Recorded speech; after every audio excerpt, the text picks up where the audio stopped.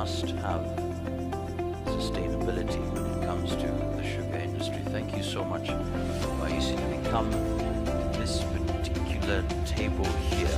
Just want to capture the moment because we've already been told the importance of learning, and learning also is a critical part of that work. Go ahead. Thank you. My name is Samantha Ayodo. I work with the Agriculture Finance Corporation.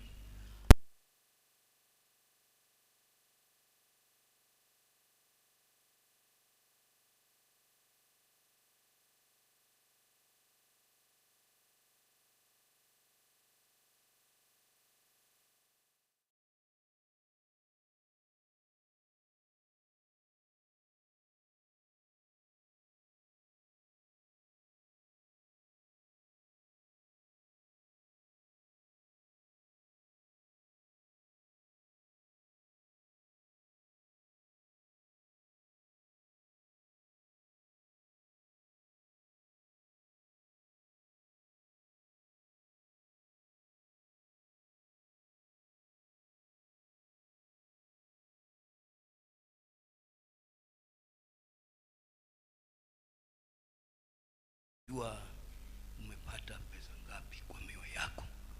So my name is Ezra Okoth, National Chairman Federation.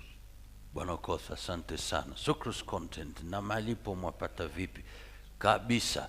Makofi tafadhali, wakulima pia wako hapa, wanasema tumewakilishwa.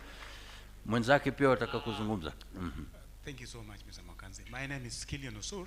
I'm the Secretary General for Kenya National Federation of Sugarcane Farmers. My real main expectation has been mentioned or echoed by my national chairman, Mr. Ezra Okoth. And this has been year in, year out. It's a story that has been snagging in this country, more particularly the CTU, how it's going to be implemented, how it's going to help the farmers, how we can grow the early maturing cane to support the farmers. Now, in this innovation symposium workshop, I think this is now the time we should come out with a program that will enhance that the farmers succeed in cane growing and succeed in correct cane payment, where we want the bagasses paid, where we also want the ethanol also taken care of, and we want the farmers to be paid just like any other country where farmers enjoy huge amount. Like now we are being paid 6,000 per ton. That's to me still a peanut. A farmer should go back with a slightly, not less than 10,000 shillings per ton delivered. But with the sucrose content, with the CTU in place, I think we are going to open up very many avenues so that farmers can also be rich and be driving just like the farmers in Brazil, the farmers in outside our country. Thank you, Ms. Mwakanzi, for moderating this session. I think we are going to enjoy sitting with you until the last end of the symposium. Thank you. Wow. My name is Kilian Osura Nyango. I come from Muroni Mailing Zone. I'm the Secretary General. Thank you. Asante. Makofi tafadhali. Did you hear that? Farmers should also be driving. We're not just going to talk about cane growing, but cane payment as well, so that there is value for the investments they put in place. Ladies and gentlemen, just getting a feel of who is here, so that by the time we start even with our first presentation, and our first presenter is already here, ready to engage, just want to let you know that we celebrate your presence. Thank you so much indeed. So in a moment we should be starting.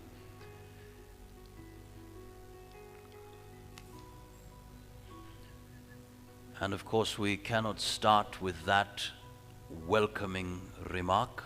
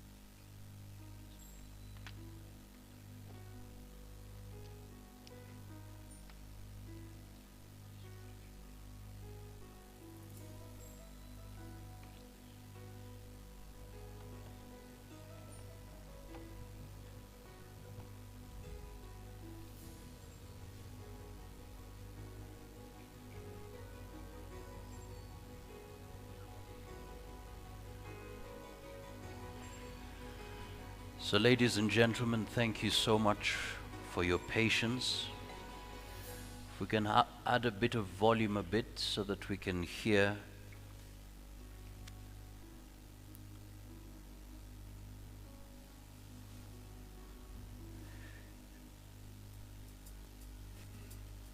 It's been a journey. Yes, most of the times ends in our cups, but it's a long journey. And we really want to celebrate our story, our sugar, our story.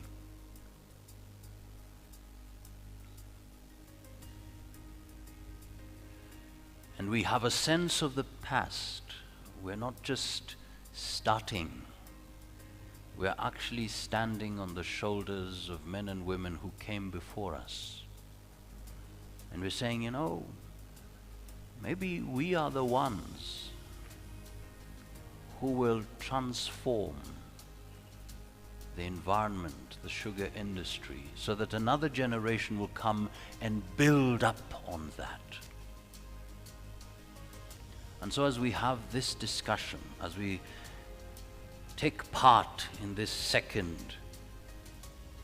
symposium, let us all come together and say, what can I bring on the table as a solution? Many problems, yes, many problems, no question about it. But what is that solution I have? And sometimes, as they say, it's better to have a bad solution rather than have none at all. So ladies and gentlemen, once again, karibuni sana. We've started, it's going to be highly interactive. Remember, you can get the full program, which might change from time to time.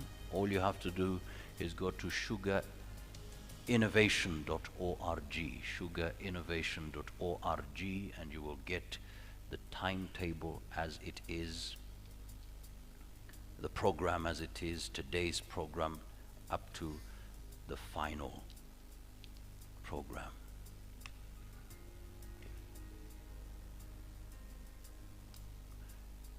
And just to let you know, this is very critical information.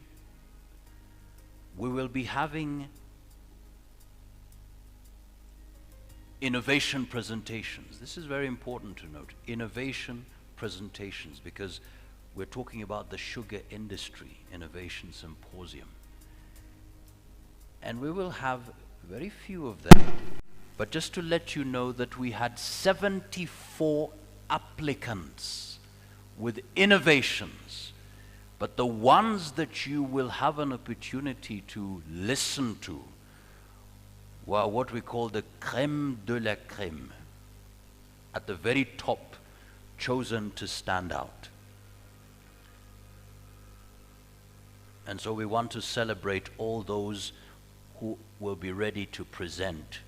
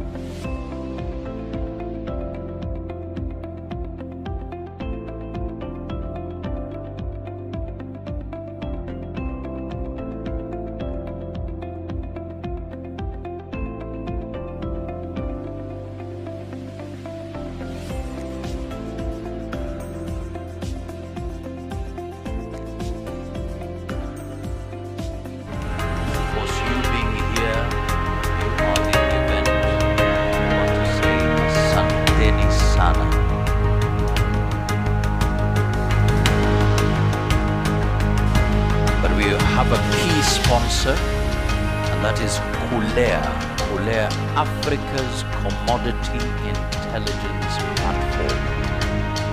We're now talking about data being very critical in our engagements moving forward.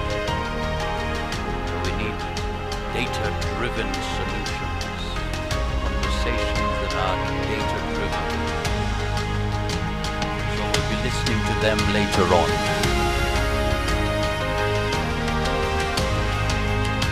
Once again, thank you so much for your patience. Let's have the video there.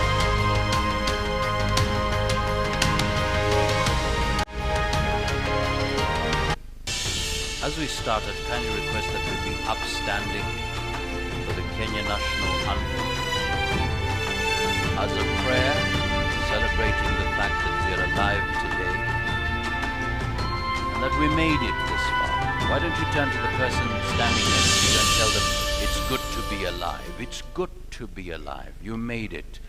It's good to be alive. Thank you so much. Thank you so much.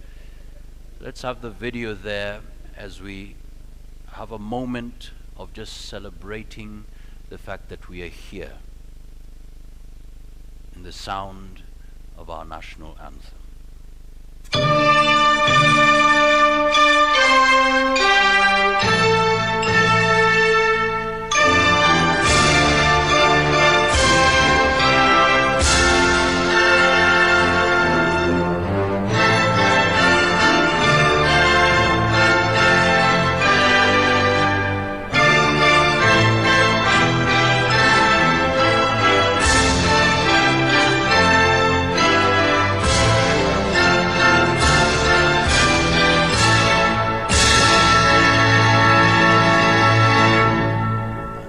On that note, why don't you just get your phone?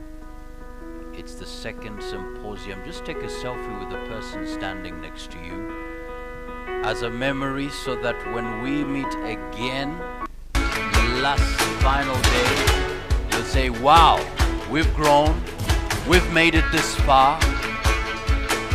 Please take that selfie. If you're standing alone, just take a selfie with the whole room, saying, aha, we are here, we made it up. Come on. Asante sana, asante sana. And that's really developing the networking session we'll be having. And once you're done, you can take your seats. Ladies and gentlemen, to give us the opening remarks, you may kindly take your seats once you take a selfie or two. Take that selfie, take that selfie. Well done, well done. Asante sana. Ladies and gentlemen,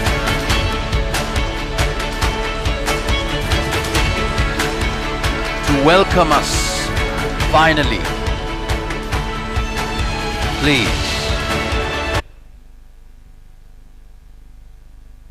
He is an advocate of the High Court of Kenya with a wealth of professional and leadership experience, having worked at senior management of various statutory agencies over the last 12 years and practiced law for a combined period of 17 years. He was part of the team that drafted the National Sugar Policy and most recently a co-opted member of the Presidential Task Force on the sugar industry. He has been part of the team that successfully negotiated the sugar safeguards at the COMESA Council since the year 2014 when he joined the sugar industry. Please welcome the Director and Head of Sugar Directorate, Mr. Jude Chesire. Makofi yake tafadhali, atukaribishe. Asante sana. Welcome.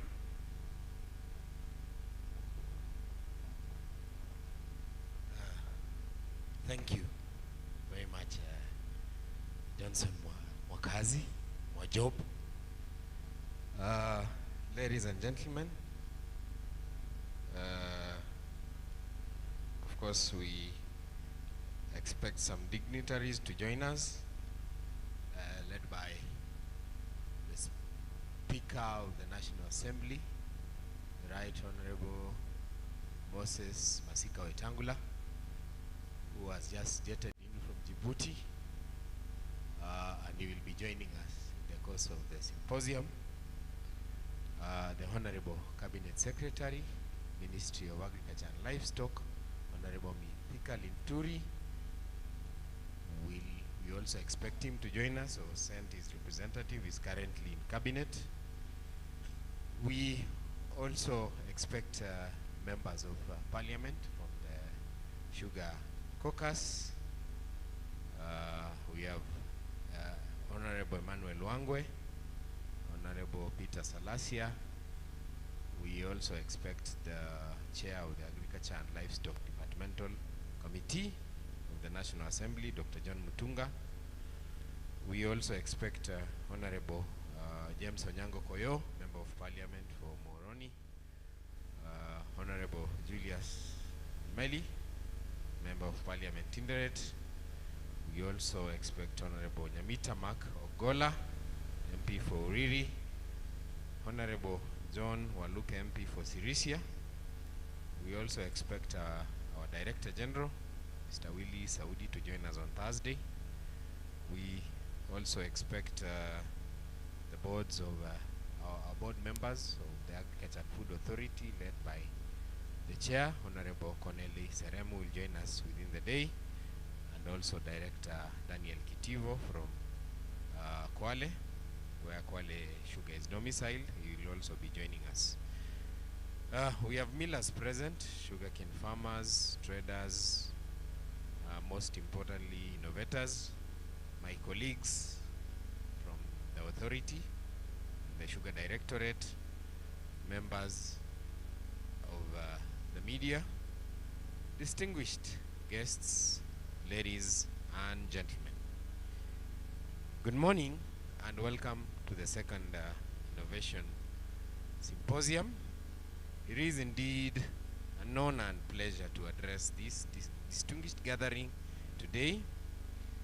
I would like to express my gratitude to all of you for joining us in this important event, especially to our esteemed participants, researchers, industry leaders, stakeholders who have traveled from far and wide to contribute to the discourse on the future of our sugar industry. The AFA Sugar Directorate, in its mandate, is charged to regulate, develop, and promote the sugar industry. Of course, we are there to facilitate the formation of policies, licensing, registration of sugarcane dealers, of course sugarcane farmers, millers, exporters, importers, and we are also tasked to formulate guidelines for the development of our sugar industry. We do also facilitate marketing and distribution of sugar through monitoring of market information, including identification of local supply demand situation, domestic market intelligence, and also processing of sugar. We do also promote adoption of cane varieties suitable for to the agroeconomic conditions of the area and markets that will provide the greatest value added to the sugar. We do also establish linkages with the relevant research institutions. I'm seeing we have CALRO, SRI, Sugar Research Institute, with us. We also help them to conduct studies and research designed to promote production and marketing of processing of sugar.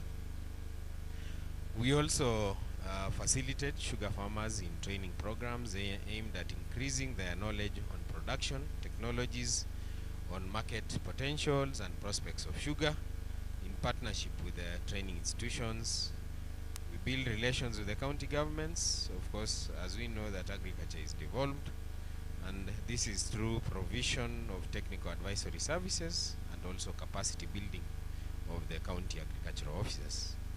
We also establish and enforce inspection standards, tests and analyses, and specification units of measurements and packaging.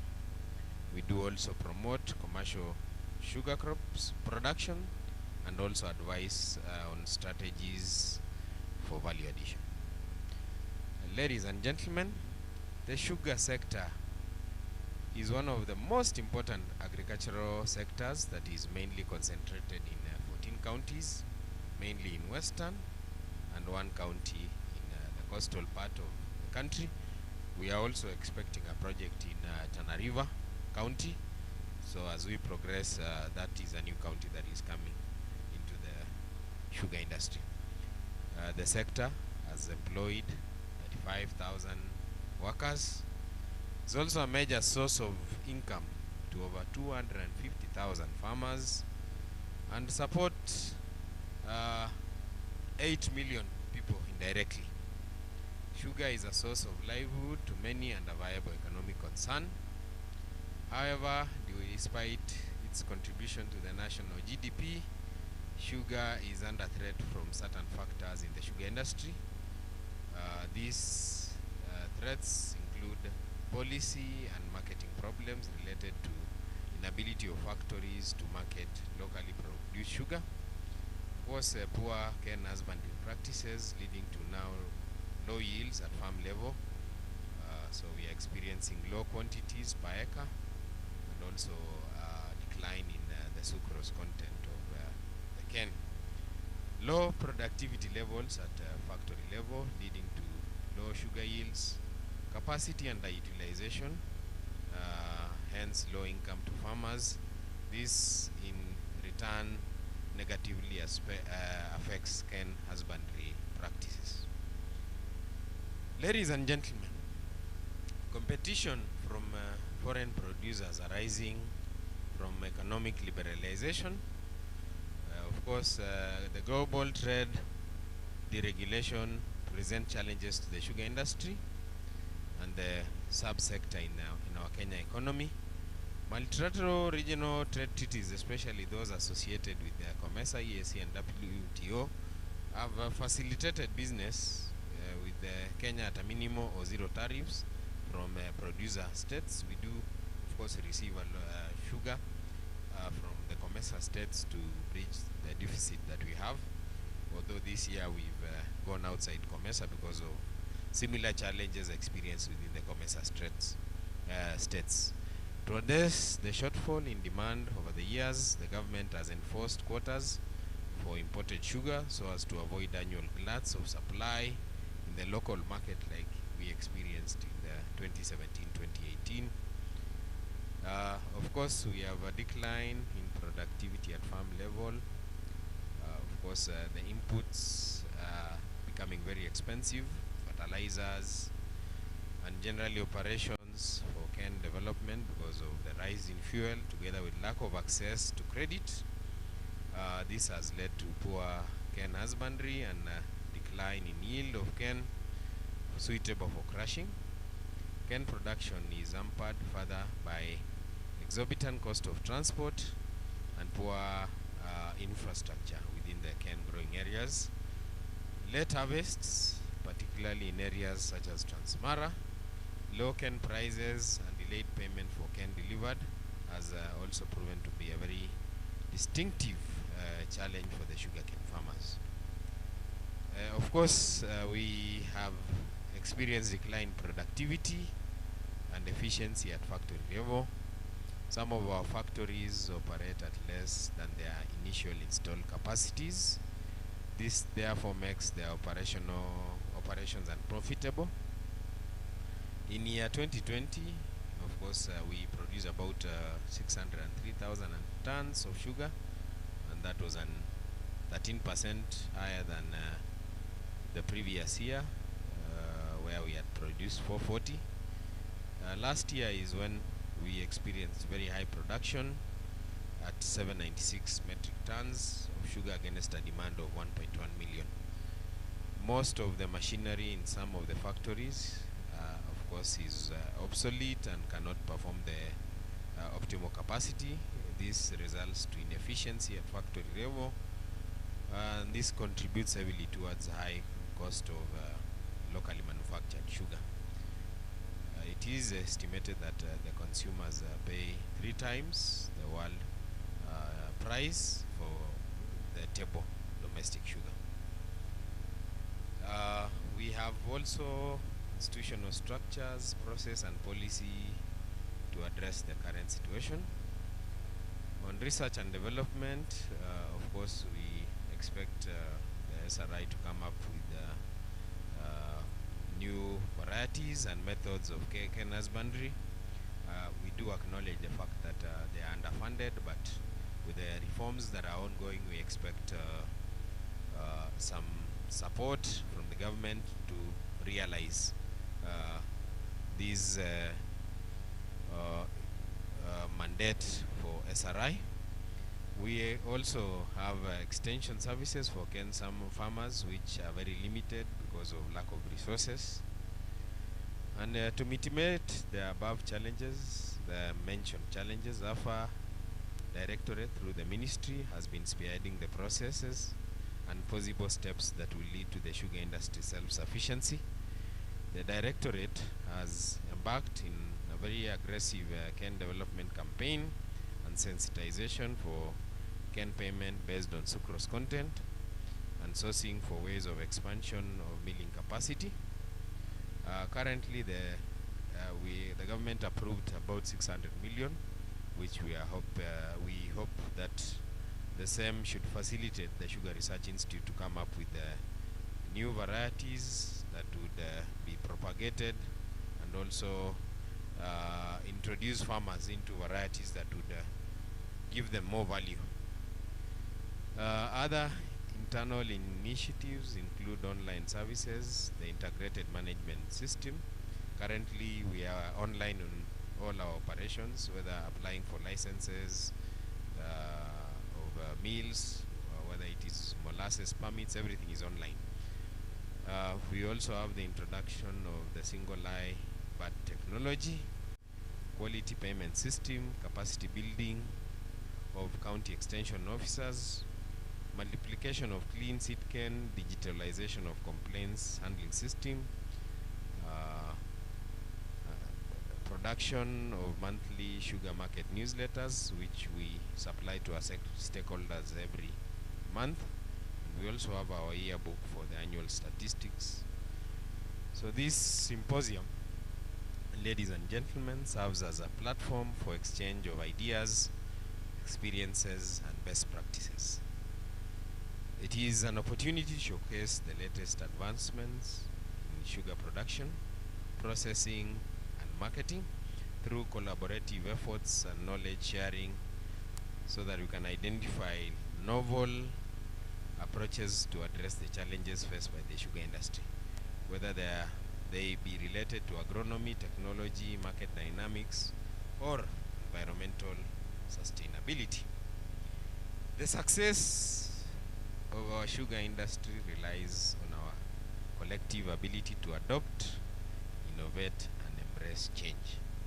The insights and solutions that emerge from the symposium have the potential to shape the future of the sugar sector, making it more resilient and environmentally sustainable and economically viable. In conclusion, ladies and gentlemen, stakeholders in the sugar industry have over the years offered suggestions and solutions as to how the sugar industry in Kenya can be revived and improved. The suggestions cover more core functions relating to husbandry and factory operations, processes, and improvements. For the industry to be revived and improved, of course, a lot of change needs to take place. These changes have to be introduced at farm level, as we know that sugar is produced at the farm, factory level, and also at policy level to have a comprehensive impact on the whole sugar sector. In this regard, ladies and gentlemen, I want to express my gratitude to the organizers, sponsors, and all participants for their dedication to the advancement of the sugar industry. Together we can cultivate a future where our sugar sector not only survives but thrives in the face of challenges, ensuring prosperity for our farmers, sustainability, and for our environment and economic growth of our beloved nation. So in summary, ladies and gentlemen, this is our forum to come up with innovative issues and products that would better the industry. We are now getting a lot of support. Soon, of course, we have a bill that is in Parliament, and we have many reforms that are happening even as we are talking, and we have all the support from the government to make sure that this industry grows to a level where we are able to sustain our market. Currently, we have support from the World Bank. We're trying to see how they can support us in inputs. They have really put a lot of focus on the sugar industry. So we are hoping in the next few years we are going to be self-sustainable. Currently also the directorate is in a committee chaired by the head of public service, where we are tasked to come up with ways of reducing imports, and sugar is one of the focused commodities that government wants to support. In our projections, we are hoping by 2025 we should be self-sustaining. Of course, KESMA has also written to the Treasury with regard to issues to do with the taxes on within the value chain, especially transport. So we are hoping that they should get audience so that we can find ways of reducing the cost of producing sugar in Kenya, so that we are also competitive going forward. So a lot is going on, and with the innovations that we expect in these 3 days ahead of us, we hope that we are going to take home the innovations and see how we can implement them towards the betterment of our sugar industry. So ladies and gentlemen, welcome, and feel free to do your presentations. Our guests will be streaming in as we continue with our presentation. So karibuni sana, asante sana, na Mungu awabariki.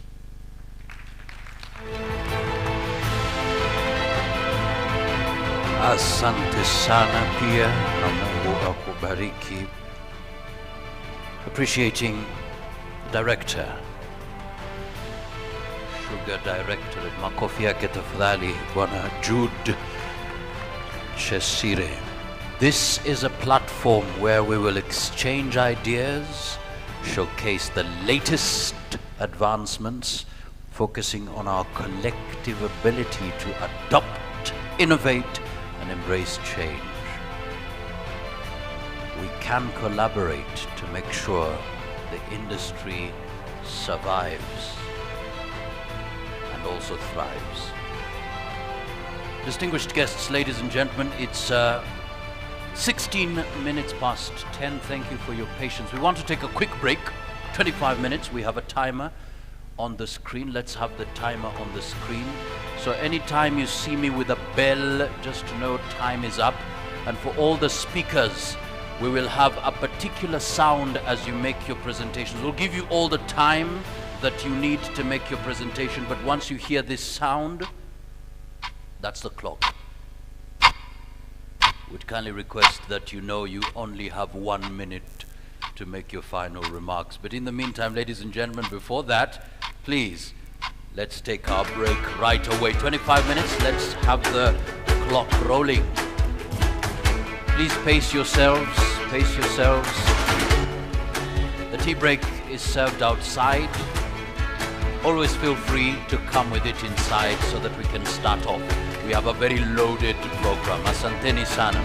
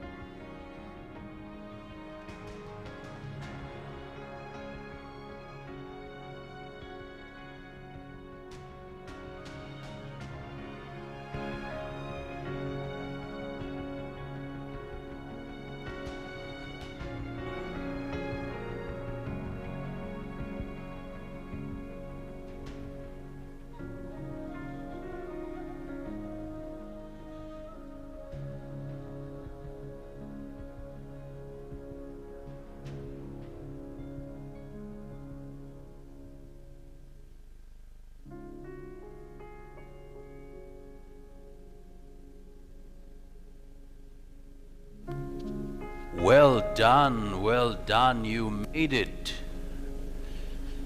Thank you so much for coming. We want to start off with the presentations, and the presentations will be based on the themes. We have very clear thematic areas. We appreciate the welcoming remark from the Director, Sugar Directorate.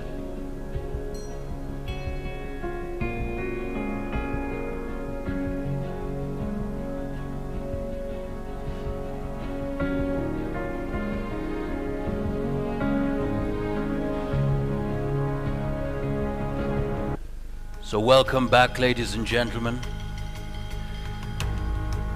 Our sugar, our story.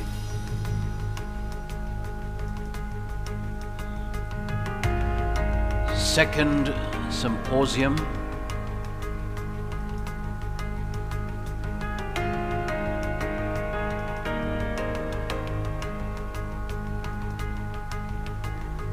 We want to say thank you so much for being here. Welcome, welcome, welcome. We intend that as we were instructed by the director, Bonajud Chesire, this is a platform to exchange ideas. And so very quickly as we continue on, wow. Reserved for innovators. A big round of applause to the innovators. They are here. Well done. Of course, they have particular slots, but I want to just give one of them an opportunity to share their big expectations today. Your name? Hello everyone, my name is Stanley Omulandezwa. Once again? Stanley Omulandezwa. Stanley. Yes. Excellent. I am here with my team. We are fourth year students at Mount Kenya University, and we are really excited to be here. This is our first time being here, and gosh, our expectations are huge because the turnout is very big, and we've seen our fellow innovators with fantastic ideas. We've seen our fellow innovators with mind-blowing projects, and we are really excited to just hear what they have to tell us. And we expect to learn a lot from the sugar industry because it being our first time, we have information, yes, but it is better to have information firsthand provided to you by officials and our fellow innovators with project ideas. So thank you so much for having us. My team and I are very grateful to be here with you, and hopefully we'll be intermingling even more as the symposium goes on. Thank you very much. Well spoken. A big round of applause to Stanley. Getting information, but really from the very officials. That's very important, from Mount Kenya University. We want to start. And as I continue on, I just want to get a feel. We heard from Bonajud, the director. What stood out for you from what he spoke about? Good morning, everyone. I'm Robert Ndika from Agrochemical. I'm happy to be here and to have all of you here so that we make changes to this industry. Now, for us, we have a distillery, and our distillery uses molasses. This molasses, we depend on you people, the sugar millers. If we improve the sugar sector, high productivity, then we are assured of molasses. Currently, we are not running. Our distillery is down because of the shortage of molasses. And the little molasses that is there is of high prices. So if we can get more of molasses available in the country so that you millers can support our local distilleries. So it's good that we are here so that we do the improvement and you support our local distilleries for us to provide revenue to the government. Thank you. Thank you, Bwana Robert. Makofi yake tafadhali. Thank you so much. Support our local distilleries. Jude spoke about the competition that is there from foreign producers due to the liberation of the market. That is a reality. But let's just have the video there. There is another reality that all of us must actually grapple with. The video, please. And that is the challenge of your guess is as good as mine. Talking at the moment, COP28. This is a reality. It has knocked on the doors of our neighbors.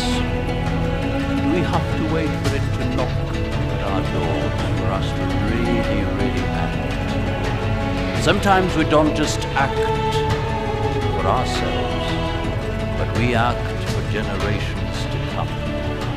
Because sooner or later, if we don't do anything, climate change is a reality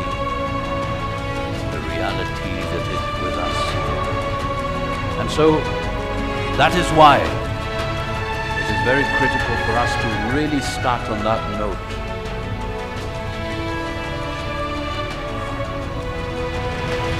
Climate change, resilience, and mitigation. And to guide us through that discussion,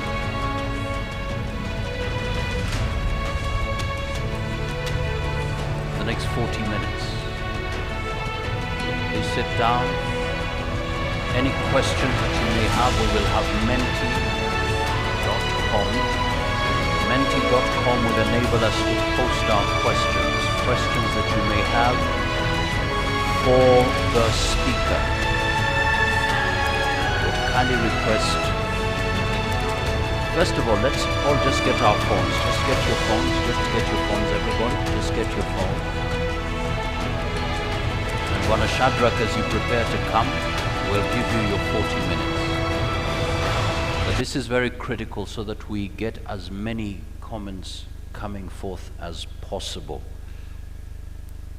So I'd kindly request that you go to menti.com. That's menti.com. And once you're there, you'll be asked to put in a code.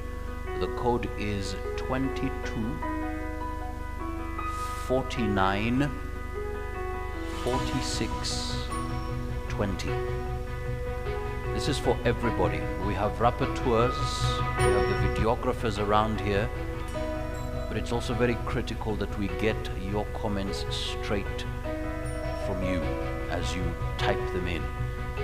So join the conversation, menti.com.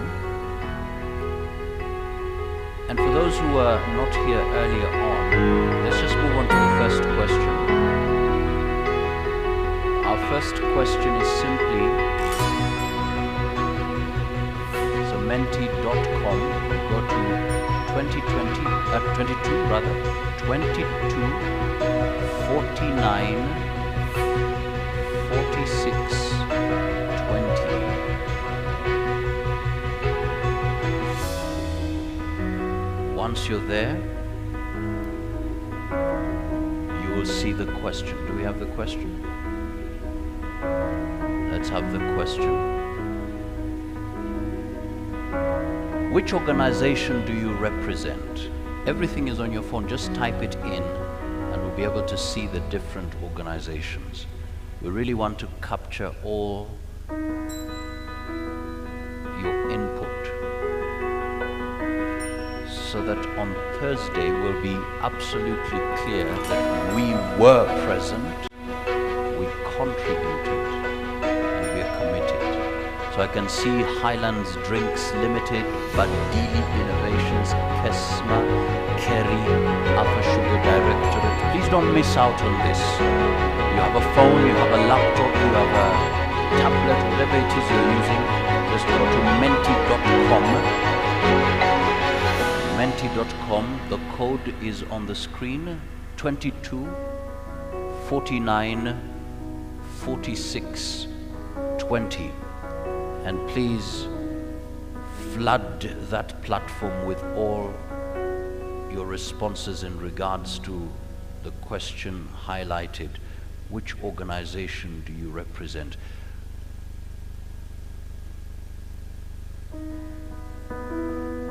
This is just to get us into the mix of understanding how this platform will work. Of course, we'll have an opportunity to give you a microphone to ask a question.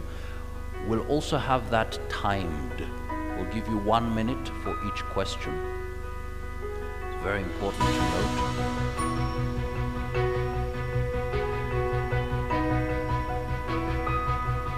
Let's have the questions again. I see African Academy of Science, thank you so much.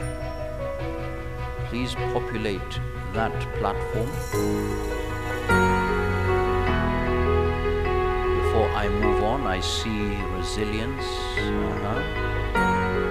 Calro Sugar Research Institute, Badili Innovations, SNVs here, Cabras, West Kenya, Climate Change Research, African Academy of Science, KESMA, Capital Markets Authority. Thank you so much. Ready Farmer, South Nyanza Sugar Co. Limited, AFA. Nyumbani Tech Solutions, Banking, Industrial, well done. Second question.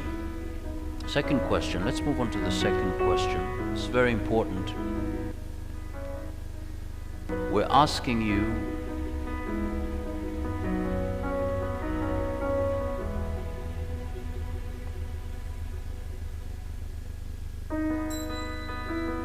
the next question there.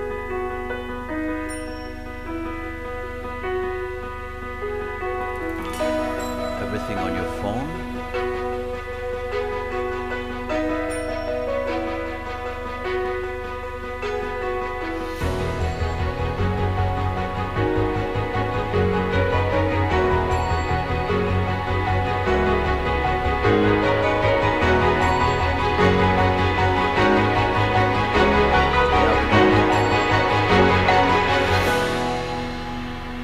Thank you so much. I can still see more coming in. Research Institute Industrial, JUPERS, GIZ is here, nuts and oil crops. It's also important to note that we have our virtual participants as well joining us online. Thank you so much. Just one final question, then we get into the presentation, and then we'll use the same platform so that all the questions that you may have will be received even as the presentation continues on. 58 minutes past 10. So we just have 2 minutes, then we kick off. The final question there.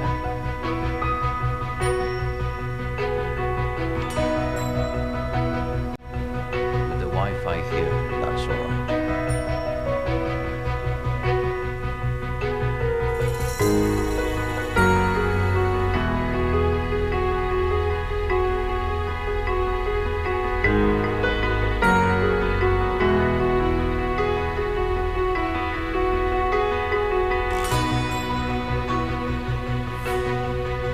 But in the meantime, as we prepare that, I will welcome our speaker.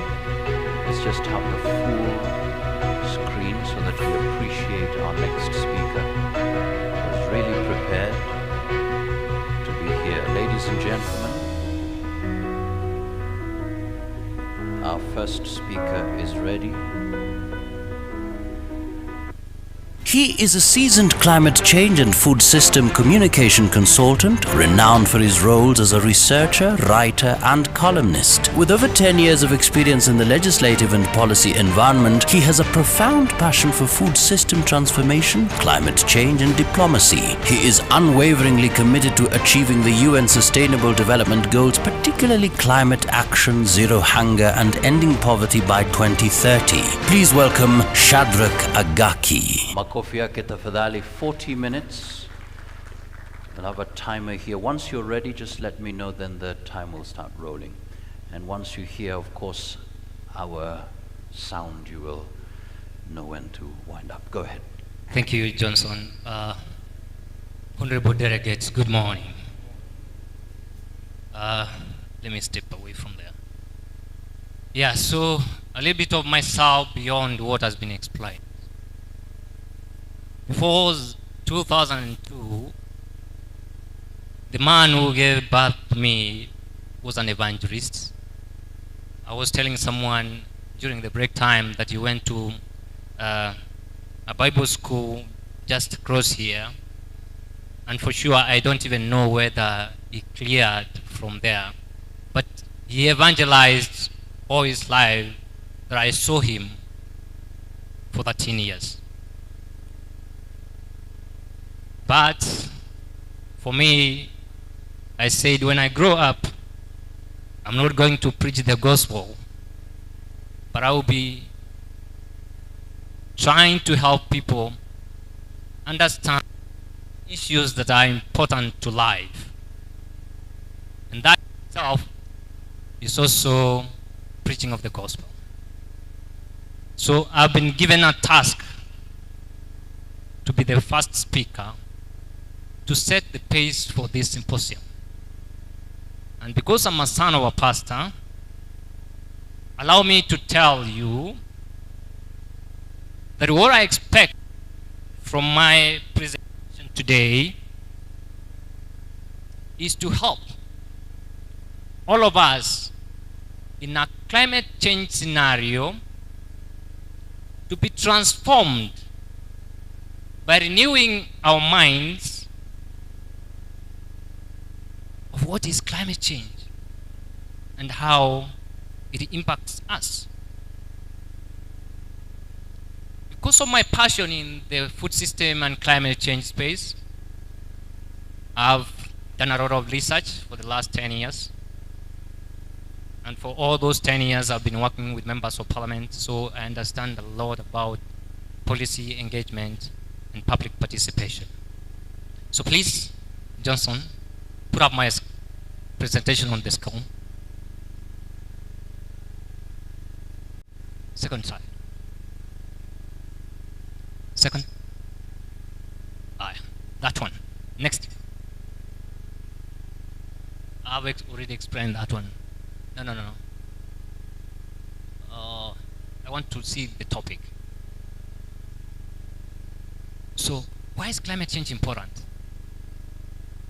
You know, when I was asked to speak about climate change resilience, adaptation and mitigation, I started asking myself, what is it that I'm going to say?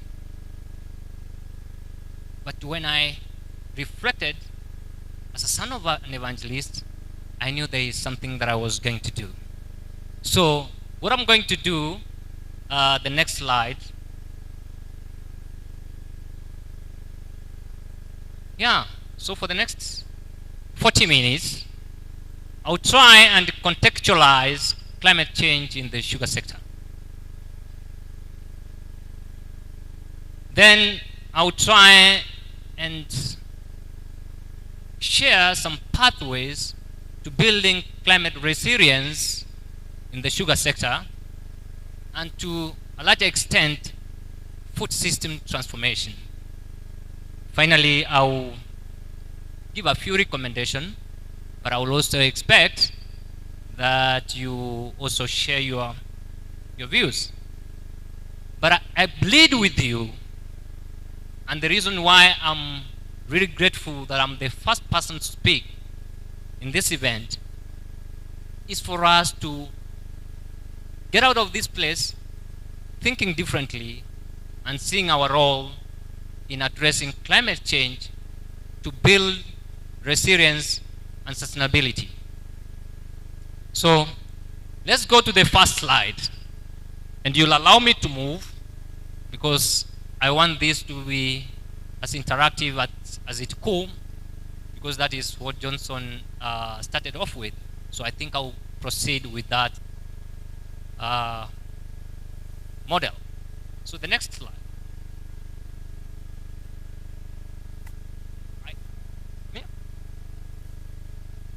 Okay, sorry. So now, can someone get the mic roving? I want to ask a question. I realize that we are different. And we are from various organizations. So I just wanted to get a feel. So when I was thinking of contextualizing climate change, because I'm a social scientist, I thought I would have that picture. And in communication, when I was doing my undergraduate, they said a picture speaks 1,000 words. So I want somebody from the back to just say what they think the elephant has to do with the symposium today. From your own perspective. Everybody who came here said of what they expected. But I also thought that it's important that we share. When you see an elephant, when you see this picture that I've shared on my screen, what do you think?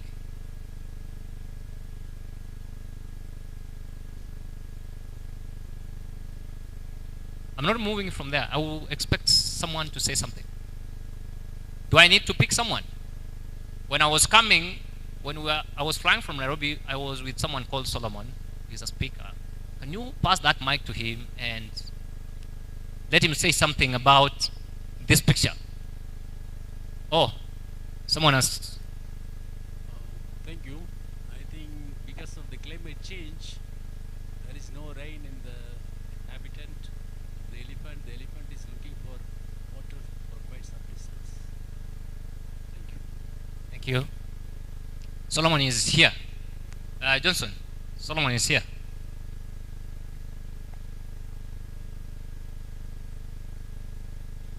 Thank you, Shadrach.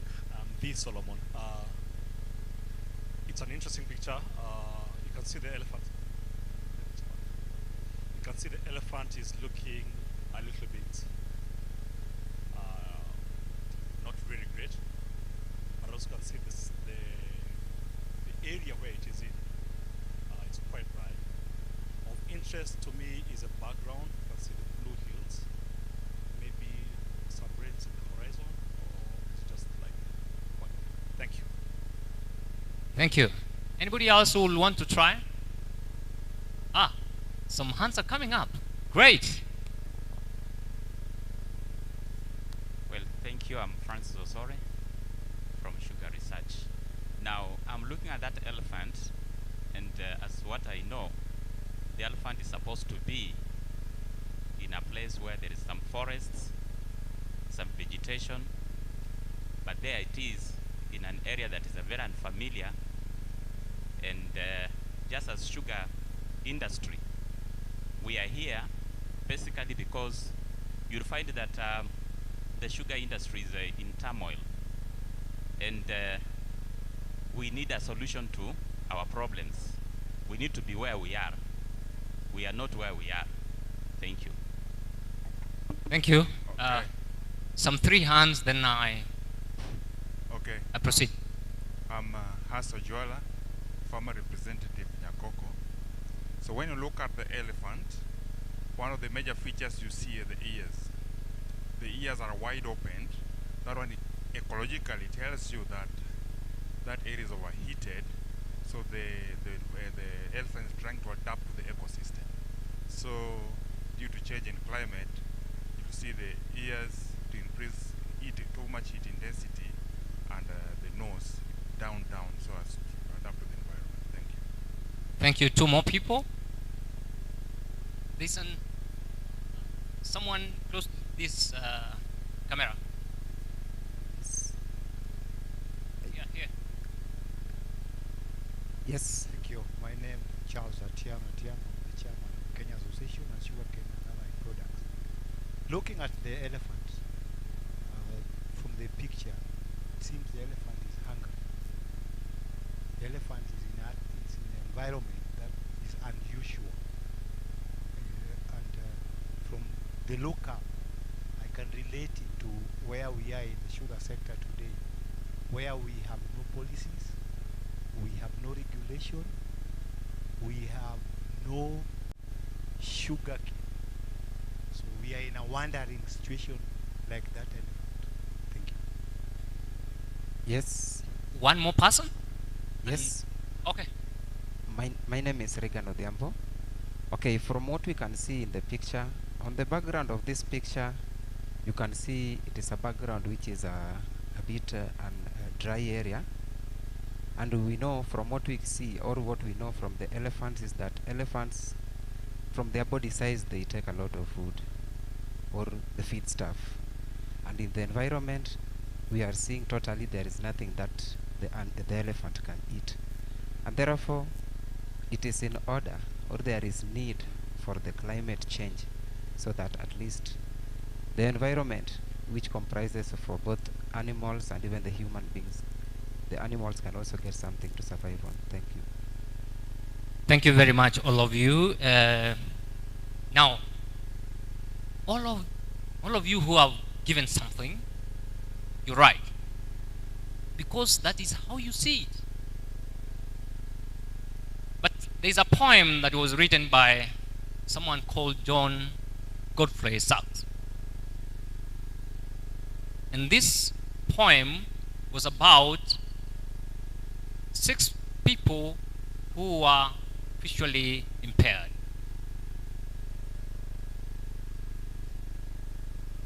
Sorry, I'm still there. So the people were visually impaired, and then they were told,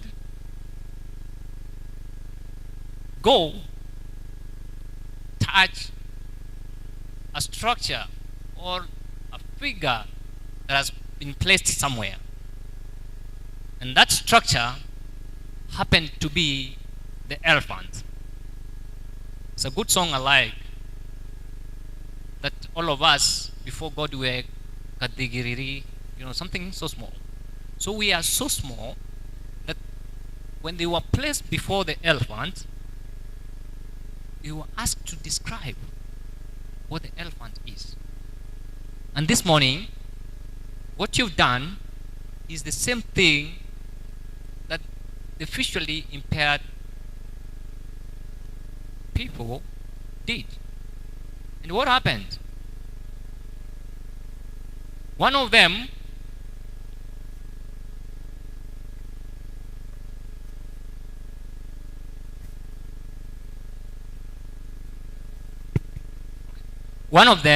touched the legs. And when he was asked, what does the elephant look like? He said, for sure, the elephant is like a big tree.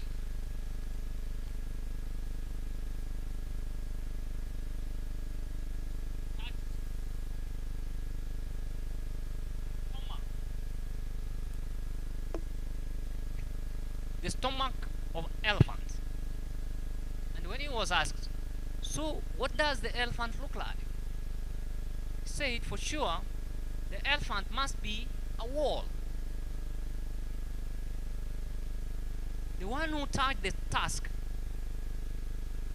said, for sure, the elephant must be like a snake. And the one who touched the tail said, for real, and I can bet the elephant is like a rope. But finally, all of them were right to a certain extent. But the elephant is not a rope, it's not a tree, it's not a wall, it's not a snake, or it's not a what? A horn. Okay? So the same thing. why I wanted to use this to contextualize climate change, aware of what we are here to do, is to try and seek solutions that will help rebuild the sugar sector in Kenya in a scenario where climate change is terrorizing the world. By the way, just to give you some statistics,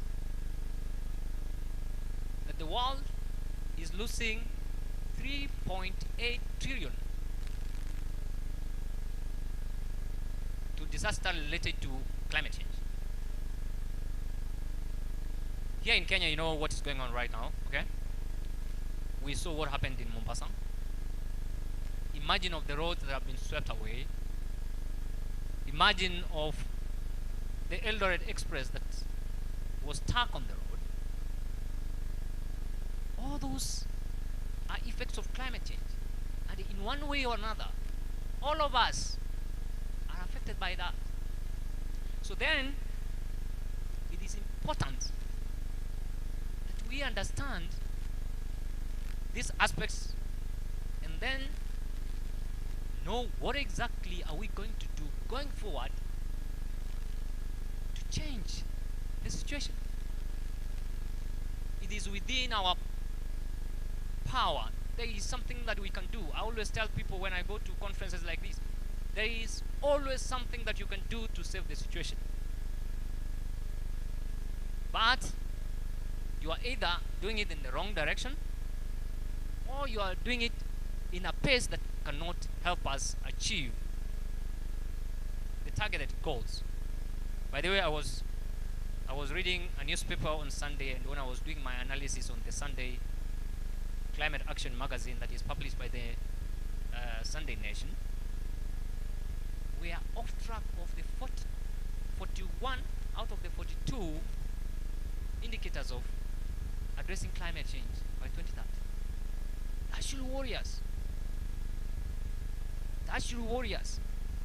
But while it should worry us, it should give us the energy to try and resolve the challenges. So, if you look at the edge, there are some 3 statements there. This elephant is a system. A system, you can start the, as we are here, we are different systems. That is, our body is comprised of systems. Okay? And the properties of a system, the reason why I'm standing here is because I'm healthy. The reason why I'm speaking is because, I have the voice. So if I lost the voice, then it would be futile. If you have a challenge with one part of your body, you know what happens, is it? You can't sleep. It hurts. The same thing with climate change, that when one aspect is destabilized, it destabilizes the whole. So then, this symposium, what we should do as we move forward, going to different thematic areas, what I want to see is how does the conversation moves around such that you see yourself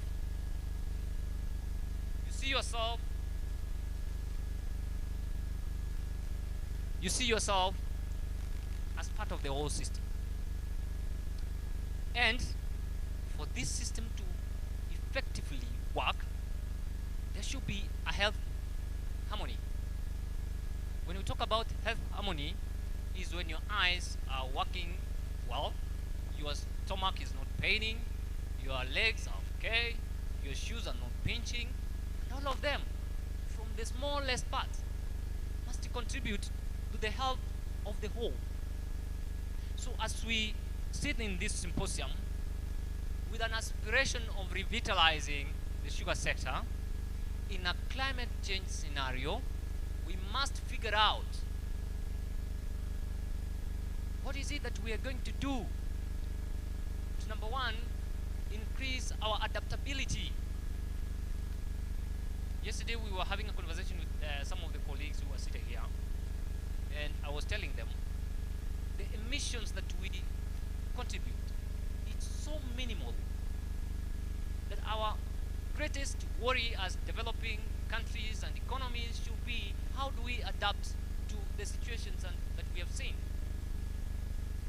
How do we make our roads such that when the floods come, they're not swept away? How do we do our farming system in a way that when it floods, our sugar is not swept away? I mean, how are we going to do our farming of the sugarcane such that it also helps us to diversify and achieve my best subjects of food security? When I was growing up, you know, during those times, evangelists didn't have enough, so we used to struggle to get food. And I know how painful it is to lack food. So then, it is my obligation as a son of an evangelist to help people see a sense of why they should work on the sugar sector, because that helps to keep our food system strong to ensure that we have food security amidst the crisis of the climate. So all of us are elements within a system. I like the innovators are here. One of them is a colleague that I was with in a fellowship called Africa Climate Africa Zero Carbon Impact. Yeah?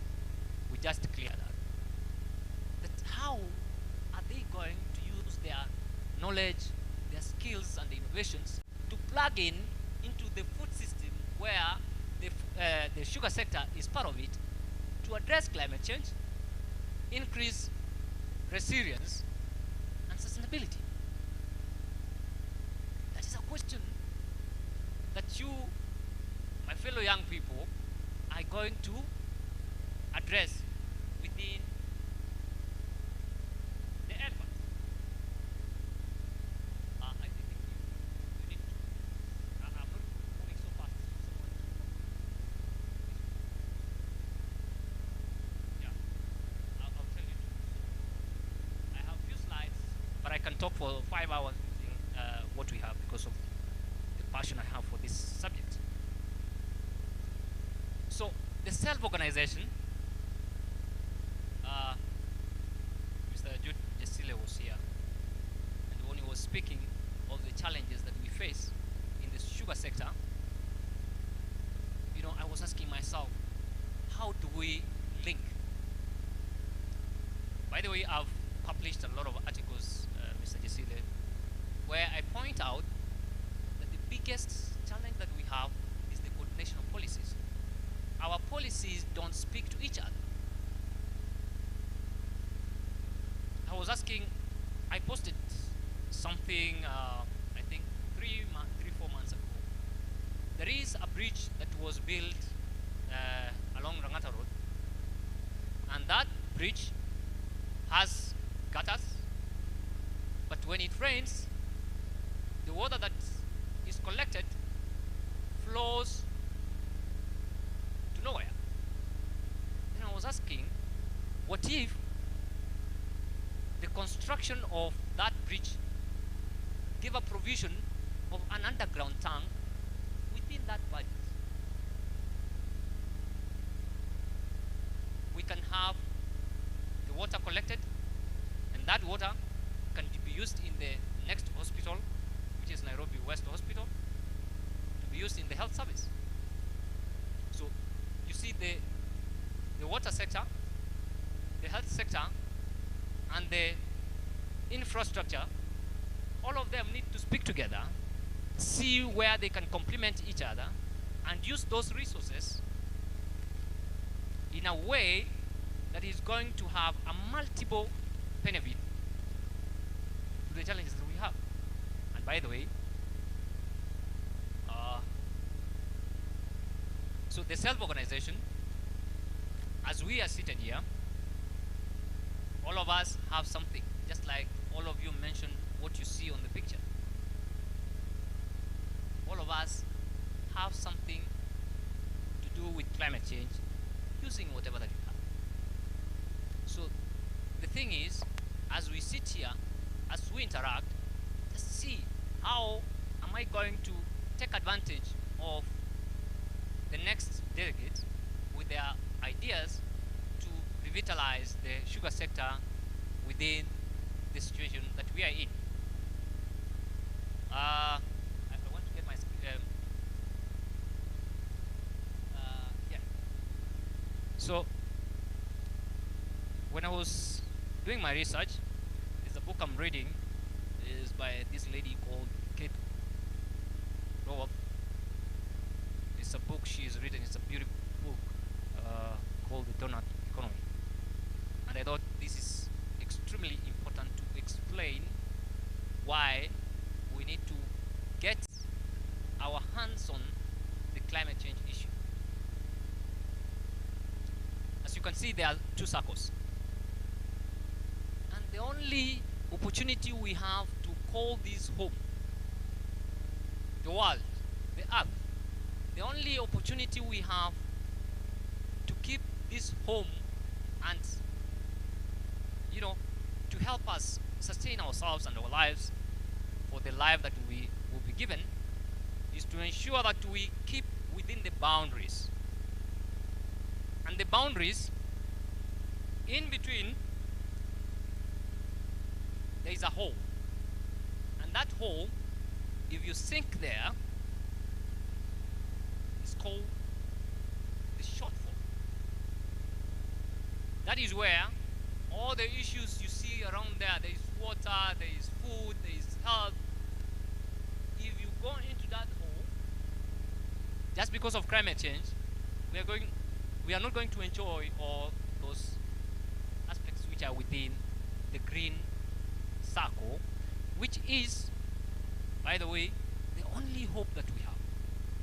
And unfortunately, on the outer circle,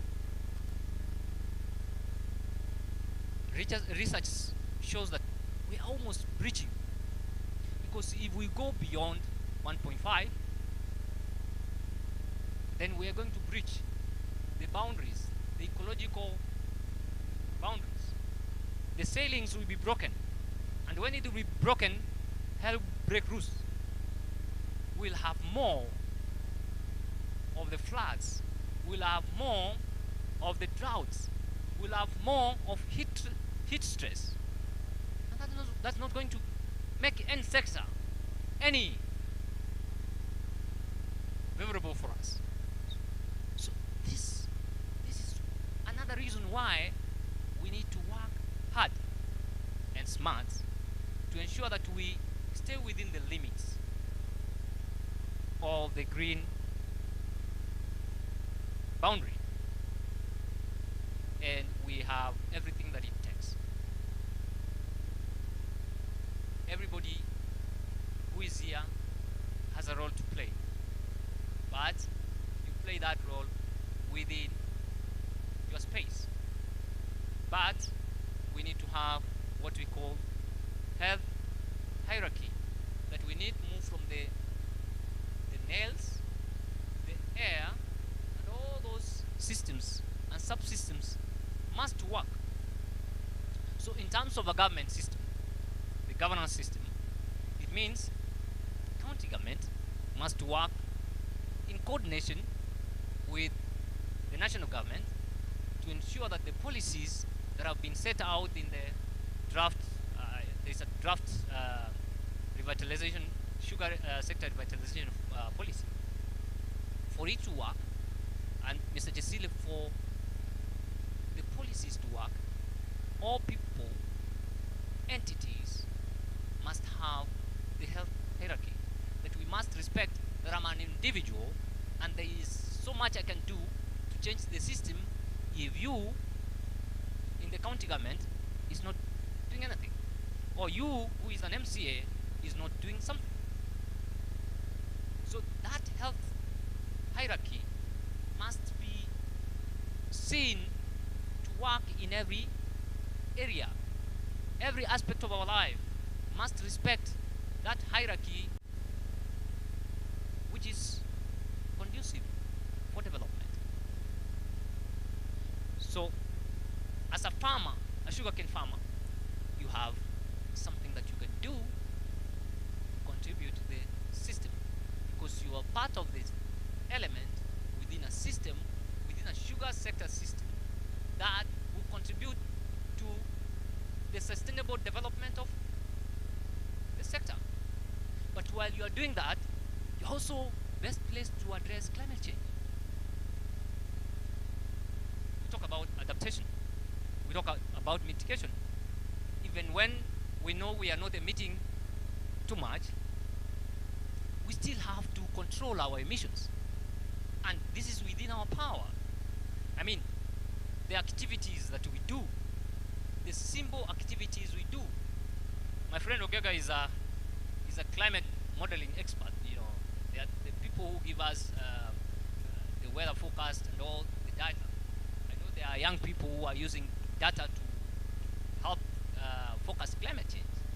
But then that information must be able to help the farmer to know that, oh, we are going to have an extended drought, so we need to buy tanks to store water that we can use to irrigate when the drought is extended, so that we can have food as an adaptation mechanism.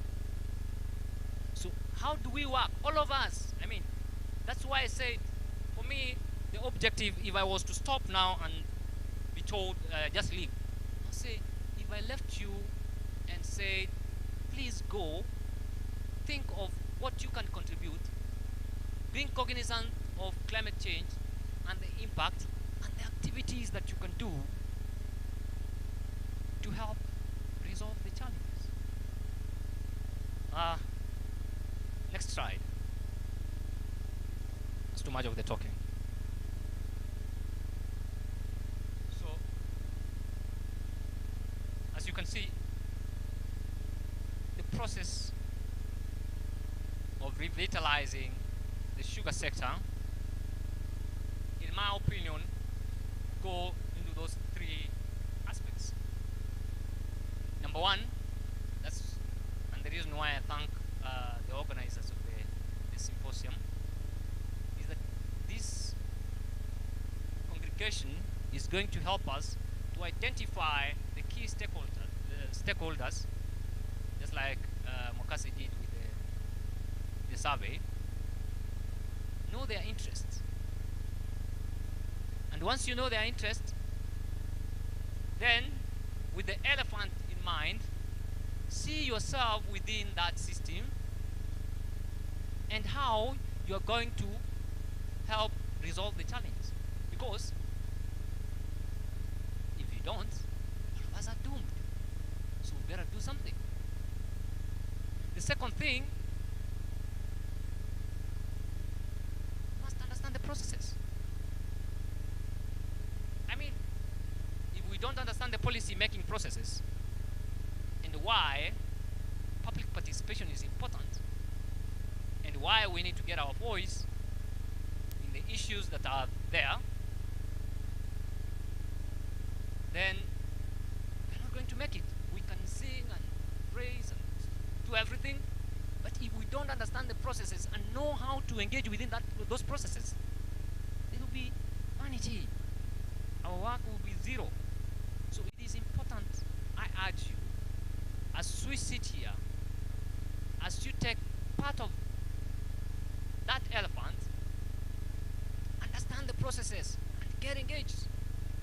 I have a challenge when I see a document come to Parliament and then we don't have people, sending in their comments. or we don't have people in the county level trying to say if there was a road that was supposed to be built. This is the critical one, because it is going to help us to get sugar from here to here, and then it is going to help us to get some shopping center somewhere where people can do business. When they harvest their groundnut, they take it to the market. So we need to understand the processes and engage in those processes. So as we leave this place, after 3 days you live here, please make sure you pick enough that will help you understand the processes that exist within the system to help us, all of us, address climate change.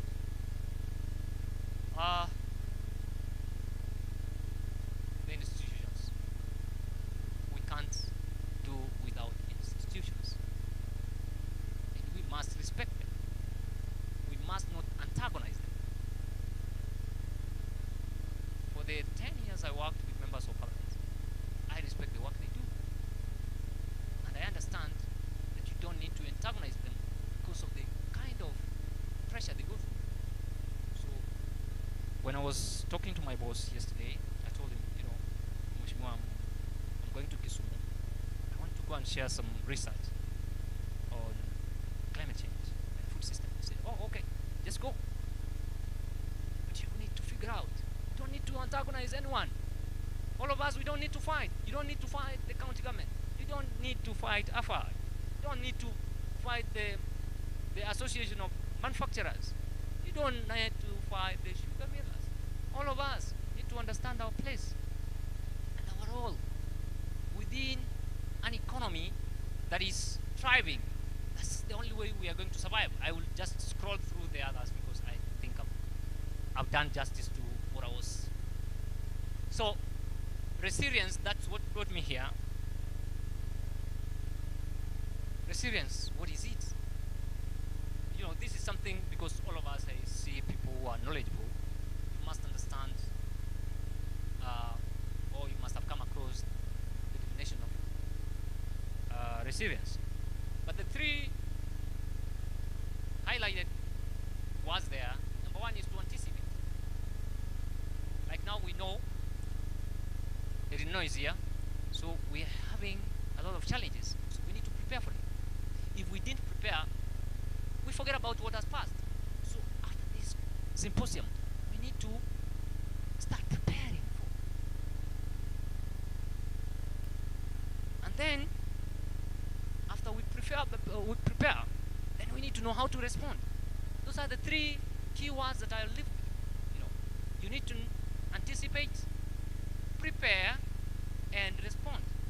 That's the only way we are going to be resilient within the climate change scenario. Next. Next slide. Okay.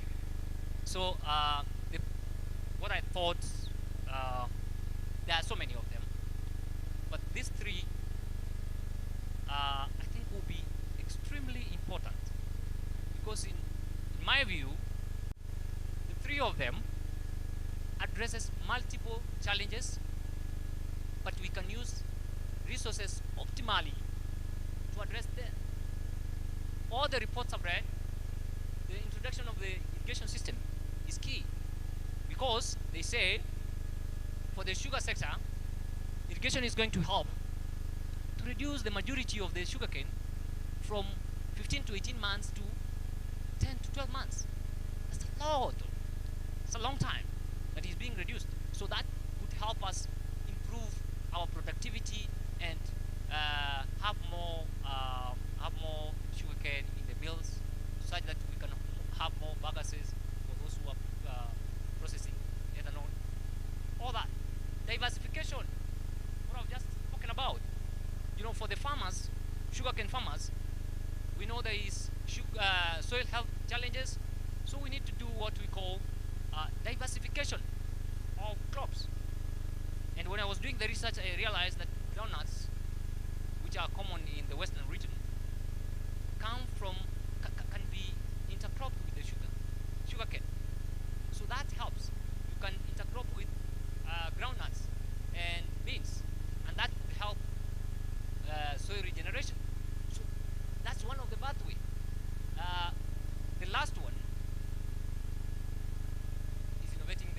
governance system. What I've just talked about. Rule number one, don't antagonize anyone.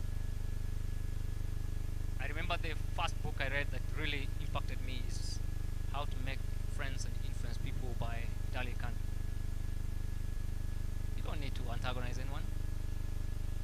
Just see what they can see. Wear their shoes and see what they can see. Once you do that, you can appreciate when they share their views. So when you share your thoughts about the elephant, I should be able to see what you mean from your point of view. And then if I have to say my point of view, is to try and nudge you to see my perspective also. And maybe when you see my perspective, and I believe after we have had this talk, your mind is transformed. You're going to think in a different way when you are dealing with the issues and working on your enterprise and trying to solve challenges within the community. So I will leave there. So just go to the last slide. I've explained all these other ones. You know, this is something you can read.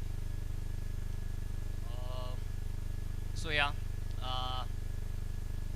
my conclusion: climate change resilience is an imperative for a thriving economy. That is self-explanatory. Number two, a system approach must be the bedrock under which climate action is established.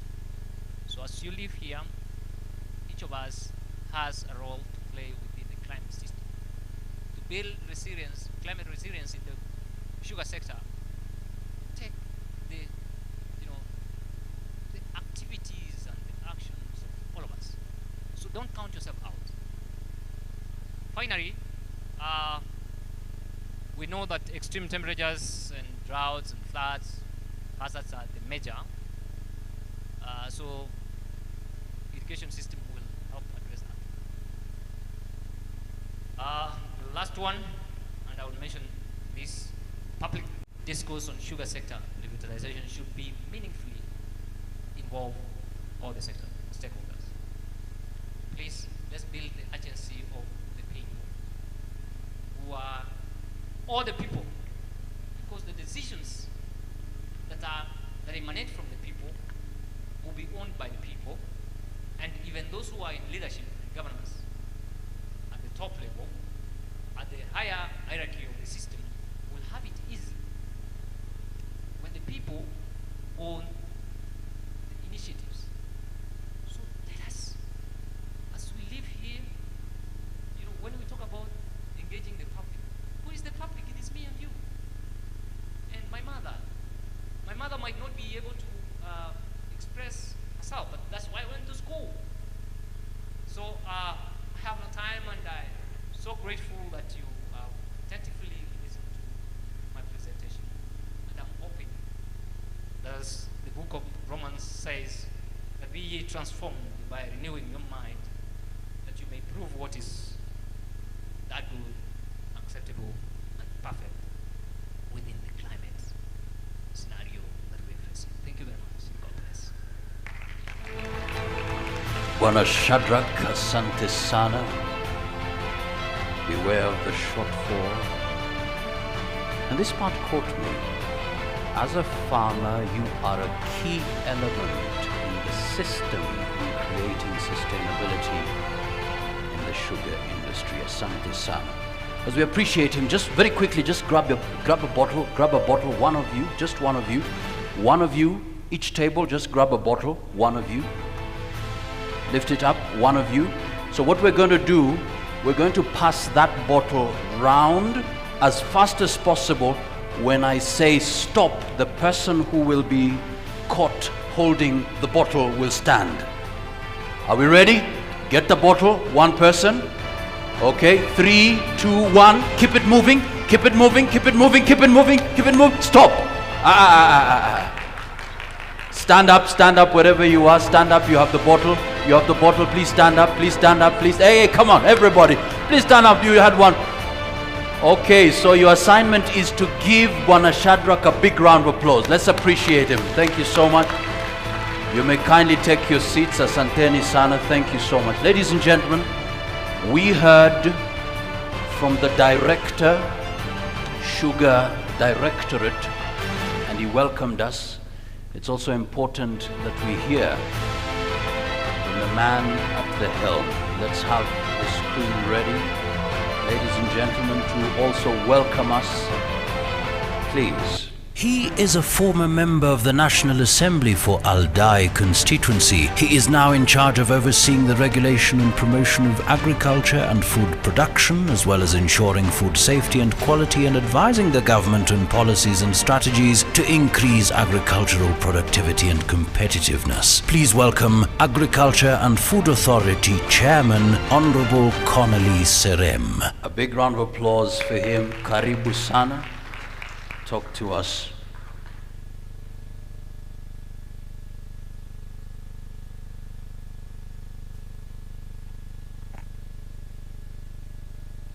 All participants present, good morning. Before I make my remarks, I want to welcome one of the board members, Director Kitipo.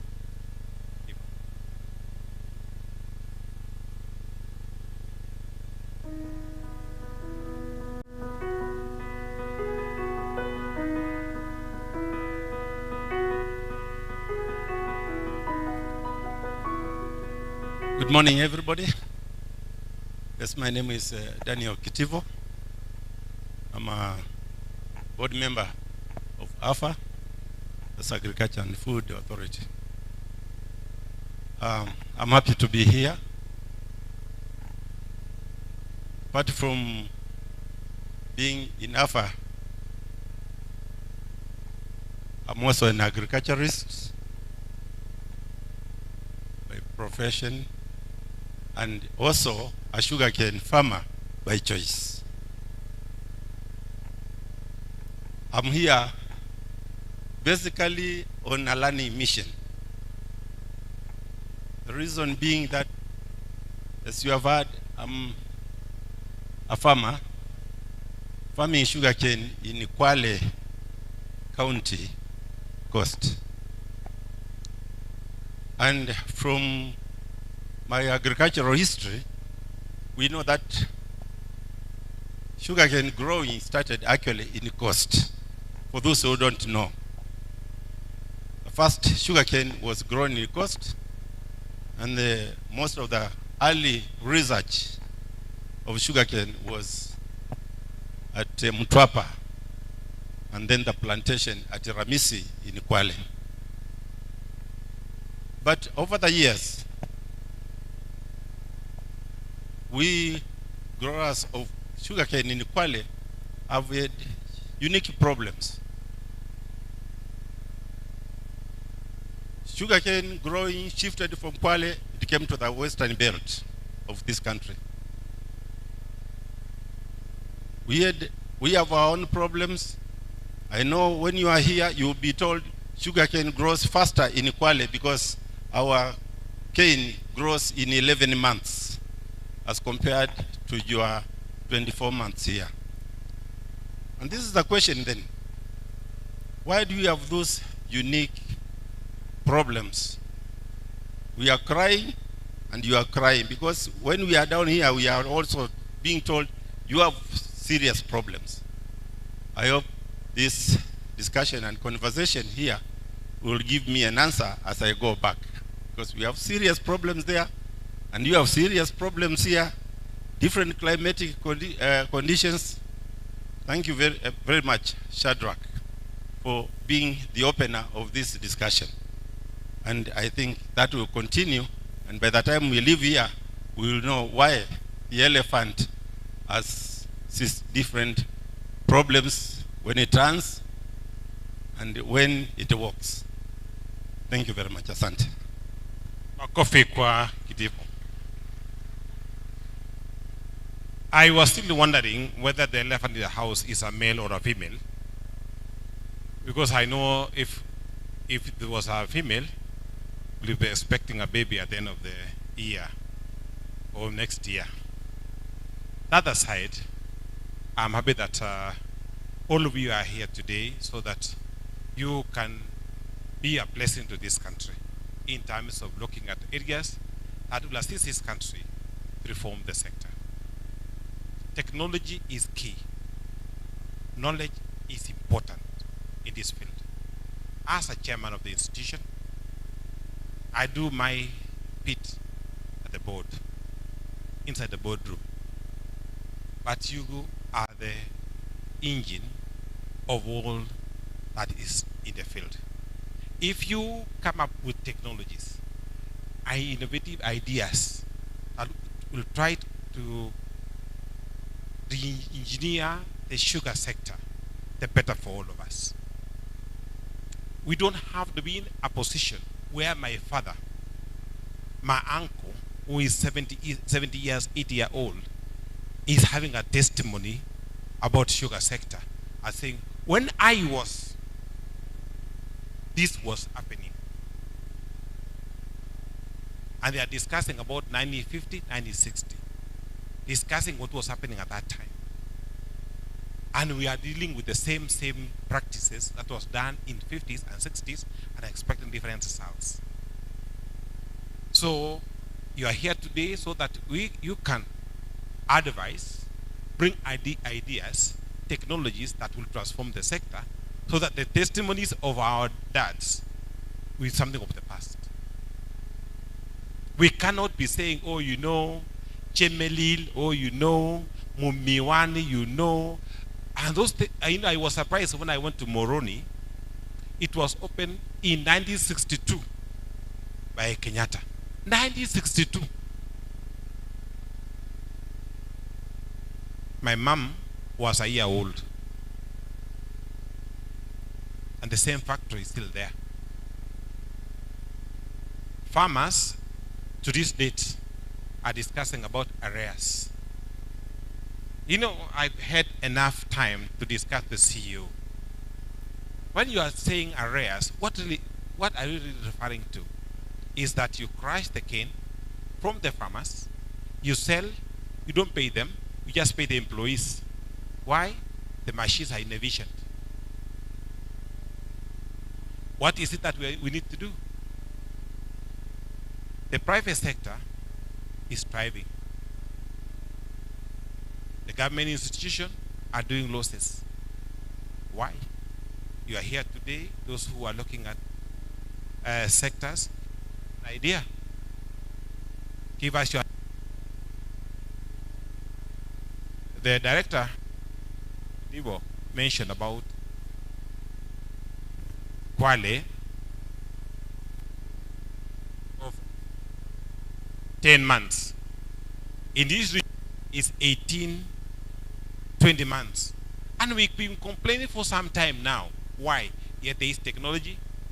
We have educated community. What is it that we need to do to have a better variety that will assist these communities? Members out there are complaining about institutions. Some are saying, you know, when we had the Sugar Board, or you know, when you have AFA, when you, an APCD. I think the main idea is, are you getting to where you're going? By what means? The element that affected the sugar sector, I'm sure you've been researching. And it's maybe a high time that you share to all Kenyans. And what is it that we need to do to mitigate, to have a better answer? I was happy that we are discussing about climate change. What do we do? As we are, you are seated today here, get to know that we are importing almost 80% or 90% of sugar to this country.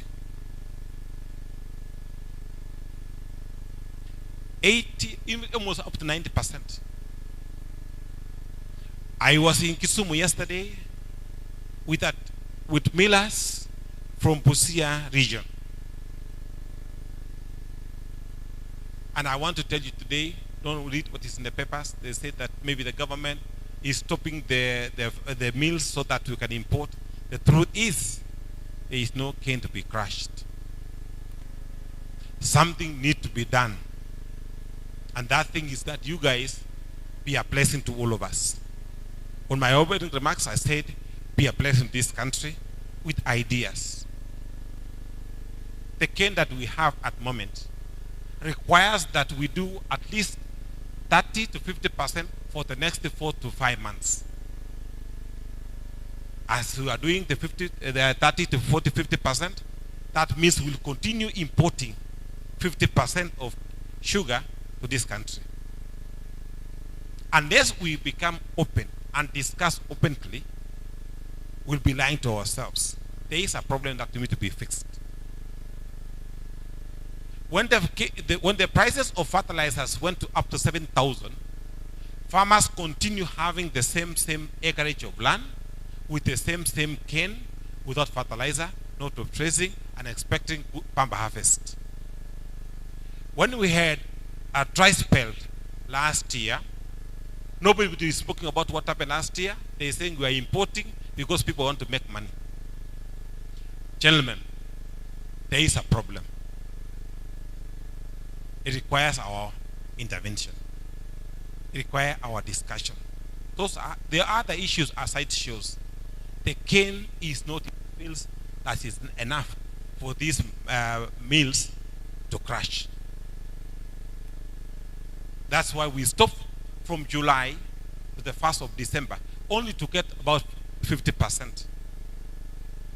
So as we are discussing and looking at technologies that we need to address, or needed to address the challenges that we are facing, it's also good for us to know the challenges that are real and in the fields. But aside, and now on average, most of the farmers that are in the field, as we are discussing about new technologies, let us also look at those who are going to use the technology. How old are the farmers that are actually farming in these fields? The new generation are not willing to take up the same exercise. So that as we are discussing so much about doing this improvement, who are you expecting to utilize the same? So you discuss both ends and see what is it that we can do to assist the young generation to take up the farming activities. Because this is a real problem out there. And we are afraid to discuss, because when we say the young, we are referring to ourselves. So I'm urging you, discuss. I came purposely so that you know I'm an engine behind to make sure that this continue and even have more in future, this kind of forums. So that all of us, anybody who has an idea, can be a blessing to our country. We love this country. We don't want to assist Brazil to produce sugar for this country. We want to assist Kenya to export their own sugar to other countries. Imagine we are importing from Uganda, just our neighbor. Sudan, a very dry area to this country. We talk much, but we do less. I agree with you that we don't want to antagonize anybody. I agree with you. Let's do our bit. Instead of saying, oh, unajua ni huyu, oh, unajua ni, we will not go anywhere. We will know what is happening there. The number of acreage that was there last year is reducing. The farmers that were there last year are still farming. The activists that we saw them 10 years ago are still activists now. So let us see what we can do to assist the farmer at the end of the day. The other day we were discussing with my team here in Kisumu that what is it that we can do so that the farmer can benefit. We said since the prices of sugar at the moment is very high, we should also encourage the millers to pay more. We agreed, and the prices went up. Only to be, they become too clever. They increased the transportation cost. So we are back to where the farmer was being paid. Something must be done. And I think since we have few farmers here, we are also meeting again next week. We have formed what we call a pricing committee, So also the millers cannot exploit the farmer. So, as we are when you are forcing them to increase the price, they become clever in trying to make sure, and yet they are the transporters. So when they increase, they talk about the same increment they're discussing, but as something extra on top. So as you're discussing, also discuss about maybe transportation. What do we do? So that it becomes a holistic approach in the sector. Otherwise, every single day I strive to make sure we do what we're able to do to make sure the farmers out there are number one in this sector. So as you also research, put the farmers first as you're working with other technologies. So these farmers can reap where they've sown. Otherwise, people in Mumias, the sugar farmers, they have been doing this business for many, many years, but they're still poor. Tell us, as the guys who have research on the same, why?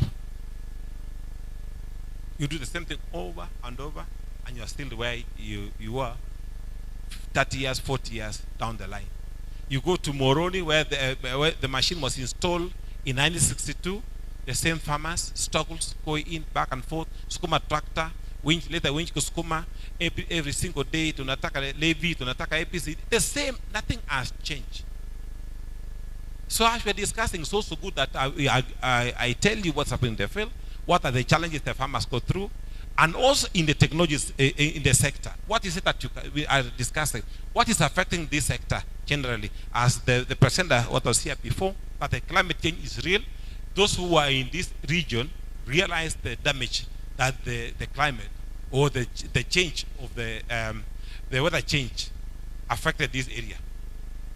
Lack of water. Are we going to do irrigation? If yes, we are now receiving more rains and more water in the same fields. We are not able to move the same cane. Let's discuss. I'm welcoming you all. Welcome. Let's have a good engagement for this country. Asanteni sana na Mungu na walinde.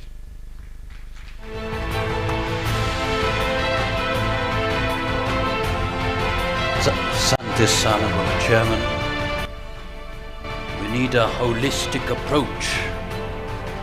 Farmers out there must be the number one in the sector. And you can be a blessing. Anyone with an idea can be a blessing in this country. Ladies and gentlemen, it's 3 minutes past 12. We'll endeavor to close before 1:30. But very quickly, in the next 20 minutes, we want to have a quick discussion in regards to the subject we just had on climate change and resilience. And to guide us through that discussion, and as they prepare to come, let's watch this particular video. It's in regards to providing solutions, because the solutions are here with us. These were refugees. They were given a place to live in, a forest.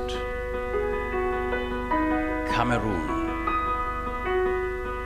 Eyes on the screen, but now, at one time, the forest turned into a desert. Full screen, please. We have been living here now for 4 years. The camp has changed a lot in that time. It was a forest. When we arrived here in 2014, there were many trees here. Sometimes my eldest daughter will go to find firewood very early in the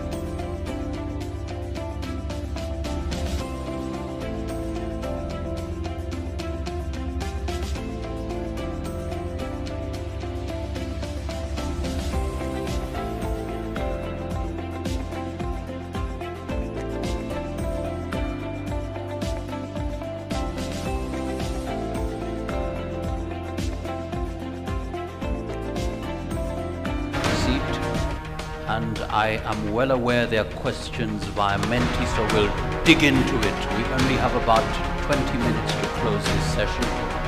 So very quickly, let's have Menti on board.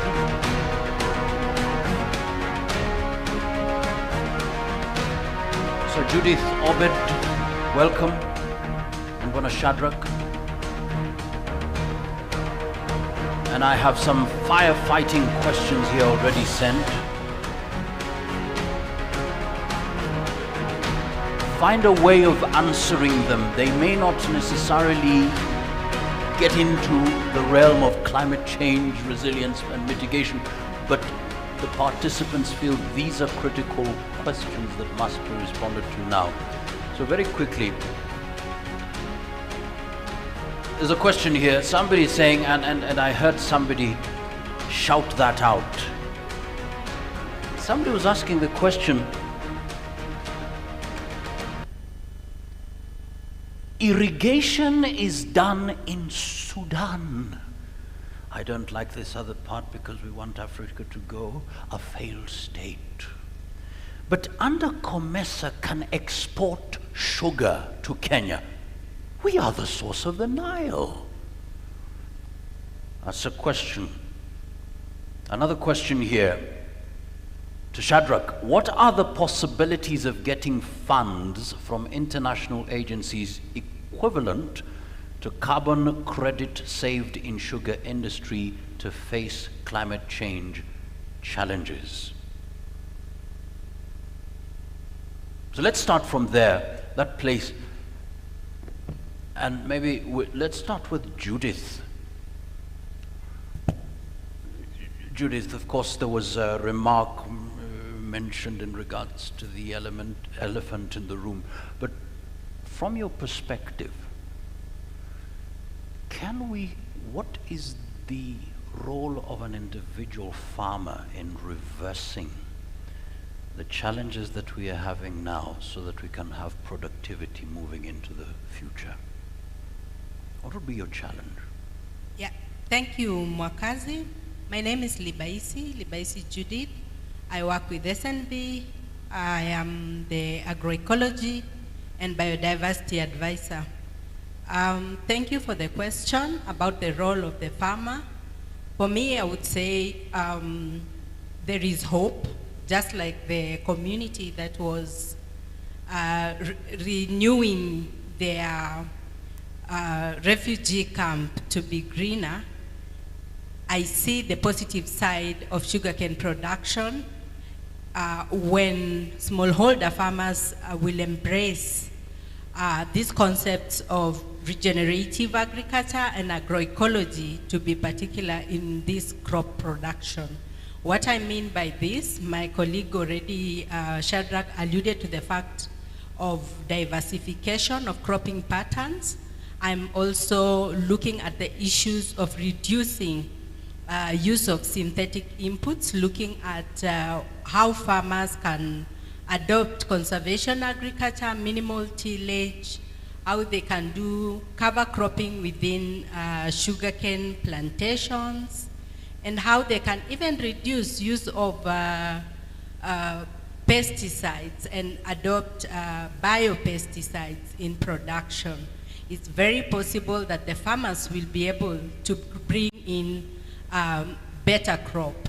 I am now talking as a farmer. I've been embracing sugarcane production at a place that all of you know, and I use bioslurry instead of using the chemical fertilizers. Bioslurry is a super organic fertilizer that comes from biodigesters, that is from the biogas units, as most of you would like to call it.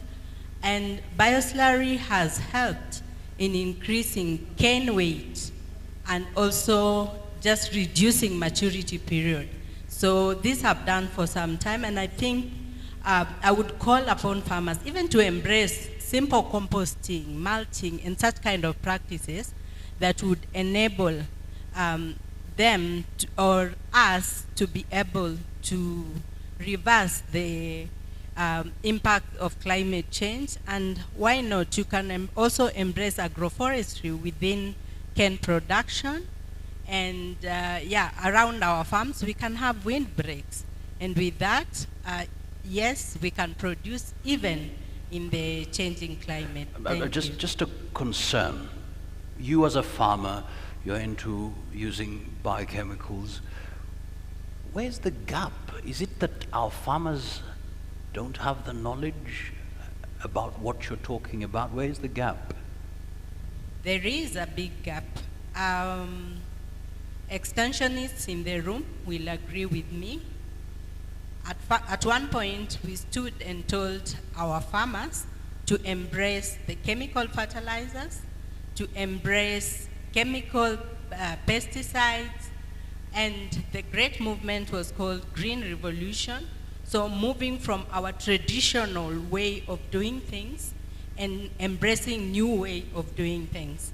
And this then brought in the erosion of the knowledge that the communities had, the practices that the communities had, and we embraced new practices and technologies. And right now, as I speak, we are going back there. You can ask anyone within this space, they'll tell you, let's go organic, let's do conservation agriculture, let's do minimal tillage. And this is what I implement a project in Western Kenya on regenerative agriculture, and when we gather farmers in groups and talk about it, they say, we used to do it. This is how we did it. And so I think it's a high time we go back there. It's a high time we go back there. Let's go organic. Who is a farmer here? Just want to find out. Farmers. Where are the farmers? All right. So where's the problem? She's talking about let's go organic. I think that's a very simple message. Where is the problem? I'm William Simenyo. I think we've been lacking some information, education, on how to prepare the organic fertilizer. But now that we are getting to the road, I think we shall go that way. We shall now go in to produce organic fertilizer to better our farming abilities. Aha, makofi tafadhali. Another farmer. We're talking about organic farmers mko wapi? Wakulima, organic farming. She says it so simply, she's doing it. Where's the problem? I am James Halai from Omias. I agree with the speaker. It is only that most farmers lack information. And they do imagine, because when you talk of organic, mostly they reduce their reasoning to a small scale. Now that you are talking of manning 10 acres of sugarcane, how will it cost you to generate the bio she has mentioned, bio sludge she has made that can be equivalent to that space? So generally, farmers are poor, and when you talk of organic farmers, you are talking of animal products, agricultural bio products that you can use to make the organic fertilizer. It needs somebody who has big number of animals, maybe to get the animal products. That is like livestock, poultry. So to me, as we go, we shall go slowly. It will need gradual. It is not something that you can just imagine once, because you need to do step by step. Maybe start by half an acre, improve, then go to 1 acre, slowly by slowly. Otherwise, it's a good system to adapt. Okay. Asante. Makofi yake tafadhali. Judith, you're challenging us, and thank you so much for the Obed. Sudan. We're getting sugar from Sudan. What's the problem? It's a good thing. It actually builds. It's a good thing that. Sorry. Did you just say it's a good thing to get sugar from Sudan? Sorry? despite the challenges, is able to produce what it can export. So we want to learn. We need to go out there and see what they're doing differently, so that we can bring the technology back home and implement that and enhance our farming. But I wanted to mention something. My name is Obed, by the way, as introduced. Dr. Obed. I was reminded yesterday that when you come to Kisumu, titles are important. Dr. Obed. Makofi yake tafadhali, daktari. So I'm from the African Academy of Sciences. I'm a climate scientist, and I'm here in my capacity as a scientist today. This very important discussion. I think, as one of the farmers has said, we talk about, innovation in our farming, things like irrigation, biofarming, organic farming, and all those things.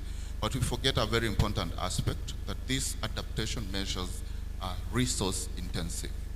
The adaptive capacity of our farmers, our communities, our systems as a whole has to be looked at in its entire being. Otherwise, you may want to encourage people to go into one way of farming, and then you end up with projects or interventions that are halfway done. They can't be followed through. So how do we ensure that we build the adaptive capacity of our farmers by either enabling them financially, introducing buffers, things like agricultural insurance and things like that, and help these farmers follow through the adaptation strategies that we are. Issues around climate smart agriculture, we know climate is changing, but we must work with the farmers. Have the policy, people in the policy space, as Shadrach mentioned, working with the researchers and the communities so that we are all aligned and work towards a common goal. Otherwise, it's going to be difficult for the farmers to get them. Thank you. Daktari, thank you so much indeed. Makofi yake tafadhali. Bwana Shadrach, there was a question that was directed to you. Of course, all those are questions, but we only have about 8 minutes, so go ahead. Thank you very much. I want to first go with the climate financing. Number one, we need to appreciate that Kenya is, as we stand right now, is doing very well in terms of climate diplomacy. We know that we got some good figures from Dubai. That's encouraging. But most importantly, I can say yes, we can benefit from the carbon credit market. You know, Kenya is one among 4 countries in Africa which has a legal framework on carbon markets. But again, as I said in my presentation, you take our engagements. Right now, there are frameworks. And Article 6 of the Constitution says that every government entity or framework must be devolved to the county government. So we have the Climate Change Act of 2023, which was the amendment of the 2016, and it introduced the carbon market. And within the carbon market, we are going to have community projects, and those community carbon projects, are going to help the farmers. I meant to help the farmers. But then, are you aware of them, and are you ready to get engaged? So please, take a keen interest, look at the regulations, because I know the regulations are either in Parliament, they will be passed, but the act is there. So, acclimatize yourself with the information within the carbon market regulations and legal framework, such that you can meaningfully engage when those projects are being initiated in your localities. Bwana Shadrach, let me just stop you a bit.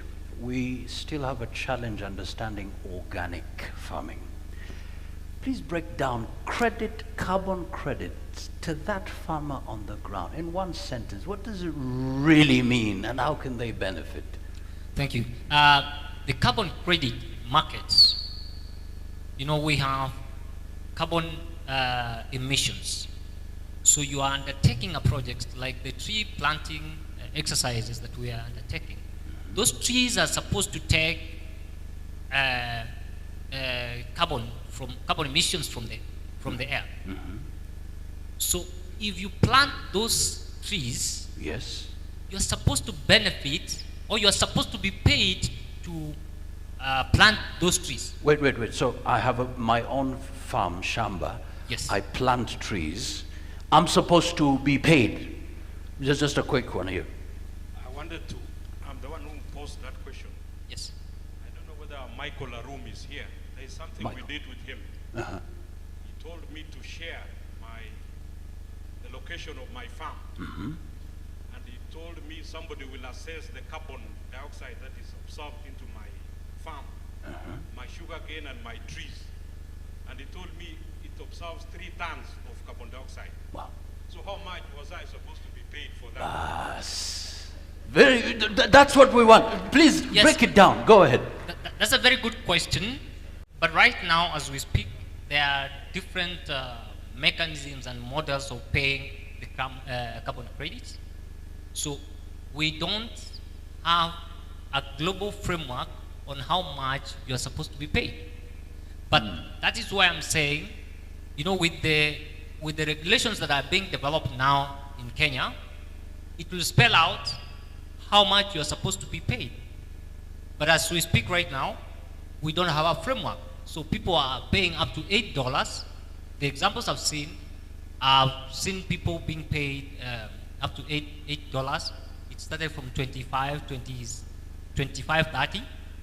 $30, but it came down because nobody is there to authenticate the real figure of the emissions that are being taken. So it's a process in progress. But I'm glad that as a country, we have those frameworks in place which are going to help us define concretely how we are going to benefit. But as I said, you also need to take that in ensure that you are aware of what is happening and how that will impact you. Okay, well, thank you so much. Because of time, I'll just give you about 2 minutes each to give your final remarks and see whether there's a question that you can look at. Let's see. Just show Menti, how can you get funds to aid technological innovations? How can one get in touch with sugar industries in order to implement their innovations because they don't allow access to their systems? So basically we're talking about innovations here. How will these ideas trickle down to the people on the ground? So maybe you can respond to that, but also give your final remarks within 2 minutes. Let's start with you, Madam Judith. Go ahead.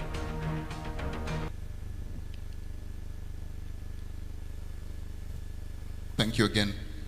I think all we need to do as farmers is go out there and look for the information. If you go to the county level, for example, in the context of meteorology and climate services, we do have the directorates of climate services or meteorology.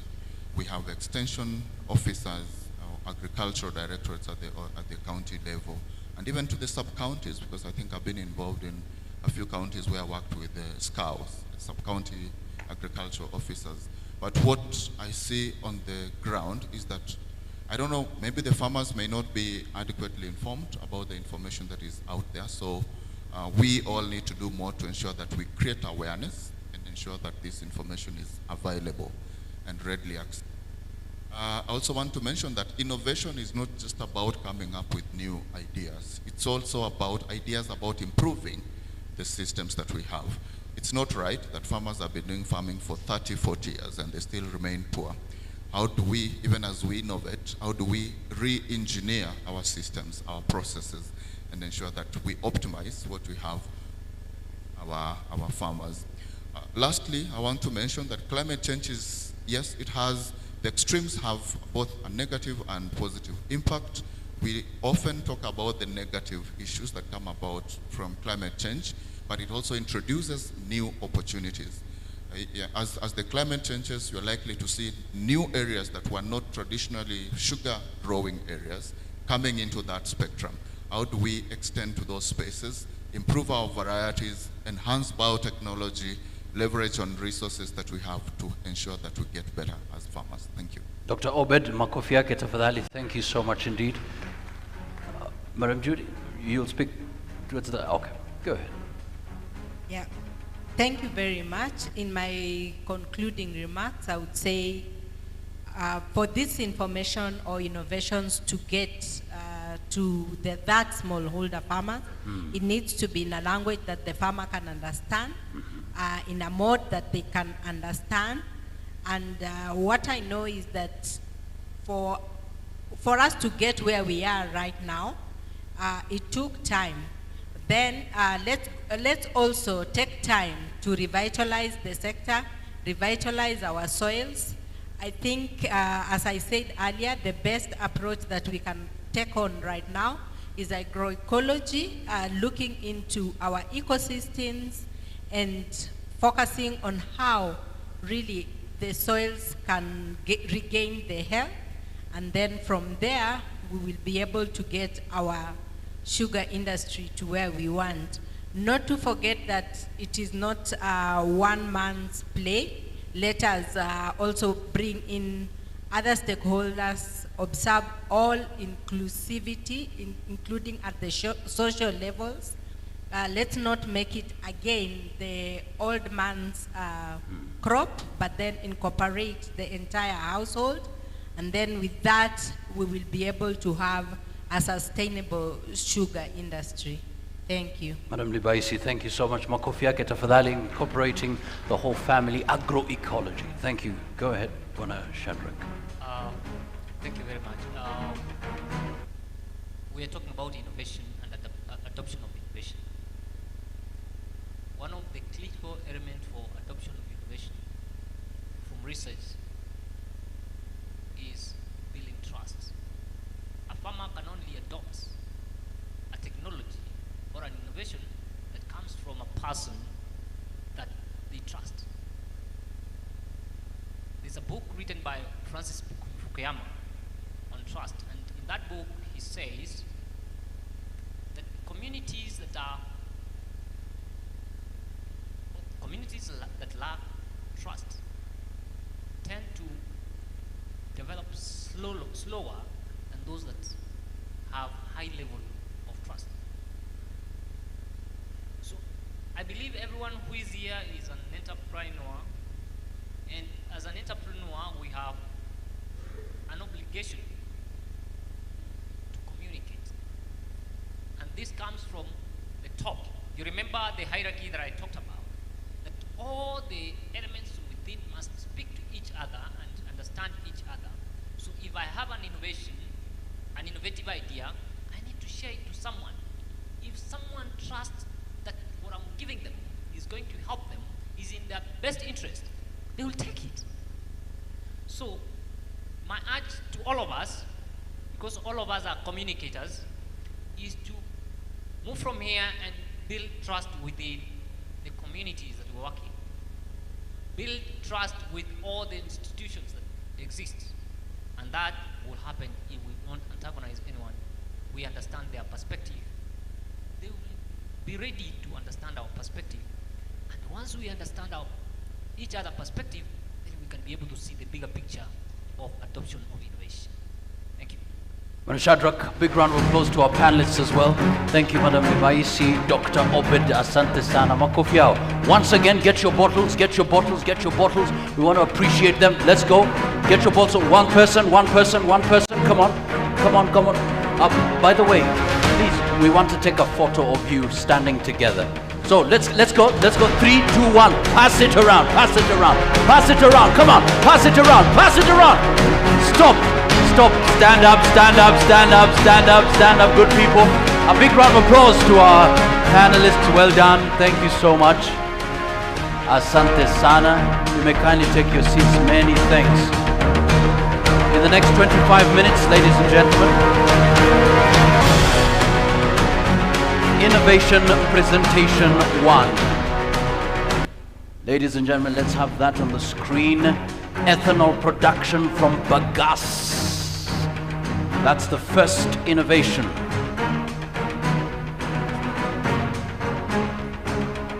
"25 minutes, Francis Songok and Mercy Sasala. Mko wapi? Take the stage, 25 minutes.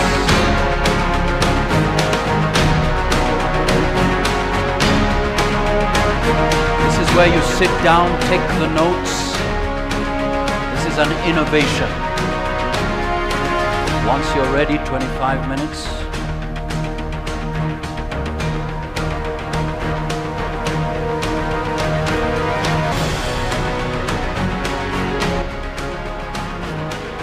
Are you ready? 25 minutes begin now. Go ahead. Dignitaries present, judges, innovators, panelists, distinguished ladies and gentlemen, good afternoon. My name is Francis Songok. We are glad to be part of this. This is our first time in this second innovative sugar symposium. Our topic will be on ethanol production, that is second generation ethanol production from sugarcane bagasse. In the recent times, there has been a growing interest in sustainable, eco-friendly methods of biofuel and industrial chemical production, primarily in light of energy, food security, and climate change.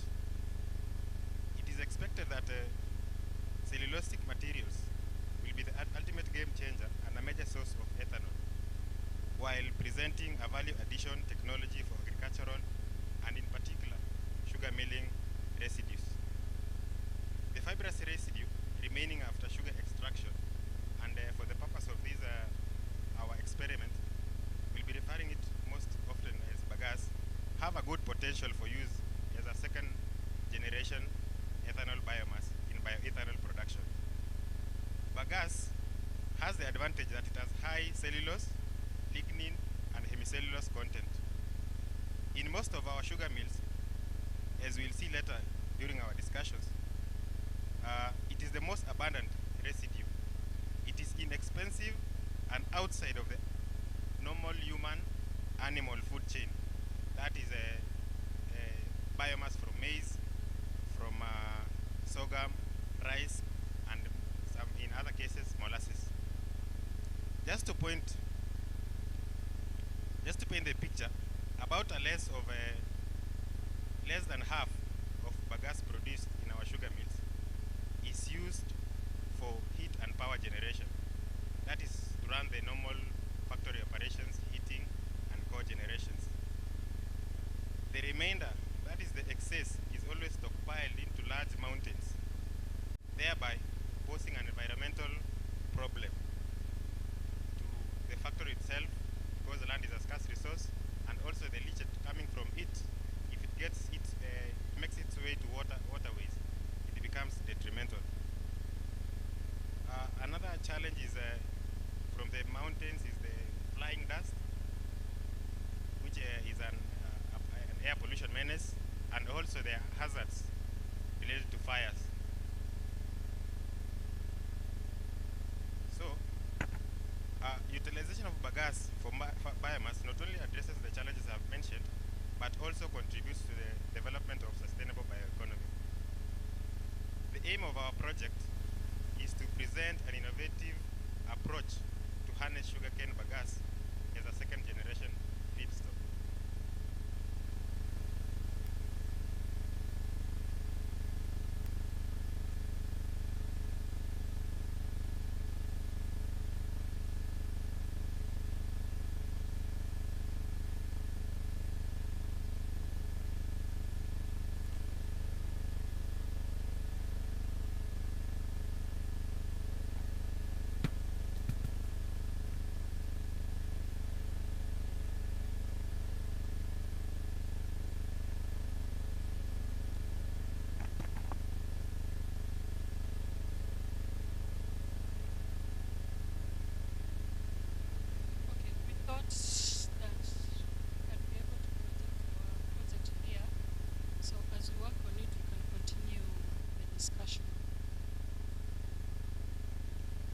Bagasse waste has been a problem in the sugarcane industry, causing great challenges in the disposal, the disposal of the same. We have huge mountains of bagasse, which will show once you're able to project. There are huge mountains of bagasse in almost every sugar factory in the country, and more waste bagasse is expected to continue accumulating over time.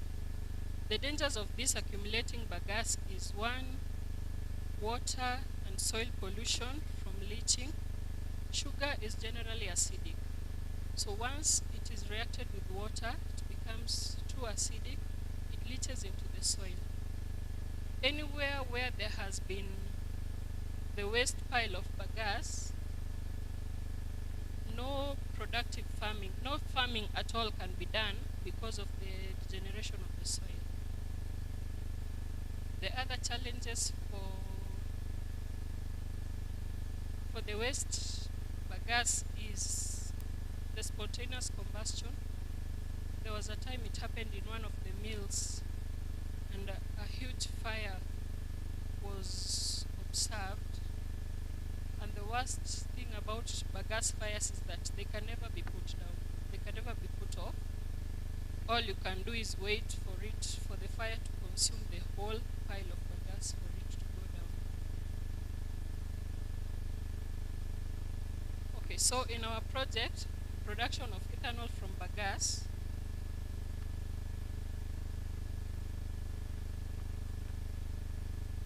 we were greatly inspired by Brazil, which is one of the biggest producers of cane.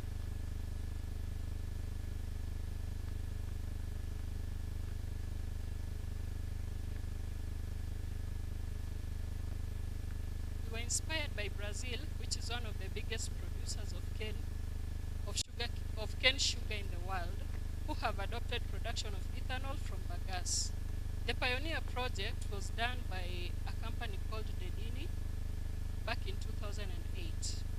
They used dilute acid to break down the bagasse to produce sugars, which then be fermented to produce alcohol, which is, in our case, ethanol.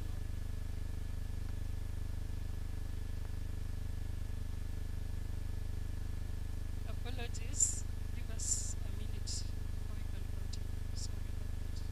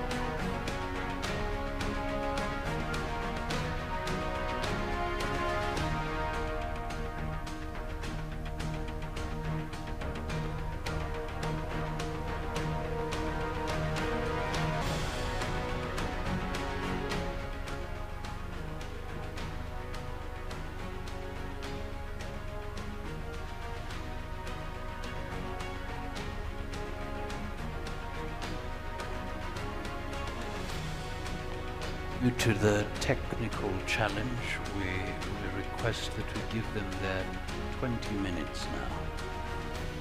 kick off. You had already taken 10 minutes. So I'll take it back to 20 minutes.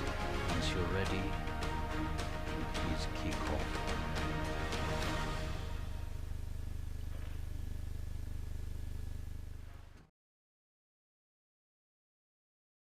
Kindly request that we have your presentations ready on time so that we'll get you ready and started. In the meantime, Innovation Presentation 1, Ethanol Production from Bagasse, Francis Songok and Mercy Sasala, 20 minutes.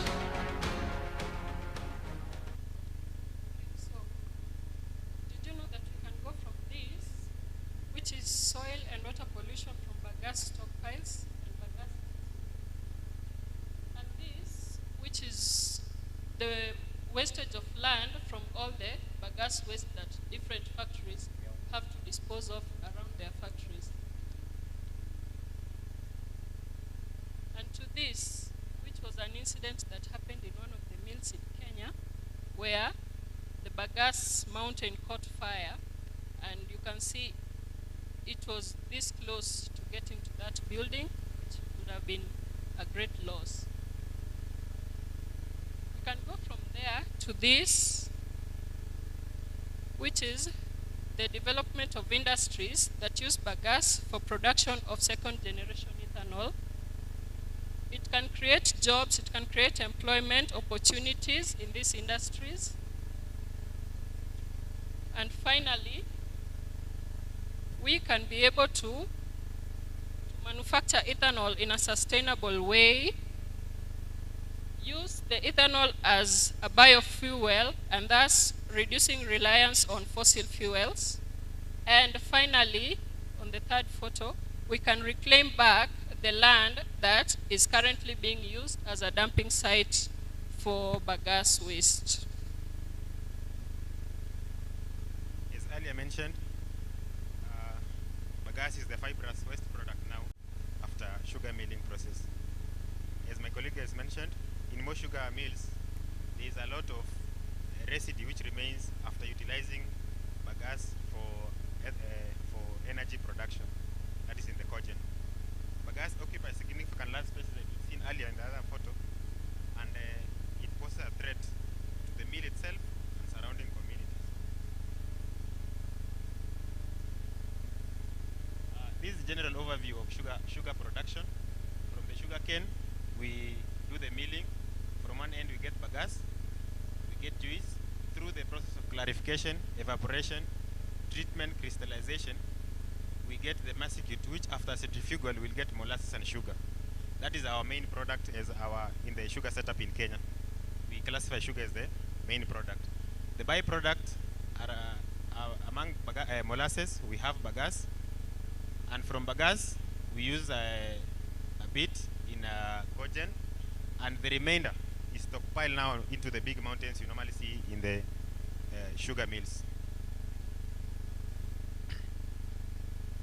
Bagasse has a potential for second generation lignocellulose biomass in production of ethanol, as we'll discuss in detail in our project.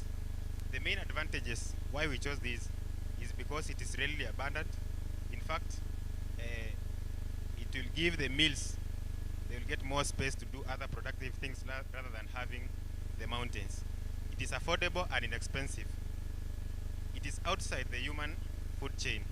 As I highlighted earlier, we are using the waste, the bagasse, and not the actual food item like maize, rice, or wheat.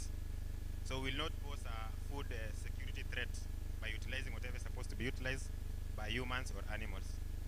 It has high cellulose and hemicellulose content as compared to other second generation biomass, such as rice and wheat husk.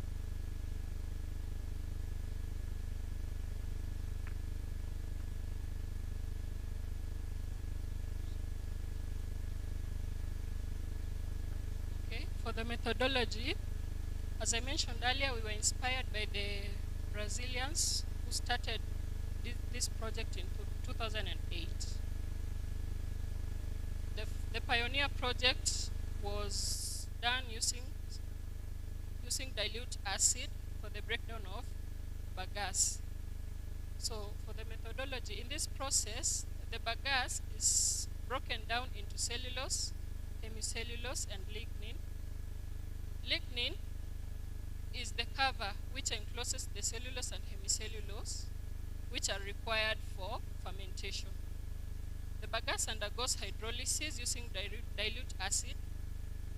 This one will help free the sugars, that is cellulose and hemicellulose, and these ones can be further converted into simpler sugars, which can easily be fermented to ethanol. The fermentation process is done using brewer's yeast, and samples are incubated for 12 days. This is to allow full conversion of sugars into alcohol. The maximum ethanol production and concentration is achieved after 10 days, as is in our project. This is a breakdown of the hydrolysis process, which is the breakdown of the lignin. We have the bagasse stem. Lignin encloses the cellulose and hemicellulose. Once we do the pretreatment or hydrolysis, the lignin is broken down and it is able to free the sugars, which can then be used for fermentation. A summary of the method. Step 1 is sample preparation and pretreatment using the dilute acid. Step 2, saccharification and fermentation, that is, the sugar from the bagasse is released and fermented to ethanol. Step 3 is the distillation process, where ethanol is separated from the fermentation liquor.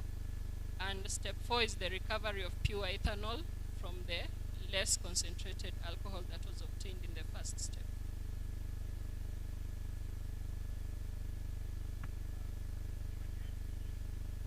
Is the sugarcane bagasse, that is our biomass. We'll have dilute sulfuric acid, distilled water, dilute sodium hydroxide. We'll use this one to correct our pH. Yeast, fermentation media, ethanol standards for calibration, and HPLC distilled water. On the equipment, we'll have analytical balance, magnetic stirrer, pH meter, HPLC, that is high performance liquid chromatography, distillation apparatus, glassware, that is the flask, beakers, measuring cylinder, the incubator, which will set at 35 degrees centigrade, vacuum filtration, and the Wattman filter paper. We chose size 602 for this particular experiment. In sample preparation, a bagasse sample was collected from Kwale International Sugar Company. It was dried in an oven for 24 hours at 60 degrees Celsius. The dry bagasse was filtered through a 40 size mesh sieve to obtain fine homogeneous sample.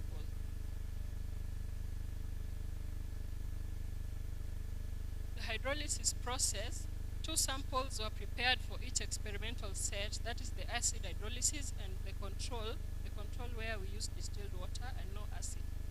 100 grams of the bagasse was added to 4 conical flasks. For the acid hydrolysis, 500 millimeters of dilute sulfuric acid was added, and to the control experiment, 500 ml of distilled water was added. The samples were left for 24 hours for pretreatment.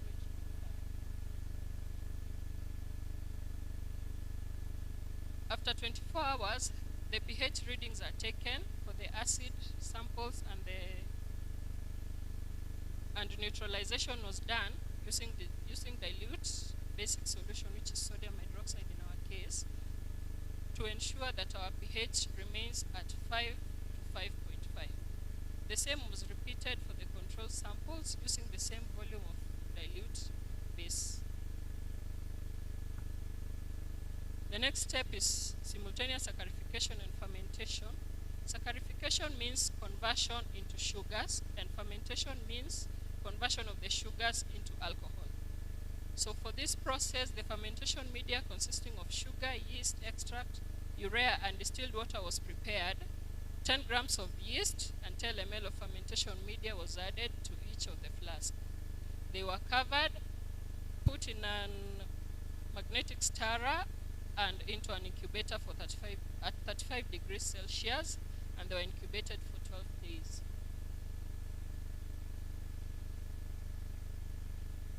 So points to note, high acidic or basic content in the samples may kill the yeast and stop the fermentation process. That is why pH was monitored daily using the pH meter and adjusted using sodium hydroxide when necessary to ensure that it was maintained at 5 to 5.5. The filtration and analysis process. 15 ml of the sample was collected every 48 hours and analyzed for ethanol content and concentration. The sample is filtered using vacuum filtration to remove the solid matter. Ethanol concentration analysis is done using high-performance liquid chromatography, and the results are recorded over a period of 12 days. So the image shows the process of distillation. After the 12 days, there was no observable reaction in the controlled samples, and after the 12 days, the samples with sulfuric acid were vacuum filtered to remove any residue.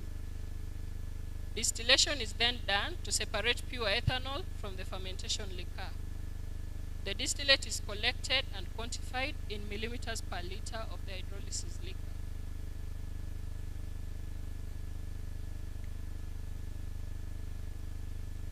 A standard ethanol calibration curve was prepared using different concentration of absolute ethanol. The curve was drawn and used to determine the ethanol concentration of the sample. Absolute ethanol of 95% purity was used to prepare 6 samples of 0%, 20, 40, 60, 80, and finally 100% concentrated. The samples were analyzed using HPLC to determine their peak areas, and this was used to plot the calibration curve.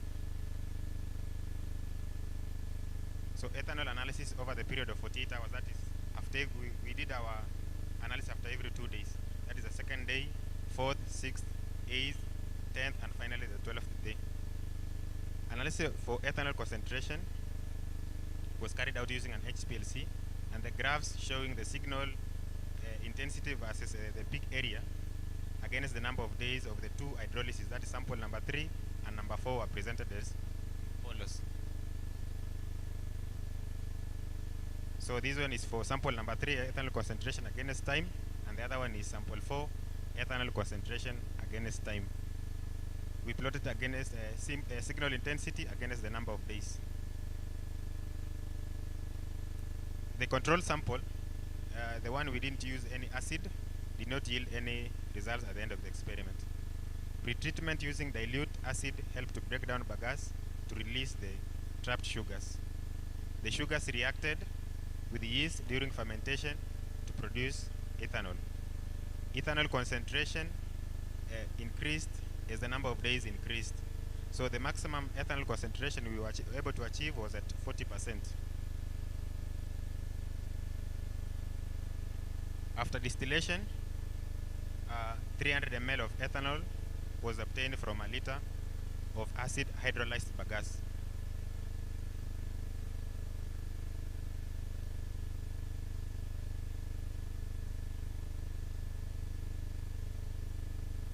So some points to note. The waste product, so that we can ensure that we are not removing waste from the environment and putting in new waste, we researched to find out what can be done with the waste product that is produced after this process. So the waste product from this process, which is called vinasse, can be used for biogas production. Since our inspiration came from Brazil and from what they had done since the year 2008, we also researched and found out that they have done improvements over the years. And at the moment, there's a company called Raisin, which is a collaboration between Shell and a group called Cosan. They are among the first producers of second-generation ethanol for commercial purposes in the world. In the month of November,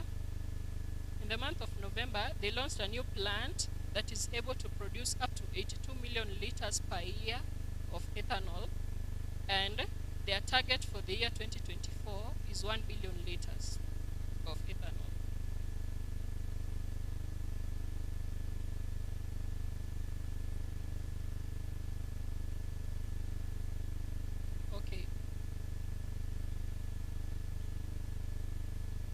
So in conclusion, the experiment demonstrated successful manufacture of bioethanol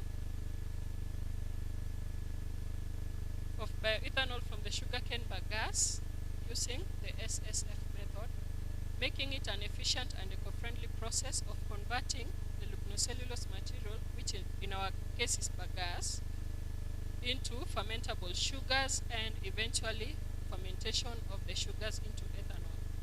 The utilization of sugarcane bagasse biomass aligns with climate-conscious strategies by offering an alternative renewable source of raw material for bioethanol production.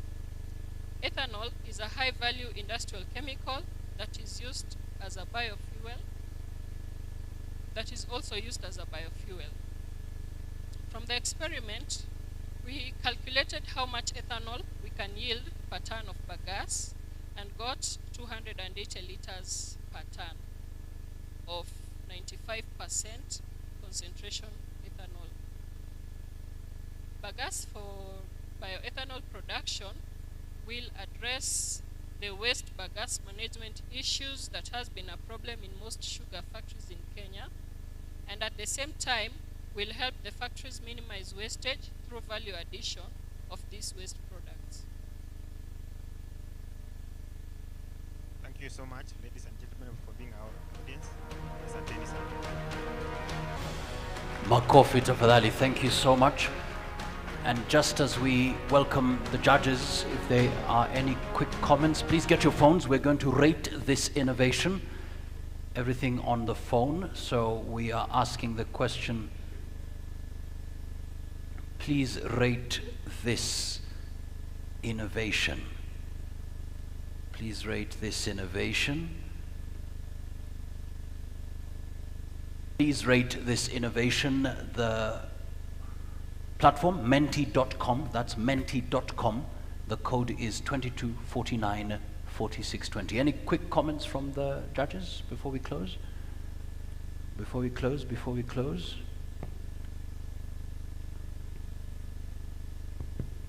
All right. So, go ahead. Thank you, the team. Just for clarification,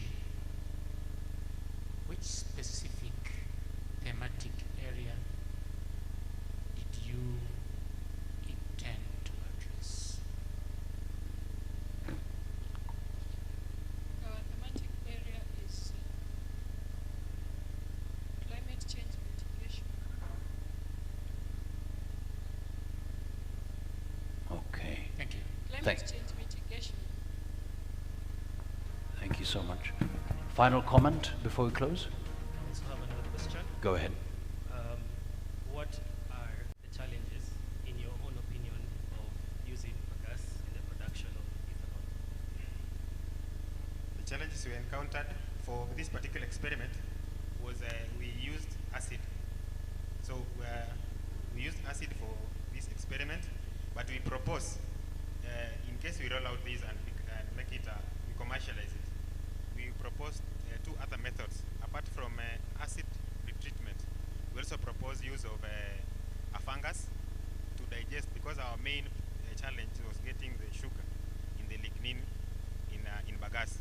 So we had a biological way using a fungus, or a thermal way by using steam. And this steam, we get it from the normal factory operations. Thank you so much. We'll stop at that. It's exactly 1 p.m. As we said, we need to close before 1:30. Please rate this innovation. 22, 49, 46, 20. We have 28 responses. Please make them 30. Let's get to 30. Let's get to 30, 28. 2 more people, then we close. In the meantime, Linet Ombewa, biochar, climate change, has something special to talk to us about. 5 minutes. Makofi yake tafadhali.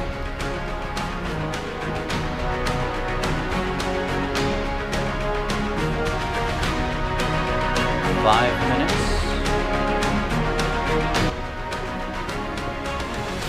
Go ahead, 5 minutes. Good afternoon, ladies and gentlemen.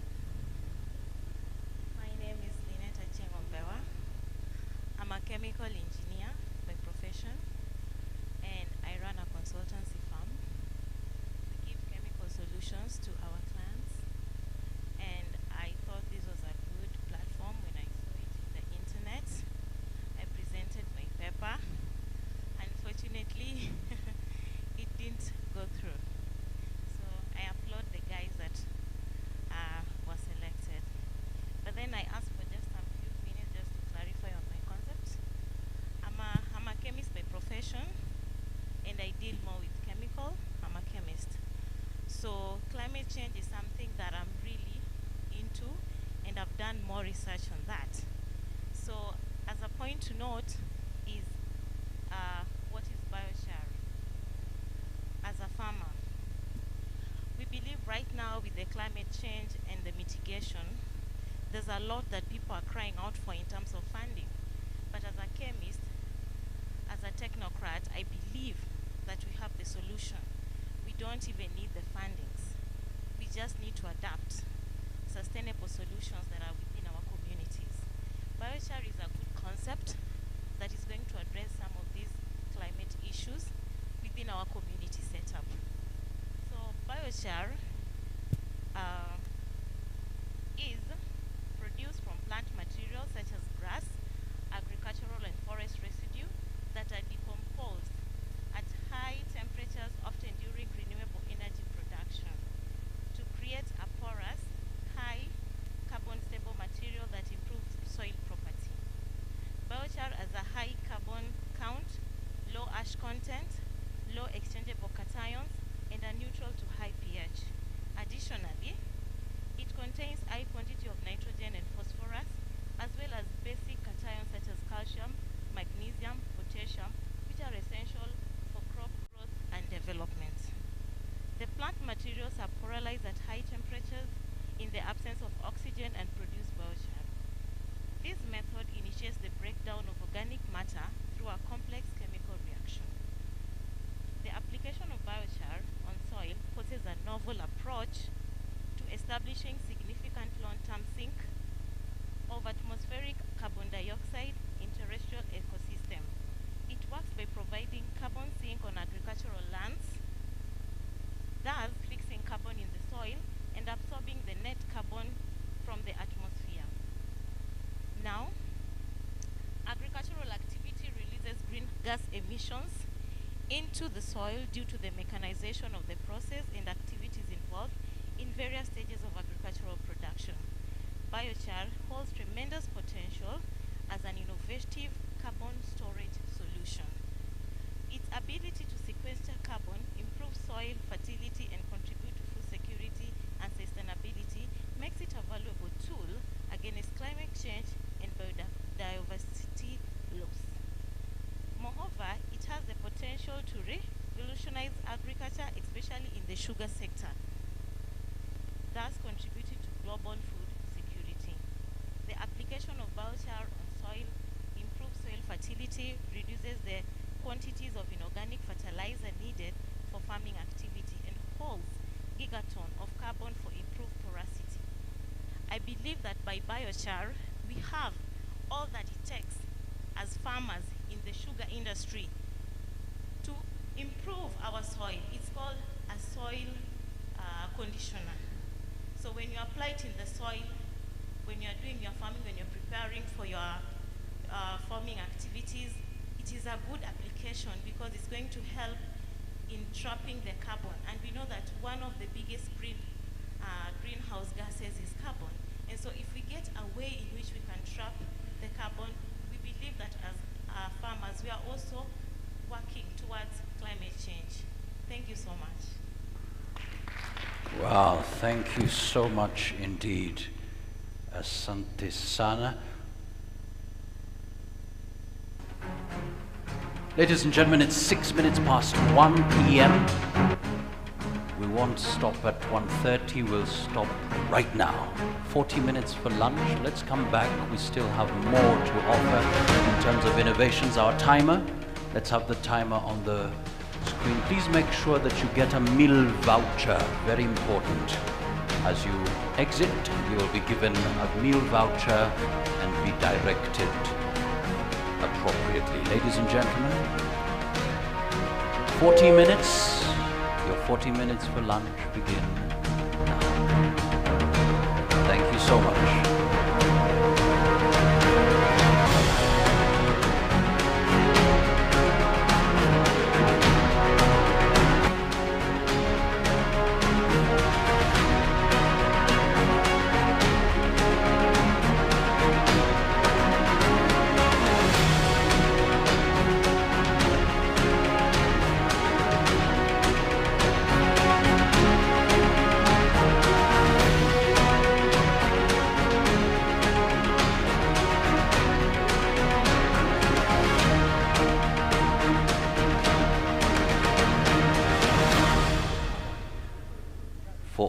other innovators, please make sure that we have your presentations ready.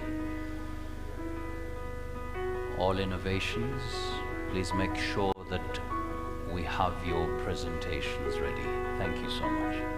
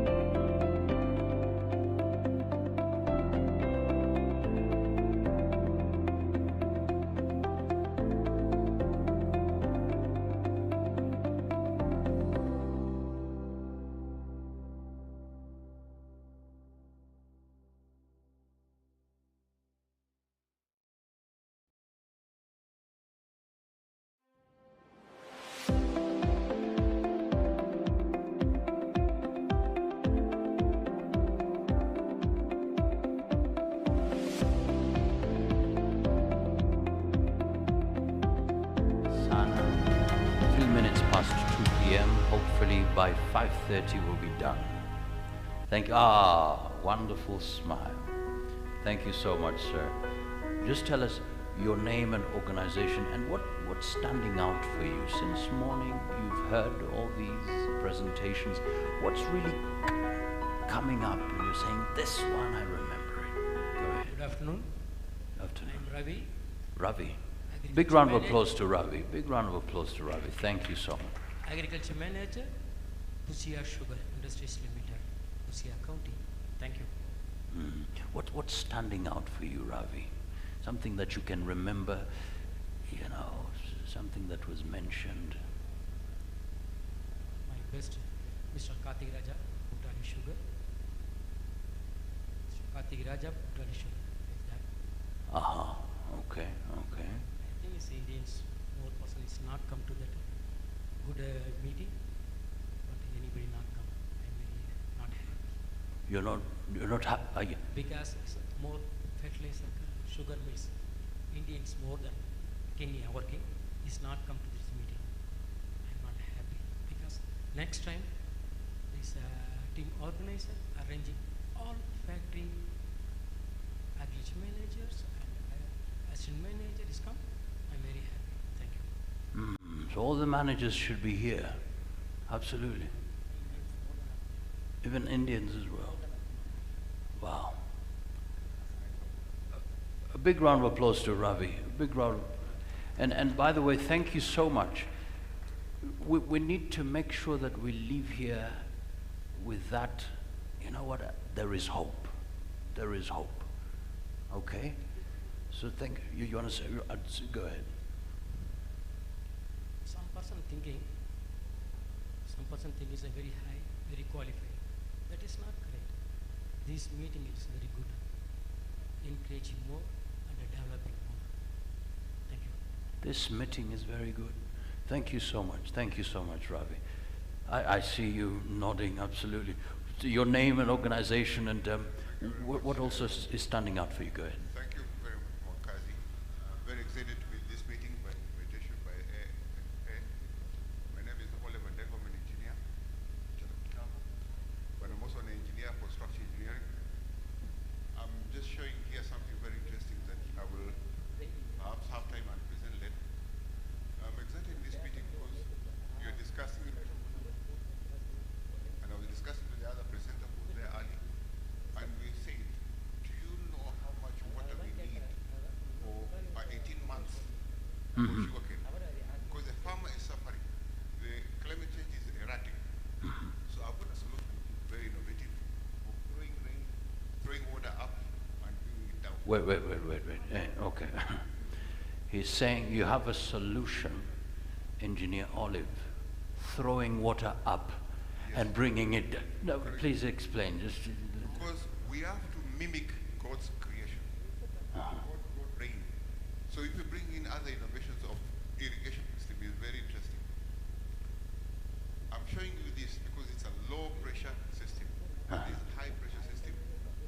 And if I get a chance, perhaps in the networking panel, I can answer some questions. Okay. Because of the limited time that is there, with the engineering skills that I have, I want to say farmers are suffering because how much water is consumed by 18 months, so that the sugar millers are giving them less than 10,000 shillings. So the energy that is used, the water. Are there scientists here? We can have a run and have a panel there and shout it out. Thank you. Thank you so much. A big round of applause to Engineer Olive. Thank you so much for sharing. And we need these innovations. We need these innovations, and we're ready to learn and learn. Let me come to the lady on the table here. Just your name and organization, and what's standing out for you. Go ahead. Thank you very much. My name is Joyce Opondo.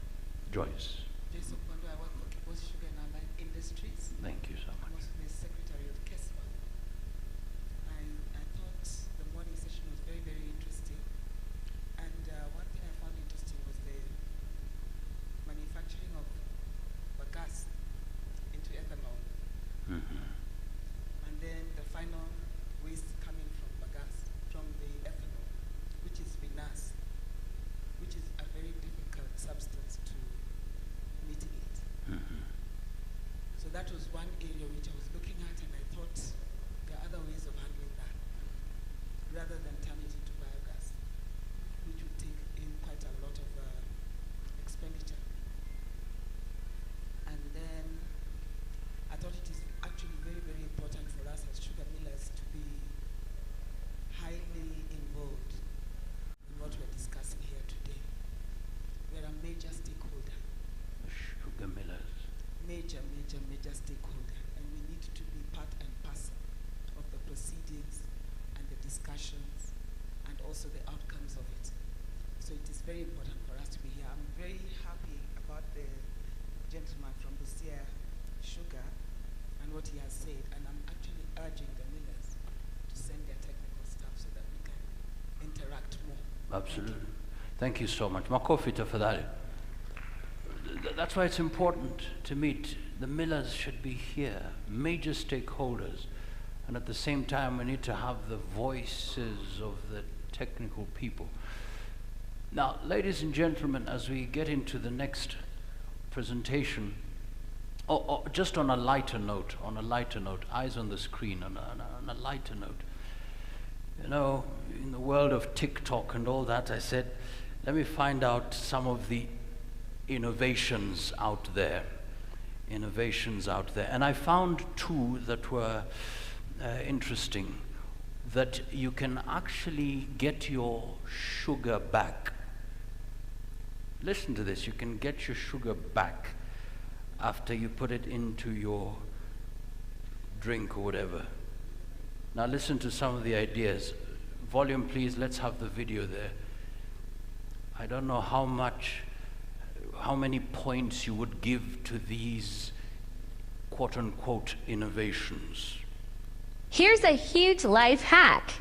If you stir sugar into your coffee, but then you change your mind, just stir it in the opposite direction from how you stirred it originally, and the sugar will come back out. Aya. Kujeni nionyeshe njia ya kutengeneza sukari. Mnasema sukari iko juu. Sukari unajitengenezea kwako na miwa, kama uko na miwa. Ingia pale kwa shamba, chuna miwa, kata miwa yako vizuri. Kuja hapa ikongaonge juu tunataka kutoa ile maji, ndio inatengeneza sukari, ile maji ya miwa. Kuja finya ile miwa yako vizuri hadi ianze kutoa ile maji. Utoe maji mingi kabisa, uweke kwa sahani, then mix na Colgate, mix kabisa, hafu weke kwa jua for about 72 hours kwa jua vizuri. Utapata sukari yako iko hapo, na uchukue kwa chai ukunywe na ufurahie. Thank you. Aya. Innovations, eh? Okay. What was that?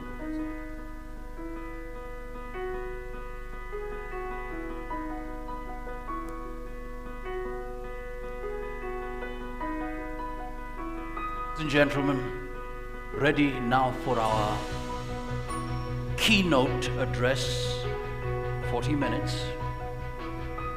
Please, let's now welcome our speaker. Let's have the video, please, on. Thank you so much.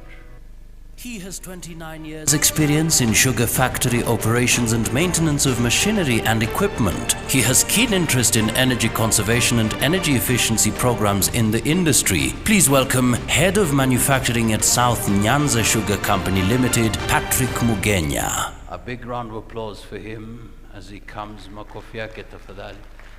Karibu sana, karibu sana. The presentation is ready. 40 minutes. And some 10 minutes for any questions.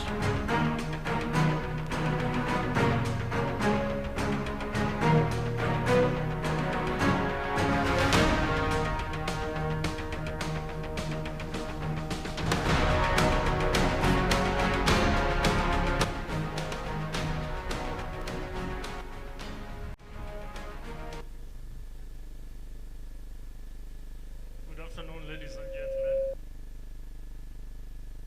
Good afternoon once more.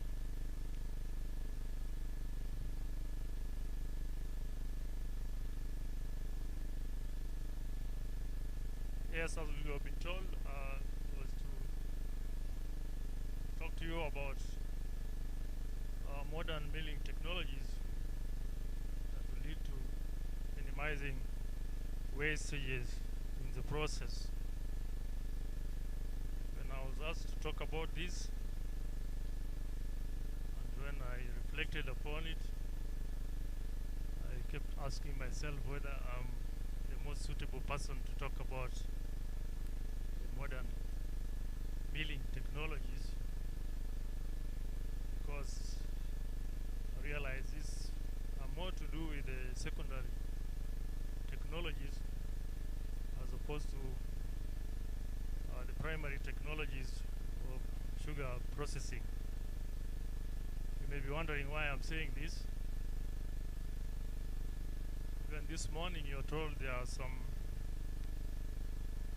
factories that operate on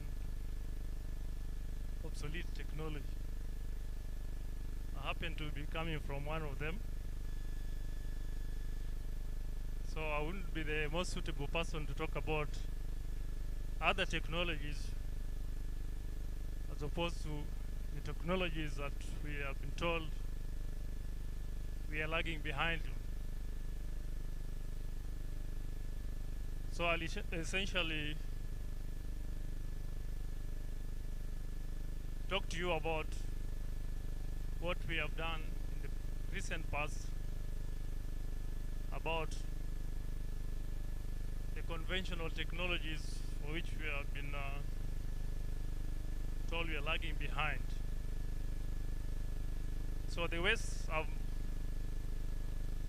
going to look at are those that relate to what we are looking for in sugar processing, that is the sugar itself. In other words, how much of it are we recovering and how much is going to waste because of the inadequacies of the conventional technologies that we deploy. Many people are here discussing about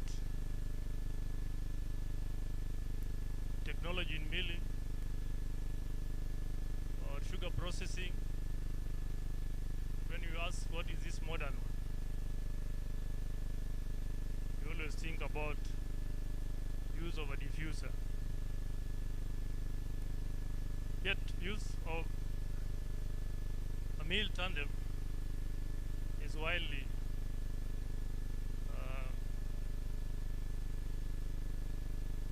widespread throughout the world, and Kenya is no exception.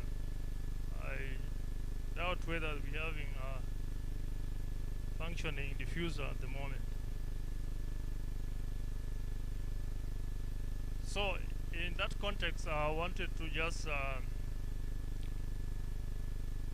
illustrate to you the things that we've done in the few years past to try and catch up with the newer factories which were put up recently. South Nyanza Sugar Company has a factory that has been running since 1979, and you can say that 44 years is a very long time. Yet we have older factories that have been in operation and have been operating very efficiently. So, other than looking at the meal itself, I'll endeavor to discuss the processes in the whole factory, but I'm not going to illustrate all the improvements that we've done so far.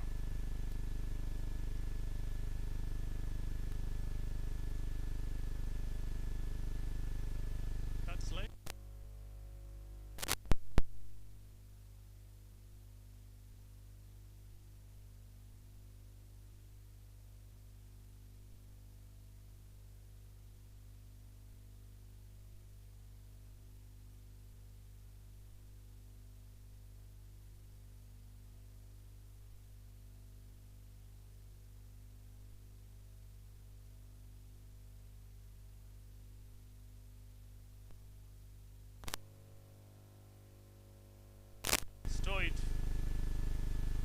where necessary for night operation.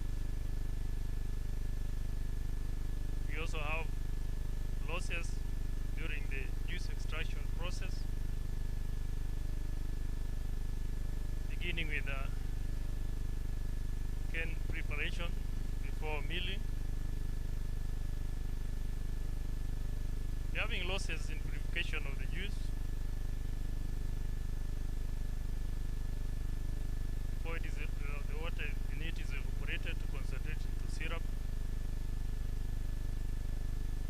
And you have losses at the crystallization stage, vacuum pumps and crystallizers. You're having losses during separation of sugar crystals from the mother liquor. And then storage, you may be having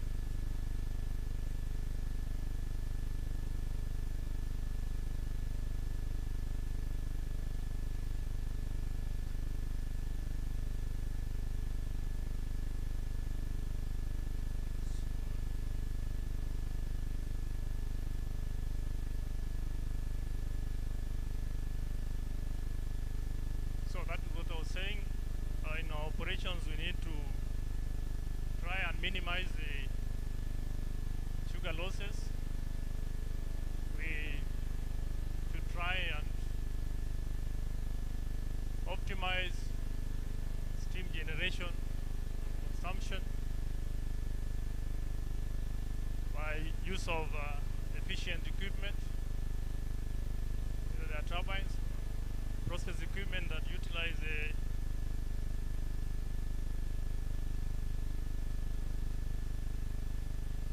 steam. Finally, we need to optimize power consumption by use of very efficient machines.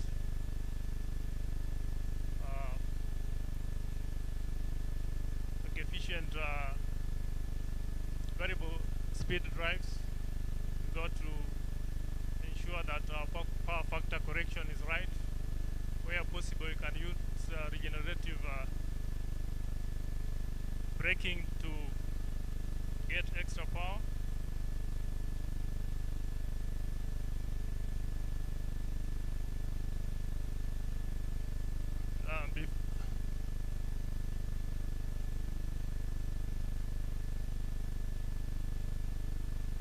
Before I go on, I wanted us to look at the basic sugar processing, which you'll agree with me has not changed over the centuries. So if you have this equipment, then it can only be a matter of the efficiency of the equipment, but not the technology that is obsolete.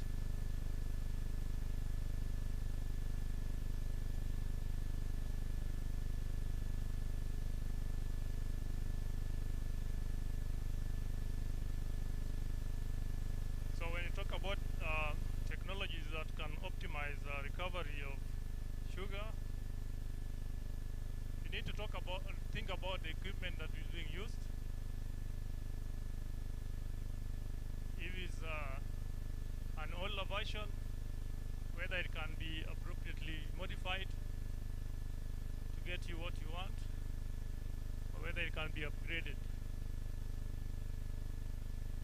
You need to look at the process technologies that are available,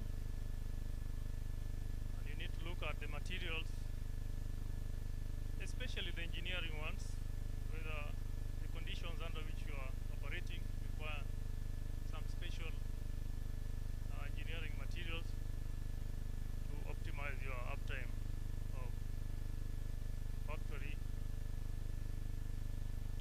And of course, the other bit that is very important is the design of the system that you're operating.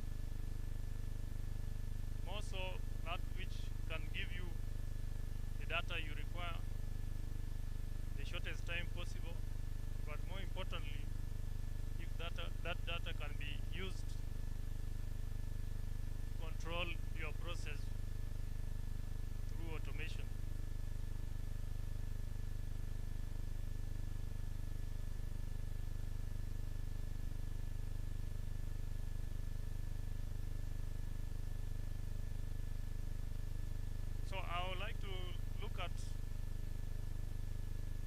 developments that have been there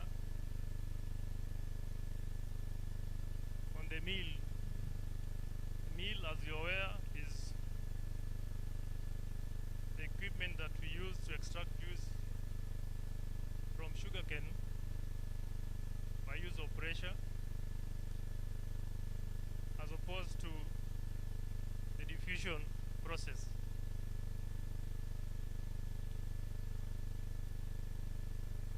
So a conventional mill should be having 3 mill rollers. That's where we started from.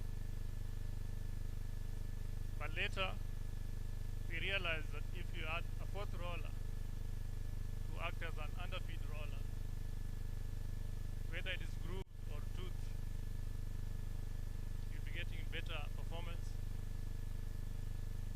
in terms of throughput as well as extraction. Then we went further to, instead of 1/4 roller, we introduced 2 rollers to act as pressure feeders to push in the cane fiber to improve on extraction as well as throughput. Then you have 6 rollers. The 6th one again acts like, in the case of 4, it's an underfeed. And then you have pressure feeders. Then you get the conventional meal, the original meal, which is up there. So I believe all the sugar mills using the milling tandem have these features. Either the first one, most of them the second one, and more recent ones the 3rd and 6th. Then there's another invention that came up recently of having 2 rollers in a mill instead of 3, just to optimize the power utilization on the mill. But again, just like the conventional one that had 3, this one is not having 2, but rather having 3 other rollers that are aiding the feeding of cane into the 2 main rollers. Because other inventions that have been there the last few decades are to do with the improvement on juice drainage, use of perforated rollers.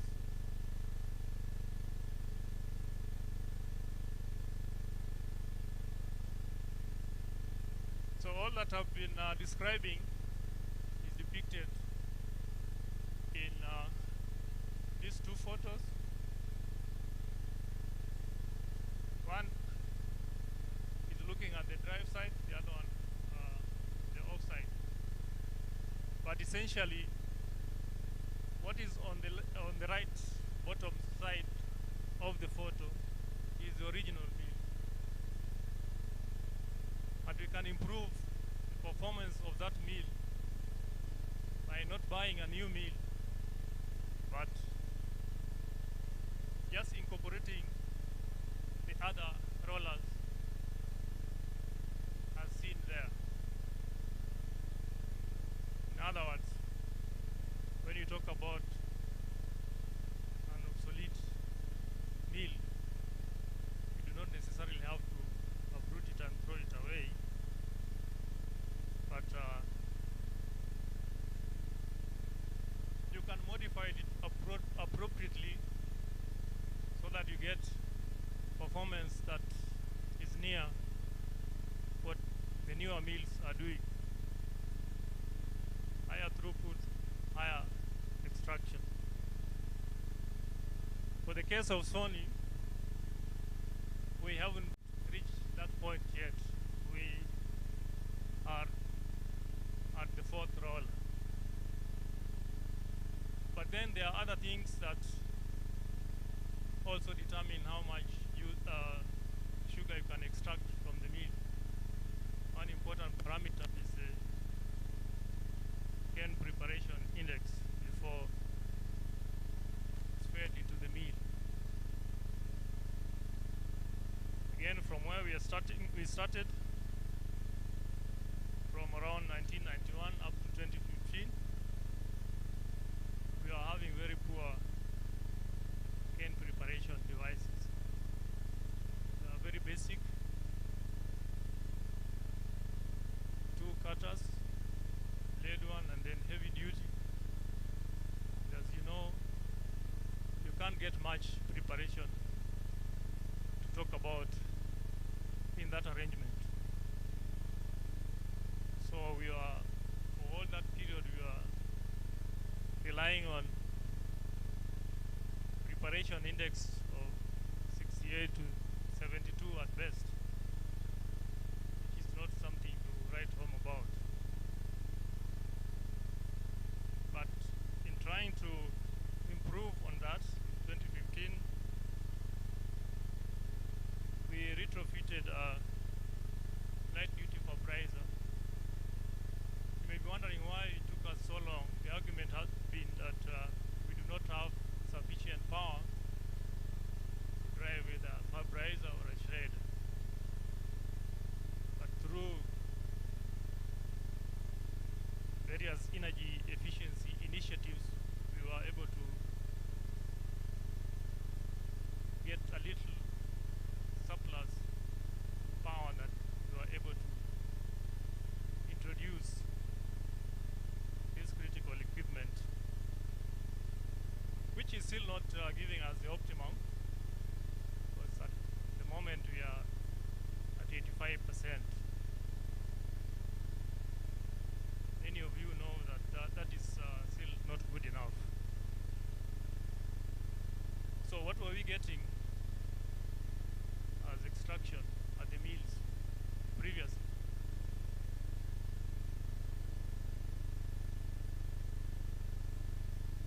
Under normal circumstances, other people are getting 96, 97%.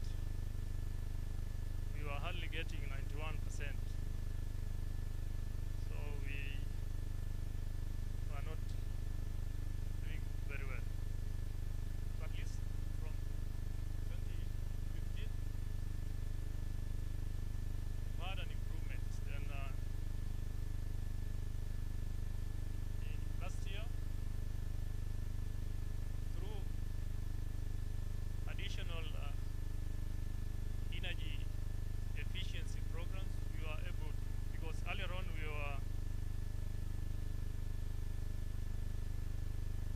not achieving the 85% preparation index, that's around 80, because we were not utilizing all the hammers designed for that unit.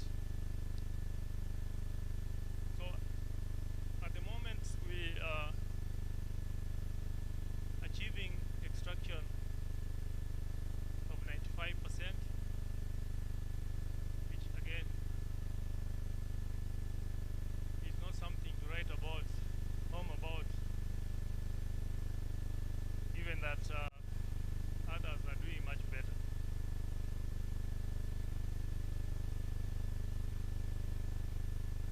Now we're talking about obsolete. When I was thinking about what is actually obsolete in our mill,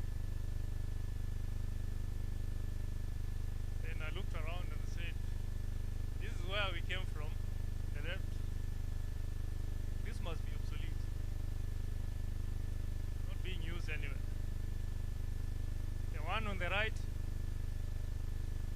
is also now very rare, but I know a few people are still using that.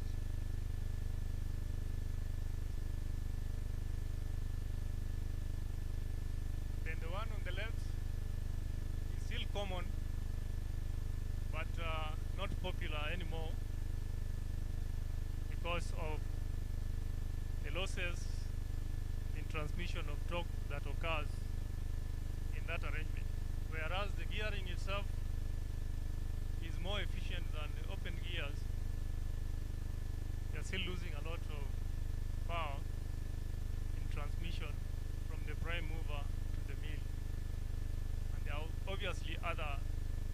disadvantages that come with a TELBA kind of arrangement for transmission of power to the mill.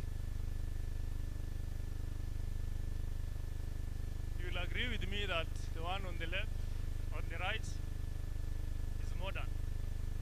That's what you'll find in any new sugar factory. What did we do? What did we have?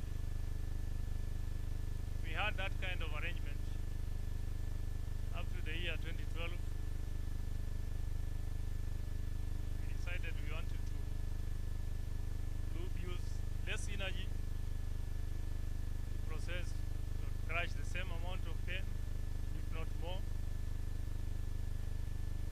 So we decided also to go modern, and we're having a similar thing as indicated in the right hand side photograph. You can see the changes we've had. Instead of two drives, you have one compact planetary gearbox, and instead of TELBA and box coupling arrangement, which is sometimes stiff, it's a lot of wear, we have a rope coupling, just like the rest of the factories. So that's the arrangement, and it has many advantages.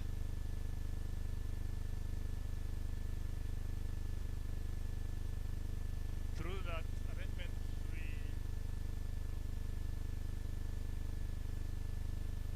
are able to be more efficient in terms of running the mills. But you have not ended. We intend to go beyond that. As earlier indicated, on the mill side we still have informed rollers, and we intend to go in to 6 rollers, at least for the first mill, so that we have an incremental improvement in performance of our mill.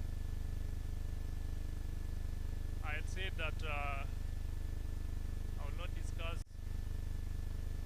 newer technologies because I'm not best placed to do so, but there's some interesting one that I've come across the last 10 or so years, which though I've not been very enthusiastic to pursue, because I'm still more concerned about what we are losing at the mills. But it's a very innovative technology used elsewhere, and now it's being adopted in the sugar mills. The advantage is that okay, this format filtration, conventional means of filtering mud is using a rotary drum vacuum filter. But of late, a few factories are adopted the decanter technology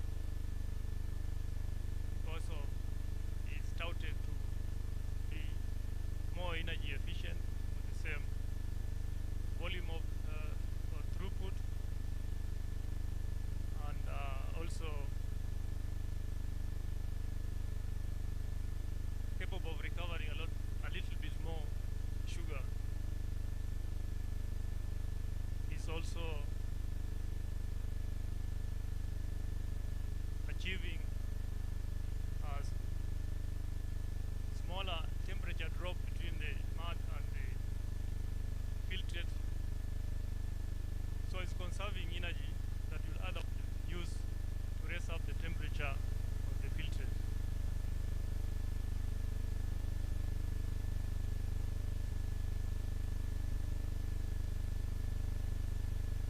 So other issues that we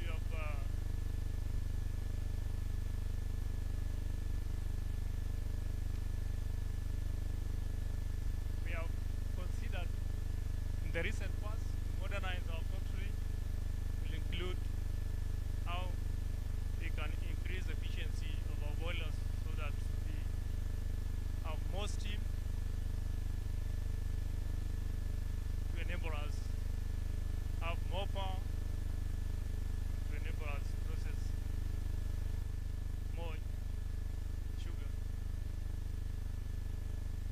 guys, thank you very much for listening to me. It was a very short one, but thanks all the same.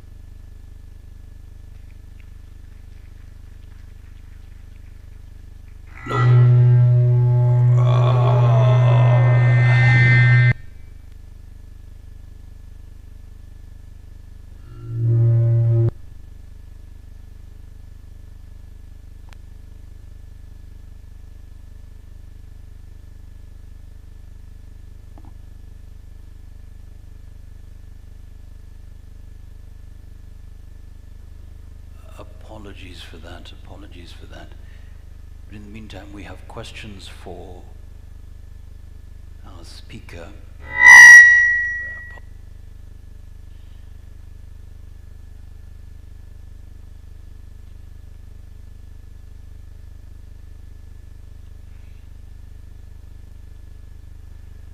So if you have any questions, you can kindly put up your hands. But in the meantime, I'd kind of just lift up your hands a bit, just in a way of appreciating.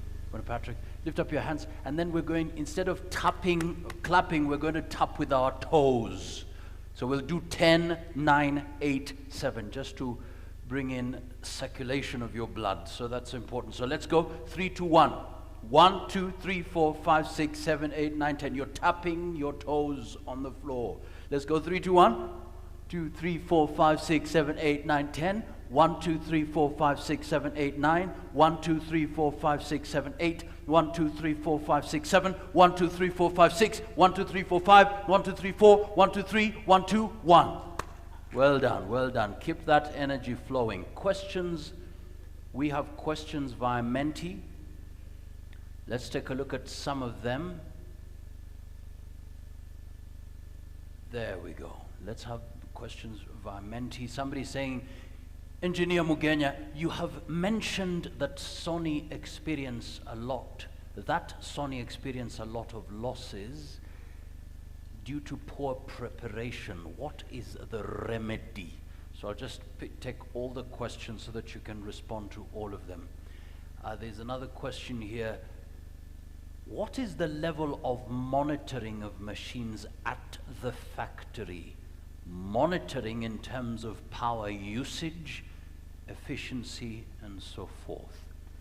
And a final question here. The decanter method for mud filtration in the sugar mill has very high maintenance costs and is rejected by modern millers whose interest is in high recovery, low costs. And maybe a final one here, and they're coming. What are some of the renewable energy sources in use for efficiency? Maybe we can close in on those few questions. Patrick, over to you. If there's any other question from the floor, please, you can put up your hand and we'll give you a microphone. But in the meantime, Engineer Karibu sana.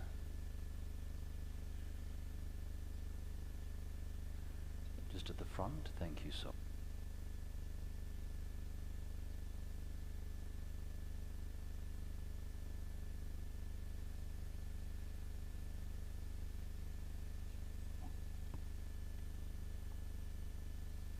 Okay, thank you very much. The first question was on the high losses due to poor cane preparation. As I had illustrated, we were worse off previously. And that's not to say that we are okay. We operated for a long time the preparation index of barely 70%. And now we are at 85%. Our aim is to upgrade the drive for the vaporizer we have, because it has both low power and low speed. We're using a motor of 500 kilowatts at a speed of barely 590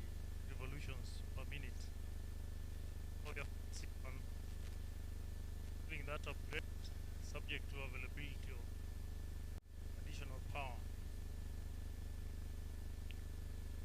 Level of monitoring. Yes, I must admit that our level of automation is low. So the monitoring that we do is dependent on the human being. In most of the parameters, taking readings and recording, other than the automation at the boilers and more recently the cane feeding system. Decanter has very high losses.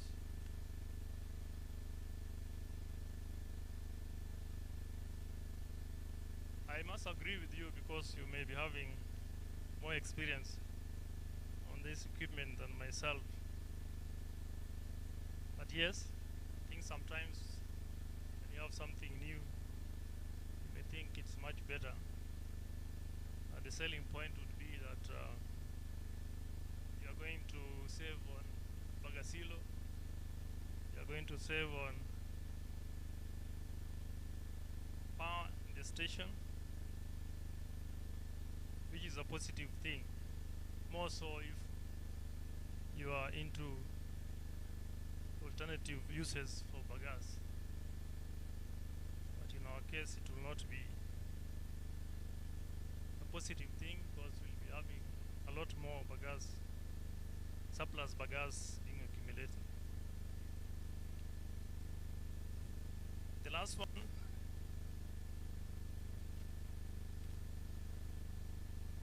I'm not sure whether you had in mind which renewable energies, but the only renewable energy that we utilize at the moment is biomass. That's the bagasse that we burn, generate heat and power. Thank you.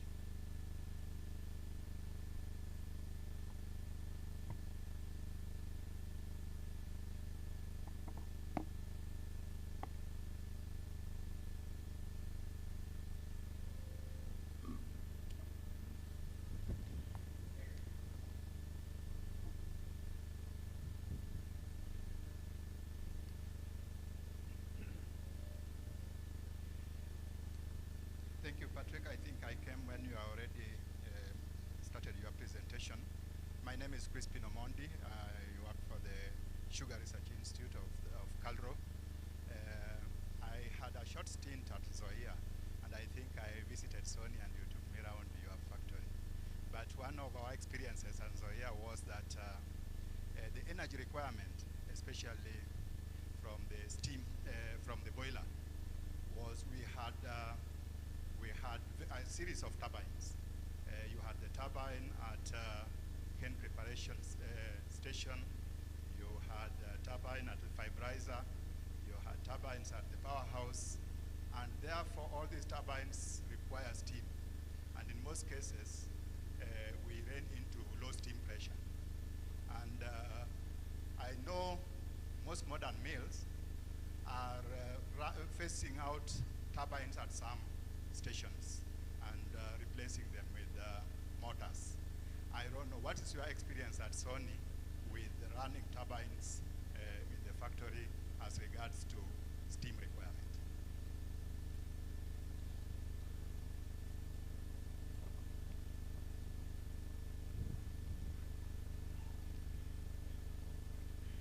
Thank you very much, Engineer. You know, in the morning when I was speaking, and when I'm listening to what he's saying, Engineer, I just want to get from you, because of the challenges that you mentioned, a few challenges, like, you know, this is an engineering process. I don't have a background in engineering process, but I'm trying to think around how the process that you're saying, how can the farmers help you address some of the challenges that you're talking about, like you're going to have excessive gas. So how do you take that round to the farmers and other stakeholders so that they can help you address the challenges, which also expand the scope of the activities that you do within the sugar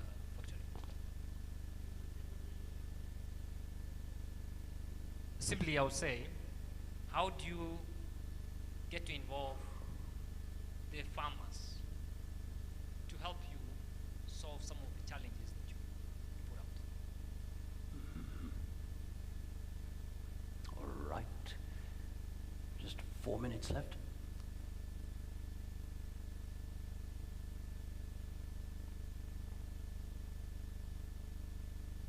Thank you.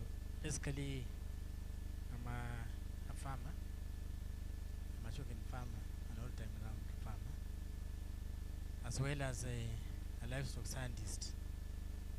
And in animal feed formulation, we emphasize in ensuring that all the nutrient requirements for the animal is met. Now, from what you have just been saying, you have in a way indicated that the narrative that has been doing the rounds on obsolete technology existing in our mills is not true. If that's the case, and just following up on one of the participants' concern, then what should be the right thing to be done by all the stakeholders, not even just farmers, but even the policymakers, the politicians? Because this obsoleteness of technology that they have pushed forward over the years has been used as a cash cow to the detriment of sugarcane farmers. Thank you very much.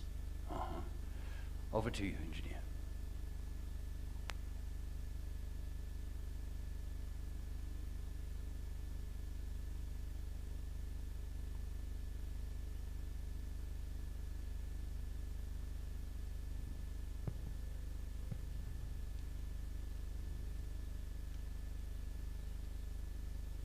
I'm not sure whether I got the last question correctly, but you are wondering why this talk of obsolescence has been there for years.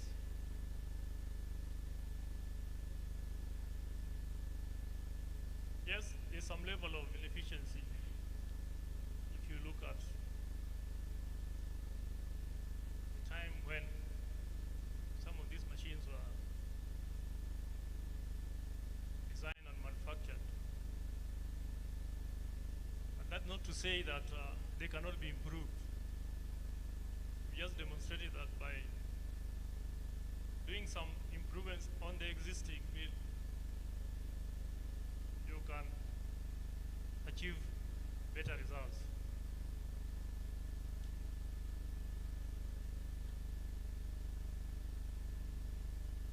Actually, you've talked about use of very many steam turbines. Yes, it's true we are operating with about 4 steam turbines. 3 are at the mills, not at the cutters.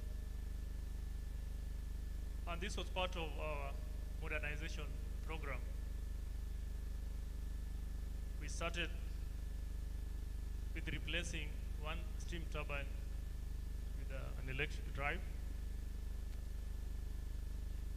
We went further and replaced the gear boxes for 3 mills. So what you are remaining with is to convert the other 3 mills that are currently using steam turbines to electric drive, and also complete the modernization of the gearboxes. Well, maybe one other challenge that we encounter in that modernization process is that over time, designs have changed, even with regard to the steam utilized in the sugar factories. Today we tend to have higher pressure boilers, which are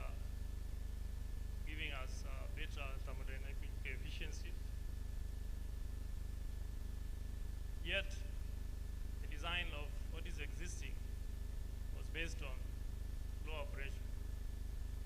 If your piping and your turbine was designed for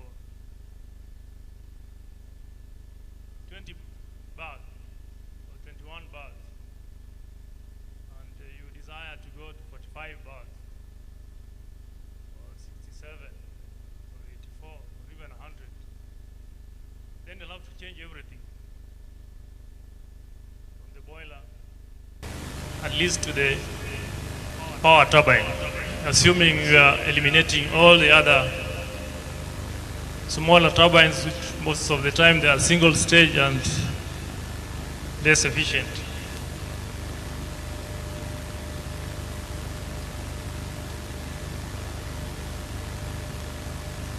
The second question was, if I got it right, was asking about how the farmers can come in with regards to the waste that we generate. At the moment, we do not have very high demand for bagasse, which is the biggest waste that we generate. And given that we have not gone into commercial cogeneration for exporting power, but there are other ways that sometimes we give out to the farmers, boiler ash or filter cake from the filtration process. All right.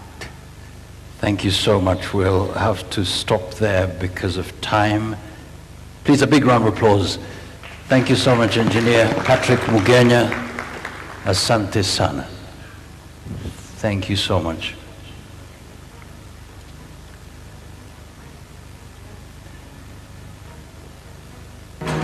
Minutes to the top of the hour, 3 p.m. As we said, by 5:30 we should be done. Ladies and gentlemen, we are now at that place where we want to get to learn. Second innovation. Please be ready to also rate them. Exceeding expectations, meeting expectations, approaching expectations, or below expectations. Ladies and gentlemen, a big round of applause. Let's see that on the screen.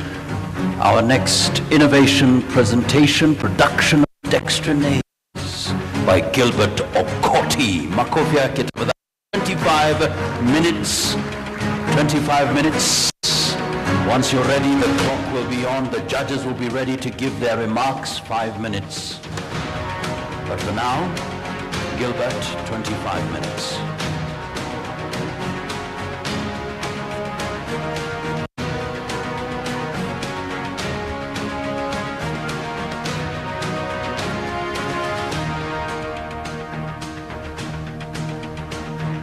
Gilbert, your 25 minutes will be catered for, but the judges have a request to make so that we streamline the presentation. So we'll give the judges 5 minutes. Please, judges, a representative, please. Excellent. Makofi yake tafadhali. 5 minutes. Go ahead, take it away, 5 minutes.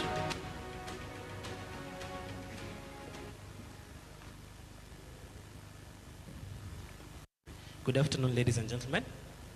Good afternoon once again. My name is Alvin Kaburu. I am a software engineer and consultant, and I'm here to talk representing the judges. We've just decided it's important that we straighten out a few issues in regards to the innovators and the innovations that will be presented here, so that now going forward, we can make value out of these presentations, and we can also understand you guys better. So what I will do is I will outline some guidelines that we've come up with, and we would like to request the innovators to take heed of these guidelines. It's actually what we're using in the scoring rationale. So the first thing is we'll be checking innovation and creativity. please note, there's nothing new under the sun. We just discussed, we were talking about the difference between innovation and inventions when we started. We acknowledge that there's nothing new under the sun, but we are looking at something that can show us there's some practical application in our local environment. That's what we're looking for. So you don't have to pressure yourself and think, is my idea new? Has it been done before? As long as you can display that it has some practicality, we will be okay with that. Then we'll be checking how relevant is your presentation to the thematic area that you're addressing. One hint we can give you on this is try as much as possible to guide us on how you are addressing and how you are touching on the thematic area. So don't assume that we understand. Just drive us there. Help us understand what your innovation is solving and how it aligns to the thematic area. We'll be checking the feasibility and practicability. So that I mentioned that as I was talking about innovation. So here we're looking at how socially, economically, how operationally, how economically feasible your idea is. Again, let the truth be told, if you just give us information that is already out there and don't bring the point home, then very likely your idea will be rejected. Even if it makes it all the way, if there is no feasibility in the idea, then the idea will not get far. We also check in the impact and sustainability of the idea. So how does your innovation change the life of the common mwananchi? Again, an innovation is useless if it cannot change the life of someone. Either you need to demonstrate that it can make money, and if you cannot be able to demonstrate that, at least demonstrate that your innovation can bring some level of efficiency. That at least will be important to us. We're also checking visual and your oral presentation. Please try as much as possible not to read from your presentations word for word. We want to see whether you've mastered what you're talking about. We want to see whether you've understood what you're presenting to us, and it's just not things that you've copied somewhere from the internet and you're just coming to present them here. So that will be very important for us. Show some mastery, own what you're talking about, help us understand more, so that now at the end of the day, we can be able to say that the person who's presenting had an understanding of what they're talking about. Finally, we'll be checking how you handle the question and answer session. Again, one of the best ways to prove that you understand the topic you're talking about is how well you answer the questions. So try as much as possible to answer the questions that have been addressed, whether the questions are from the judges or from the audience. Try as much as possible to answer, and that by doing that, we'll be able to see how well you understand the topic that you're talking about. So that's just it. Thank you for your time. Thank you so much. The judges, makofi yao tafadhali, making sure that we are on track. In the meantime, 25 minutes, Gilbert Okoti, ready to give his presentation. 25 minutes. Once you're ready, the clock will be ticking. Once you're ready, 25 minutes. Go ahead. Good afternoon, ladies and gentlemen. I'm Gilbert Okoti. I'm here to present under the thematic modern milling wastage, especially the sucrose losses. And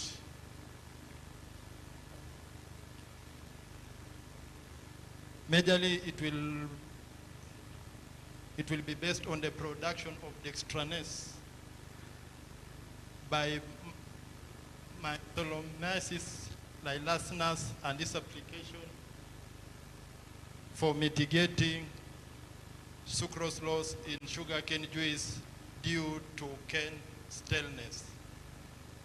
Major emphasis nowadays is given on sugar recovery. If you go in any sugar factory, anywhere, sugar recovery is the major emphasis, and the minimization of losses of production losses is usually emphasized. So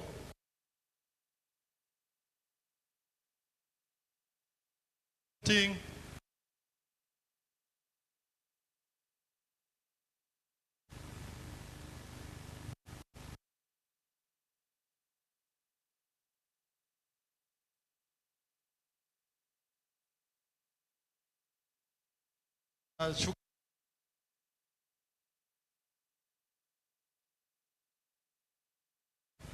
and in our one of the measures that sugar industries are doing are majorly emphasizing on is the post-harvesting losses. As you know, post-harvesting cane deterioration has been regarded as one of the major areas of sucrose loss in the sugarcane juice. So that's to cane crushing of either 2 to 5 days is a major impact in the sucrose recoveries and productivity maximum recoveries. So my innovation basically will measure on the dextranase, which will be used to inhibit, or which will be used to cater for dextran that is usually experienced in the sugarcane juice during milling process.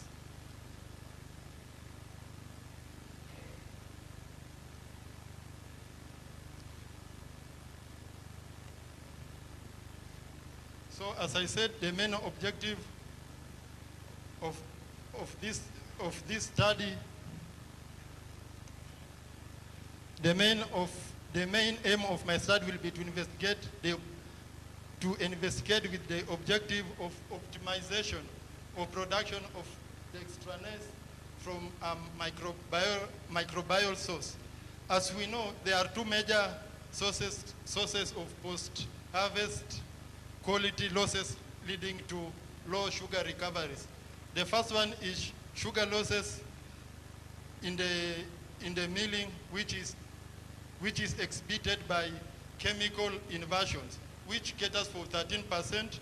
We have enzymatic effects, which caters for 25%, and then inversions, which is 62%.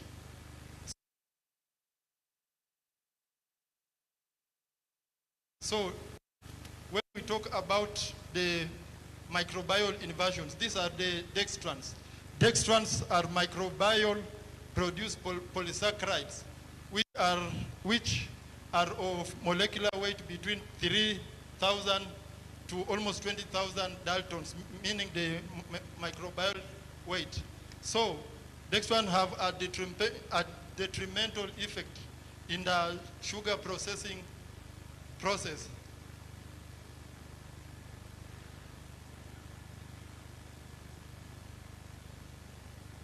Whereby the dextran usually decreasing sugar quality and yield, thus usually have severe effect on the sugar industry.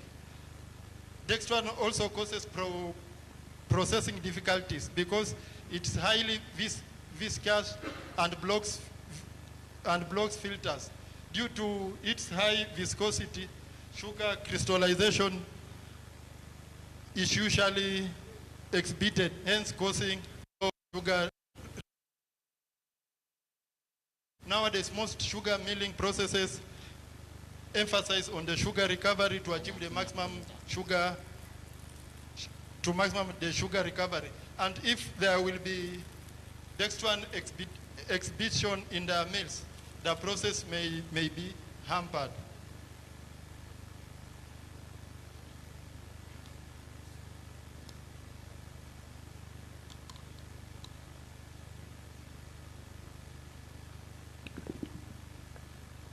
So this study will cover dextran production from the fungus Phyllomyces lilacinus, which will be investigated through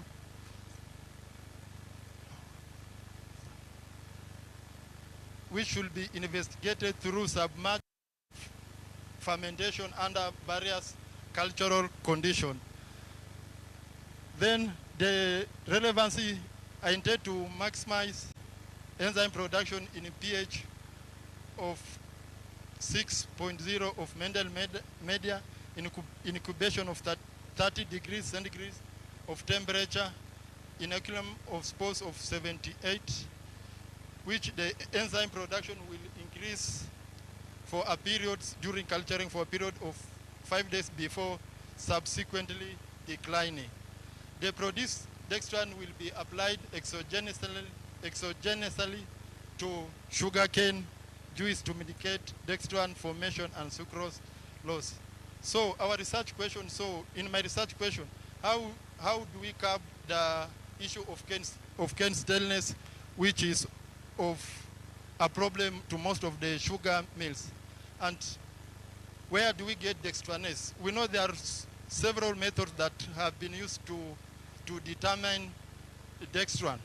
And one of we as analysts, we as chemists, we come up with methods that are fast, efficient, and accurate that we can use to determine dextrans and how to curb the detrimental effects of dextran in our sugar processes.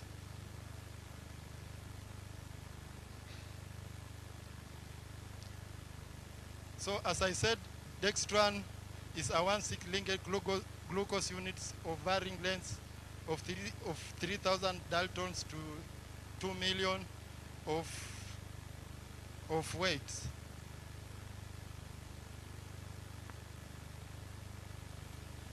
So dextran usually has an enzymatic effect due to its invertase process in the milled juice. Dextran causes massive hydrolysis of the cane juice by breaking down that sucrose solution in presence of water. Then it also increases the optical rotation of sugarcane juice. As we are all aware, sucrose is an optically active substance. So when there is an increase in optical rotation, it will have an adverse effect on the analysis of sucrose contents by interfering with filtration rates, settling, and also altering the shape of sugar crystals, causing economic losses for sugar mills. There are so many physical methods. There are also some physical methods to curb the dextran removal, but most of them are expensive. And nowadays we are geared to cost efficient our processes. We have the ultrafiltration membrane dialysis and reverse osmosis and reverse osmosis, which are expensive to undertake. So the only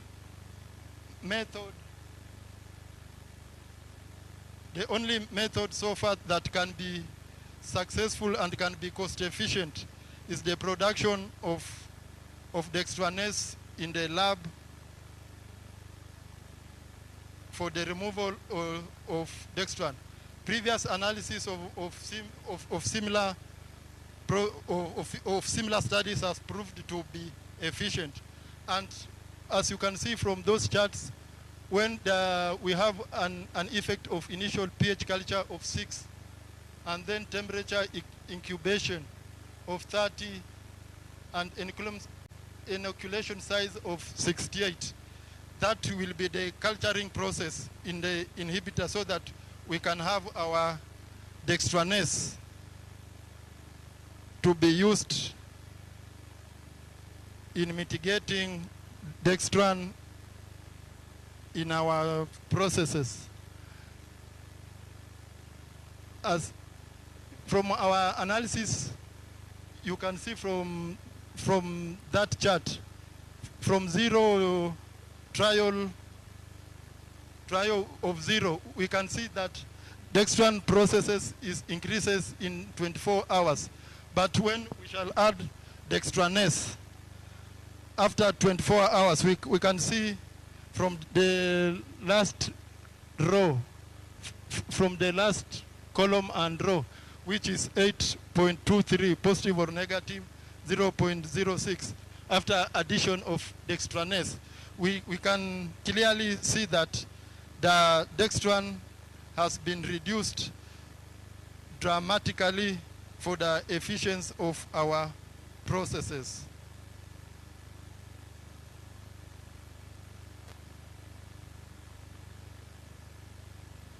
So studies have proven that maximum dextranase production from fungus Physolomyasis lisa has been achieved, and that application of this enzyme in cane juice can be removed for more than 70% of dextran. As we know, a 70% removal of dextran in our processes can have an effect, a positive effect in our recoveries. So I believe that running feasibility study and mass production of this dextranase will be of much achievement for the study of objective of removal of dextran in our process. So the methodology, the first thing is to isolate Penicillium lilicinus from the soil on a semi-selective media. Then the second process will be culturing using the potato, carrot, agar media at a pH of 6. Then we shall have to produce dextranase on Mandel medium, and then we shall obtain our crude enzyme for dextran hydrolysis.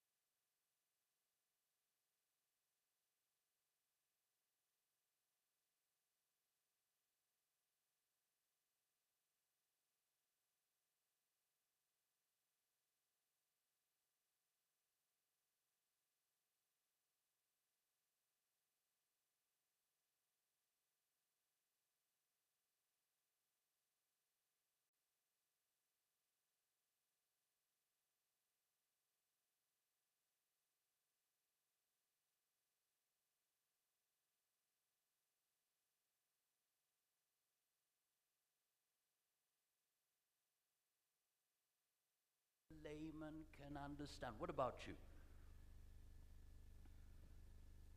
picked dextranase. I don't know. You what? Dextranase. So maybe, and how it can be produced better. Okay. Let me come here, sir. What are you getting? I picked about dextranase, and I think it's the bacteria or something that makes it clog so that it's not able to something. to be filtered. Yes. Okay, that's all right. I think it should come clear and explain to us how to mass produce the dextranase, because it's only talked of. Does it mean that we shall have two separate factories running dextranase and thanks? Okay. All right. Innovations going on. Asante sana Makofia. Oh, we said it's better to have a bad solution than have none at all. So at least we have something on the table. But please check Menti rate them. Rate, very important, very important. Now, just as part of just making sure that the blood is flowing, just why don't you stand and give yourselves a big round of applause? And you really want to give yourselves a big round of applause because you've made it so far. Just stand and just give a big round of applause. Look at the person standing next. Oh yeah, you can shake your legs as well. Shake those legs. Come on, come on. Come on, fantastic, fantastic. Well done. You can kindly take your seats, ladies and gentlemen. Our next presenter is here. Next theme, final theme. And then we'll get the final innovation as well. Ladies and gentlemen, please welcome. He is a self-motivated engineer with hands-on experience in agricultural mechanization, irrigation, water resources management, and land resources management geared towards achieving 100% food and nutrition security. He serves as the Vice Chairperson of the Kenya Society of Environmental, Biological and Agricultural Engineers and is a National Environmental Management Authority lead expert. Please welcome the Engineering Secretary, Directorate Agricultural Engineering Services, State Department for Crop Development, Ministry of Agriculture and Livestock Development, Engineer Richard Kanui. Makofi yake tafadhali, 40 minutes and 10 minutes for questions. Go ahead. Karibu sana, Engineer.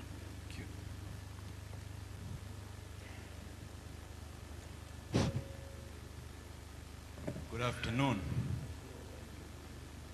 Good afternoon. Yes. This person was introduced here. Allow me to stand here. I come with my computer, and that's where I work. Basically, I'm in the ministry, so I'm dealing with policy, specifically dealing with policy direction. I'm a consult engineering that side, so I think basically we should be able to move forward.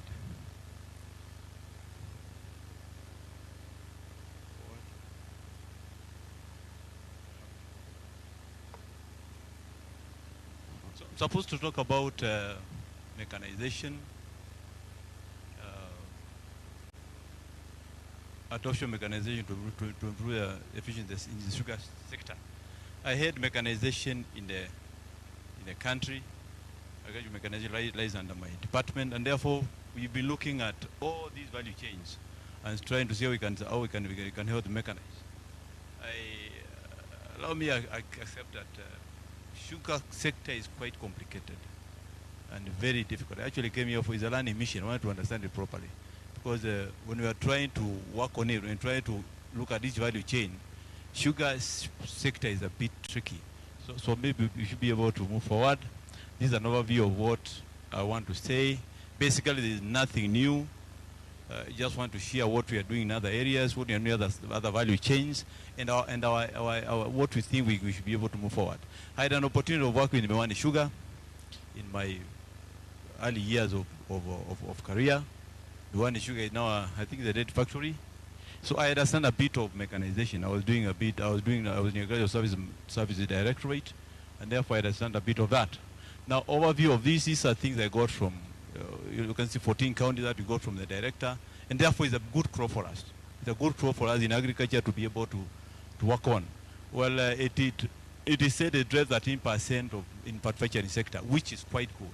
So it means that these are very good crop for us. When you look at the production system, you know, there's minimal growth in the cane production. This is data that I got from the reports that we have. Could be true, may not, may have some errors here and there. But basically, I was looking at this. Miwani Sugar was introduced in sugar in 1902. Miwani was built in 1927. And basically, this was the policy. This was the policy direction. There was policy by then. It's only that we are trying to align now to the devolved system, but the policy has been existing. So let's not assume there is no policy. There is a policy. The government has a policy for sugarcane production. The thing we are doing to align it now to current situations, the devolved system and the way things are. And we are saying that it was to ensure sufficiency, to, what we are doing, say foreign exchange, create employment, is arranged for rural infrastructure, provide industry with sugar granted. There are many factors that are supported by sugar. Maybe what we need to do, directly when you go back, we need to do as efforts to see how much have we achieved of this. Are we at zero? Because sometimes we talk like we are at zero. Is there any of these that have been achieved so that we have a baseline and we start planning for the future? Because I know a lot has been achieved. We might not have gone to what we wanted. Challenges are there, but there could be a level of achievement.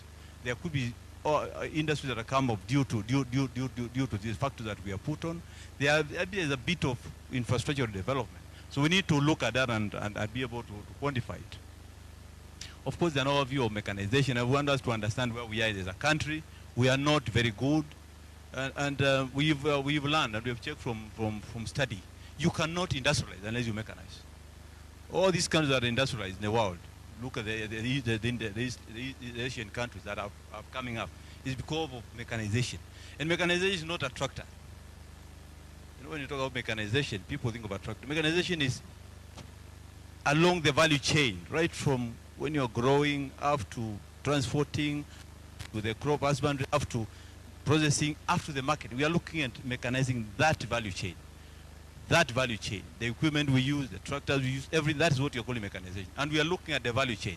For many years, we have looked at an individual operation like transport. It has not helped us. So we want to look at the value chain. That's where money is. And therefore, we are saying that in Kenya, we are at actually about 25-30%, which is quite low for this country. So as a country, in our vision now, in the better arrangement, we are trying to move it to 50%.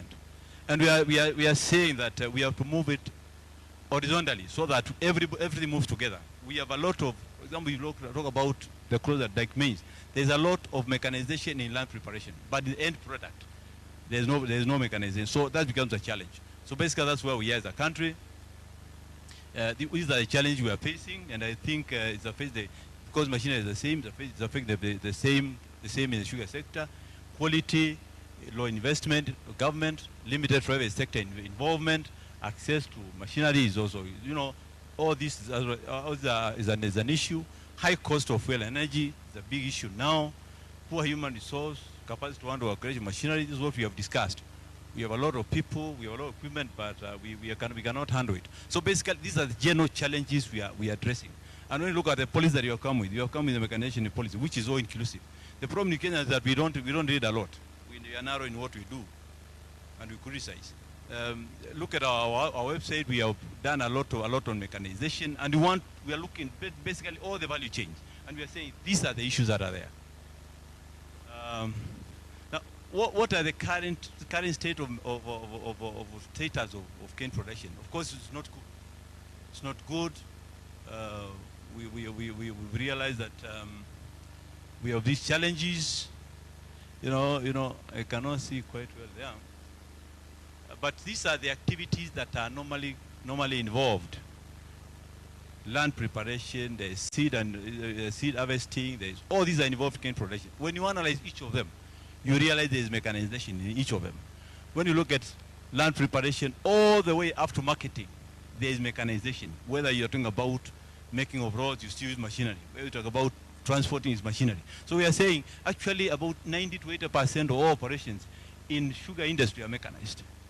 And now it's not a situation we find in our sugar industries. We have invested in some segments and left the others.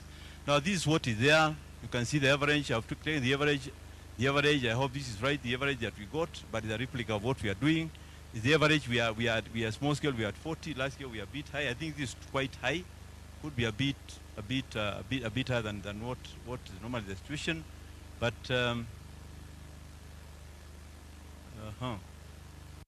I wanted to go to details of the challenge in the sugar industry. We are talking about high cost of production. We have to mechanize. Mechanization reduces cost of operation, cost of everything. So we need to reduce the cost, but through various activities. We need to reduce the cost so that we can optimize on productivity per unit. The productivity is very low. I was engaged in the Caro there, and they have done quite a lot. There are a lot of cultivars, there are a lot of seeds that have come on board that are high producing, that are early maturing. But we cannot achieve it unless we use the ingredients that are there. We talked about fertilizer.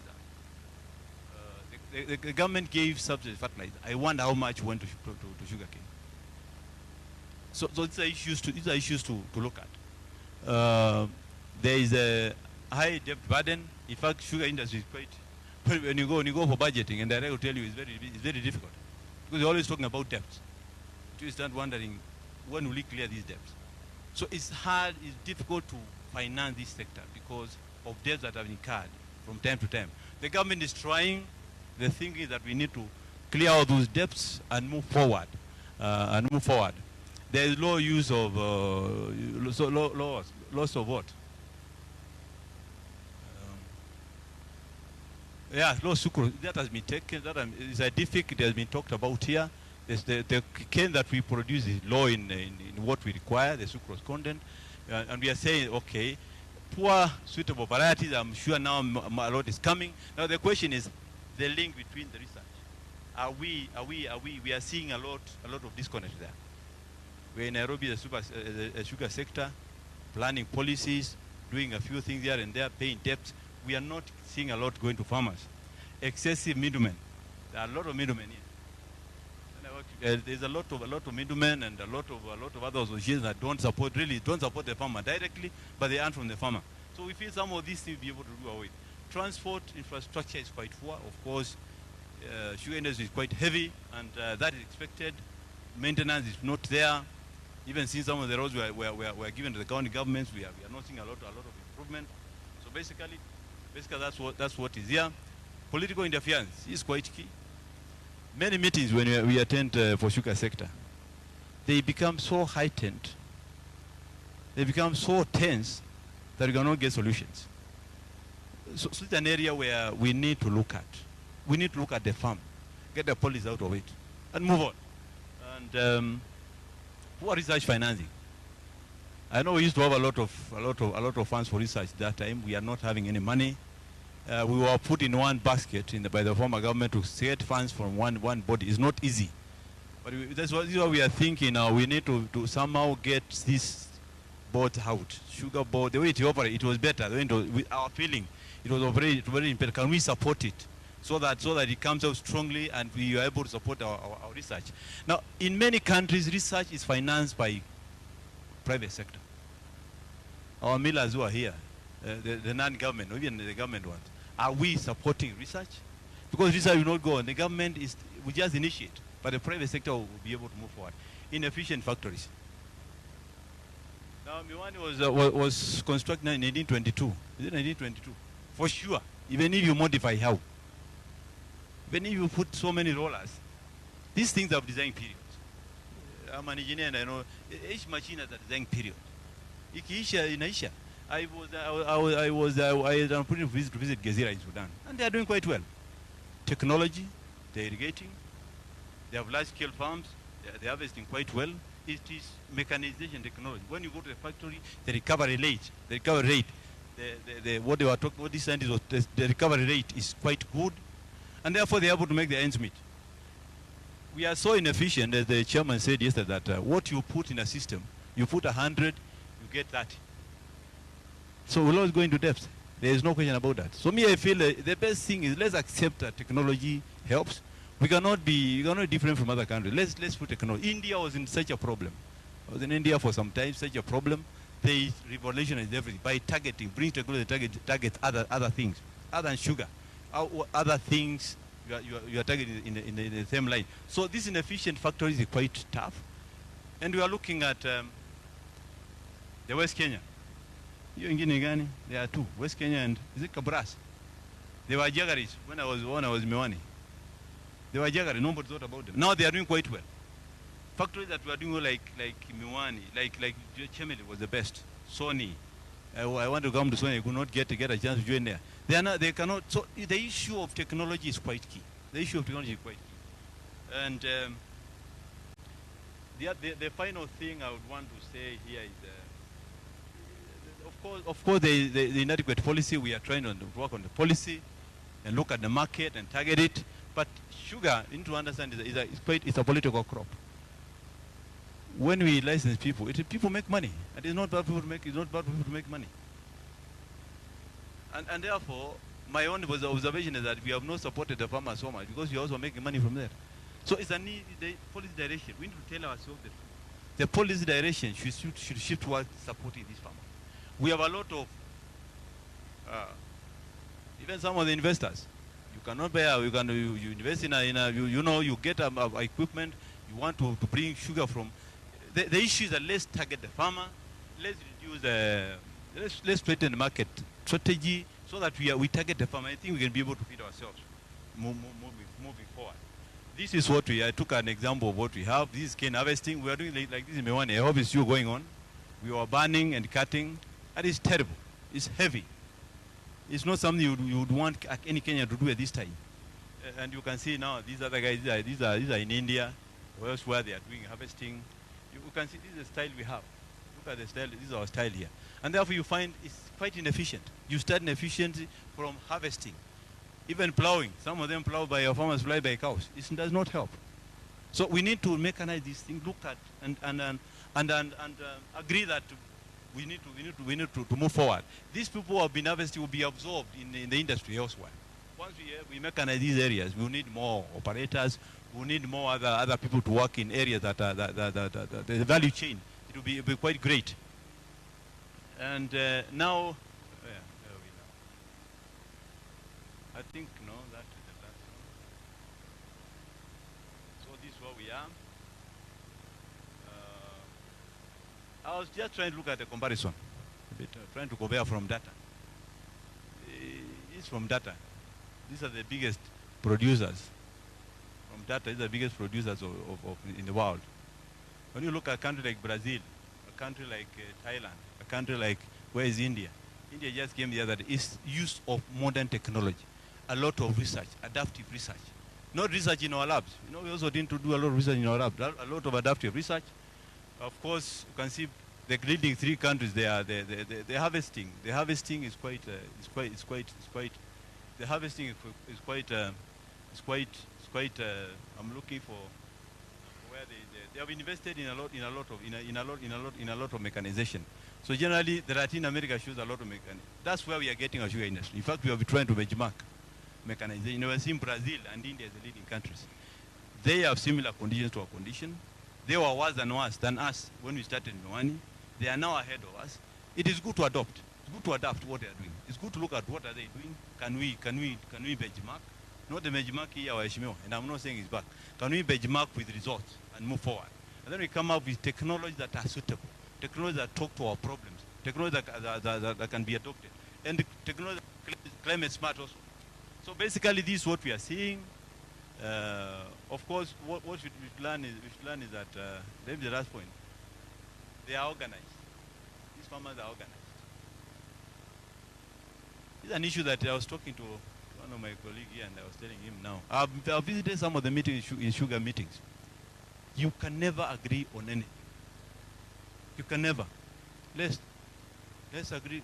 Everybody's talking. Politician is talking. The organization, the outgrowers, which now does not support farmers in any way, is also talking. And farmers are also talking. I don't blame farmers because they are bitter. They have not been paid their money.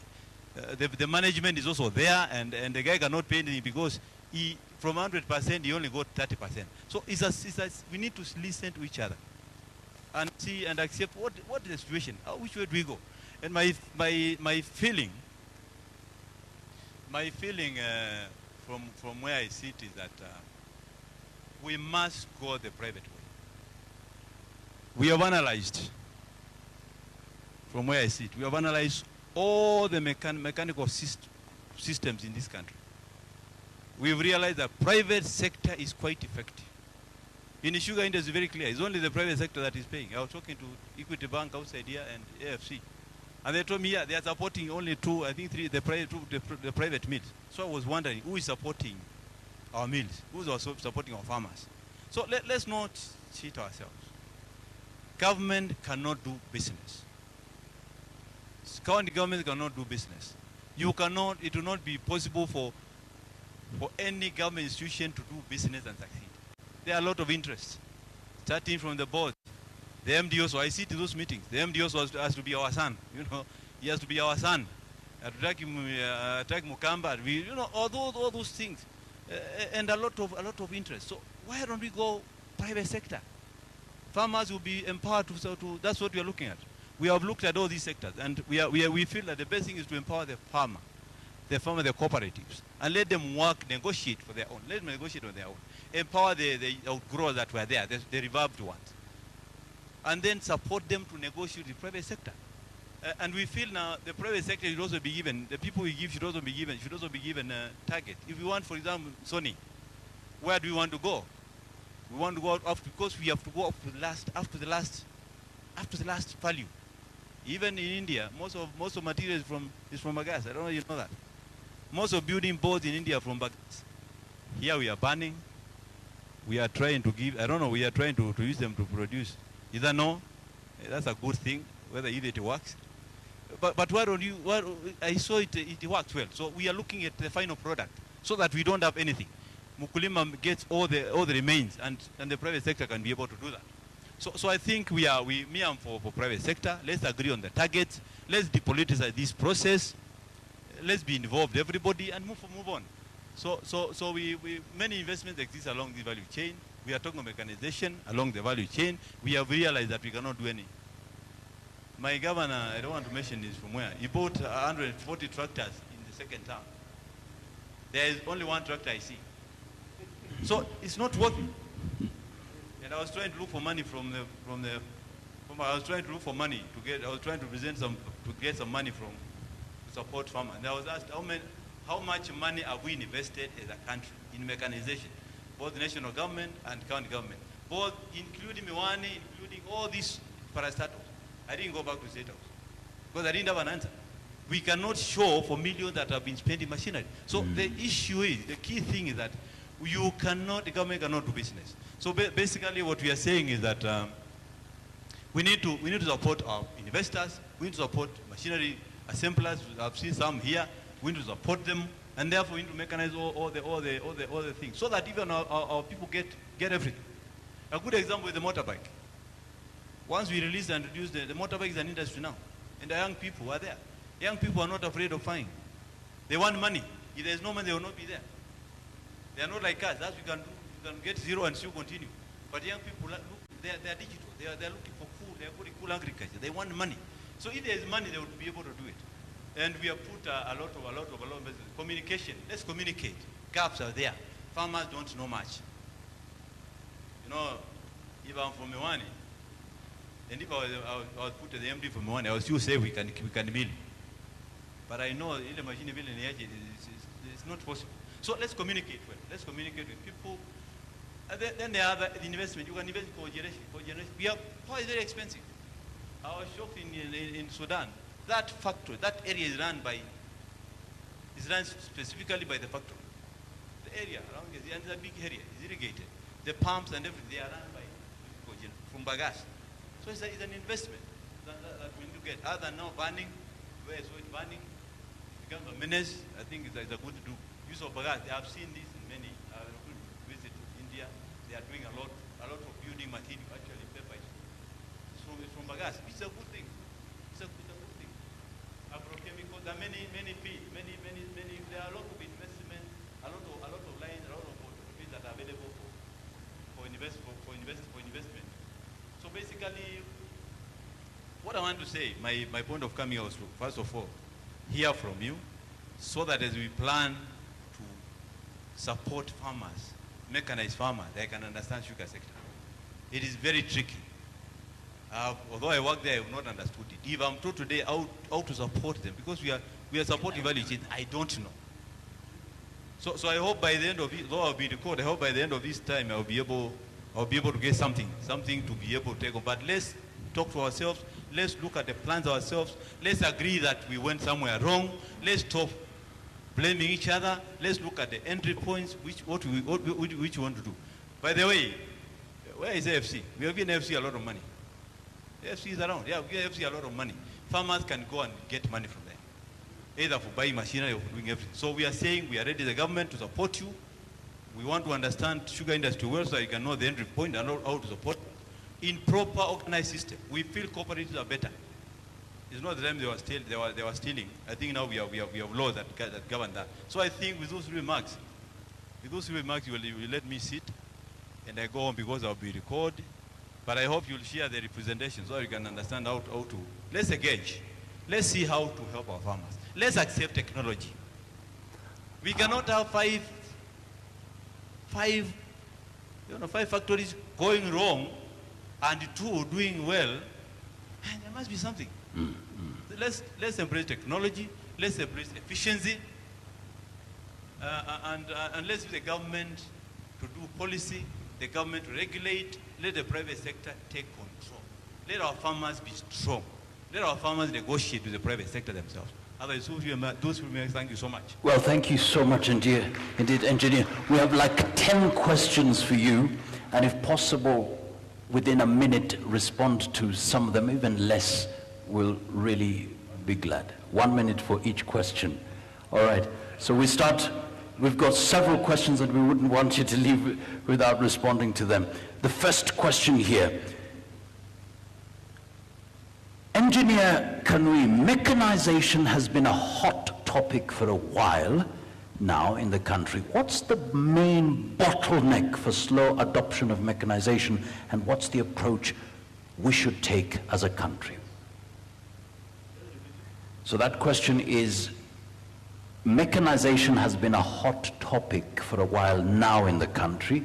What's the main bottleneck for slow adoption of mechanization, and what's the approach we should take as a country? 1 minute. Can I start with that one? Sure. I've just told you that we have been looking at ourselves.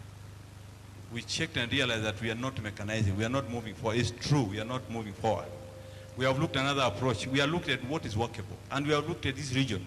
Mwea stands out as the only agricultural adventure that is commercially viable. And therefore we adopted the model in Mwea. Mwea, what we did is we gave those farmers machinery. We supported machinery. We gave them support, and they're able to move. We brought on board private sector. So we are working with cooperatives. We're working to mechanize them, to give them seed equipment, to give them seed money, so that they can be able to do it themselves. And us will be regulated. That's what we agree. That's what the policy says. Most of these questions you get them from the policy document that we have in our website. So we have put a lot of money. We are putting a lot of money now. And basically we'll be looking at the various value chains, not only sugarcane, and targeting hubs, targeting cooperatives that we can be able to move forward. Thank you. Thank you so much. 1 minute exactly. Next question. I'm not that fast, but it's okay. Well done. The government head of mechanization is lamenting sugar complex, political. What shall we farmers do? 1 minute. I think I've explained. I've explained the details of sugar industry. Is that complex? Let's accept ourselves. We're in that situation. It's complex, but it's a way out. Let us listen to each other. We'll be engaging farmers countrywide. I think now we'll focus on sugar industry, so I can know how to support them, how to mechanize them. So basically, the way we see for sugar industry is going private. Let the investment for the factory be private or somehow be efficient. Then we support the farmers. Somehow we'll have their cooperative. That's the way forward. That's the arrangement. Excellent. Another question here via Menti. How can we reduce the middlemen and political interference? Yes. You choose the politicians. Choose people who are most of, and I'm sorry, if there's a politician here, you just at my age, I will not mince words. We have used farmers as tools. We want them to, even where I come from, we want them to remain behind so that you can always find them there when you come back. Farmers must be empowered. So we are saying we are working with the farmers directly. We'll make sure they get the machinery themselves. We build their capacities. The way the cooperatives were in the 60s, that's where we want them to be. And that's the way to empower farmers. So that's what we are doing. We'll work with, of course, the representatives, the MPs, we'll work with them, but we want the farmers to have say. We want the farmers to negotiate directly with the factory. If, for example, Sony, you're able to do well, let the farmer negotiate with you directly. This issue of so many people, it's a bit tricky. Let the farmers, the cooperative transport, so that all these benefits come to them. So that's what we are doing in all the value chains. Some people, some cartels are useful. But the ones that are not useful, we are doing away with them. Yeah. Asante sana. Another question here. All mechanization okay, but our low poverty, people go to work where? That's a challenge that we have with our people. Mechanization opens a lot of opportunities. When you go to areas that are mechanized, even in India has got a population of 1.4 billion people, and they are still working. When you mechanize, you open opportunities elsewhere. We reduce our people from carrying cane on their back. We make them operators. We remove them from now, that donkey work. We take them to other sectors of the economy. Once you mechanize along the value chain, so many jobs are created. You have the paper industry, the bagasse, you have the power generation, and all those are part of what we want. Because once you mechanize, once you automate, once you mechanize the system, you create so many options, so many, and therefore we have good jobs that are, I hope no one would want to be a cane cutter or a loader here. It is not a good job you want to be after 60 years of independence. We will move our people to a level that is acceptable, where they will be operators, where they will be able to do what is good. And therefore, it will be attractive for our youth. So that is not an issue that we will be able to debate. Once we mechanize, so many jobs along the value chain are created. Anything else? Thank you so much. You did well. Excellent. Asante sana for the responses. Makofi yake nyingine tafadhali. Thank you so much. Thank you so much. And why don't we just repeat one more time that design? Just get your bottle, get a bottle, get a bottle, get a bottle, get a bottle, get a bottle, get a bottle, get a bottle. Okay, 3, 2, 1, let's take it round. Take it round, take it round, take it round. Give it to the other person. Give it to the other person. Whoever stays with a bottle, if you stand with a bottle, okay, stand up if you're holding the bottle. Stand up if you're holding the bottle. Come on, stand up. Let's give engineer a big round of applause. Asante sana. Well done, well done. You may kindly take your seats. Ladies and gentlemen, we said 5:30 will not find us here. Let's make that happen. We are ready for our final innovation presentation. I hope the presentations are ready. Ladies and gentlemen, and by the way, as we just on a lighter note, I hope tomorrow we'll have a sugarcane chewing competition, and we'll have an award for that. But I just checked on TikTok just to find out how people take their sugarcane. Let's take a look at that particular video. Our good people from... So first of all, take care of your sugar when you're serving. It's important. What's the matter, sugar? This is sugar cane. Oh, typically drink this as juice. You could also chew it, but it's just not. You cut it nicely. Oh, now you have this little thingy. You basically cut it up into little pieces, a lot of little pieces. But in Africa, this is how we do it. Yes. Bas. Bas. Bas.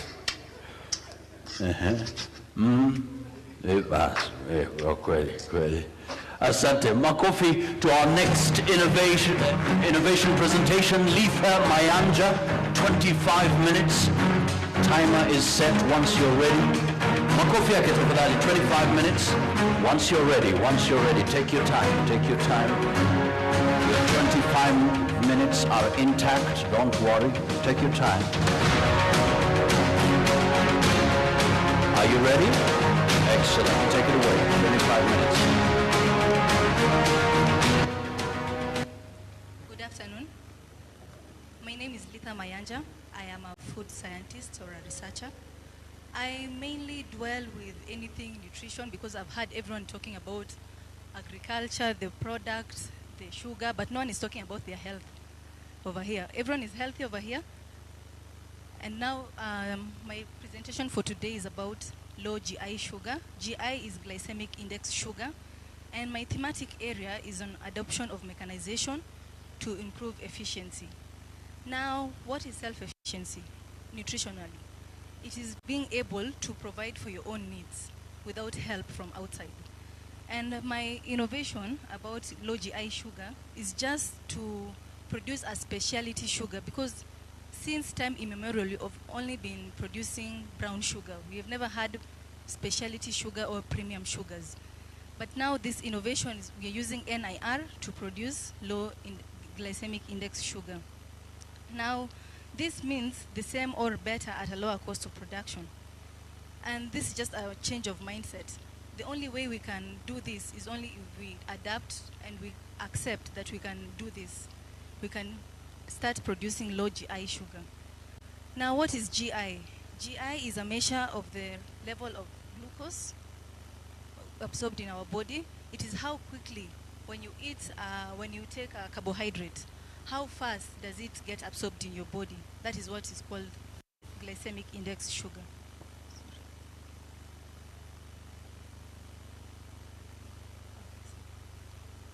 And as you can see right here, we have the WHO, the statistics on diabetes in Kenya, which is at 3.3%.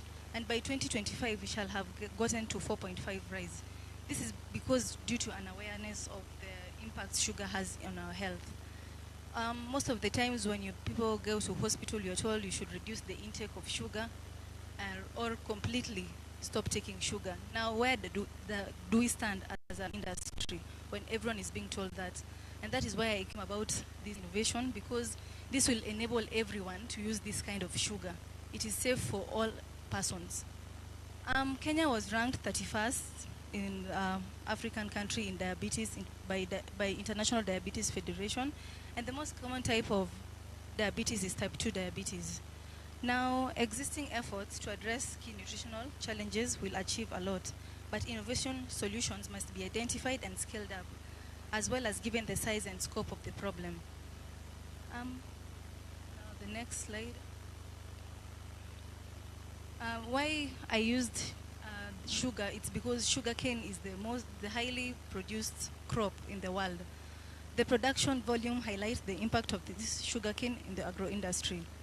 There have been other types of sugars which people can use, but they cannot be scaled up, such as coconut sugar, because when we check at coconut, how many coconuts will you need to produce just a kilogram of sugar? And that is why it is easily scalable when you're using normal sugar. Now, my innovation, we're not doing anything different. We're not changing any process. The only thing we are doing is introducing NIR. And why we are introducing NIR is so that we can check the polyphenol compounds during the processing of sugar. Because that is where most of the volatile compounds are lost, and that is, we need to retain those polyphenol compounds to ensure that we have a product that is low GI. The brown sugar, the normal brown sugar that you're producing has a GI index of around 65 to 75. But now this low GI sugar will have an index of around 54 to 55. The result of the product is a product that has the same sweetness of the normal conventional sugar, but is less processed. With the increasing global attention on healthy products and the impact of diet on lowering the chance of chronic disorders, and refined sugar has presently captured the interest of health-conscious consumers. This is a product that we all need. Innovation is something gradual, but as we understand by now, now that we were trying to get health conscious, this is a product that the consumer wants and the industry really needs to take this up.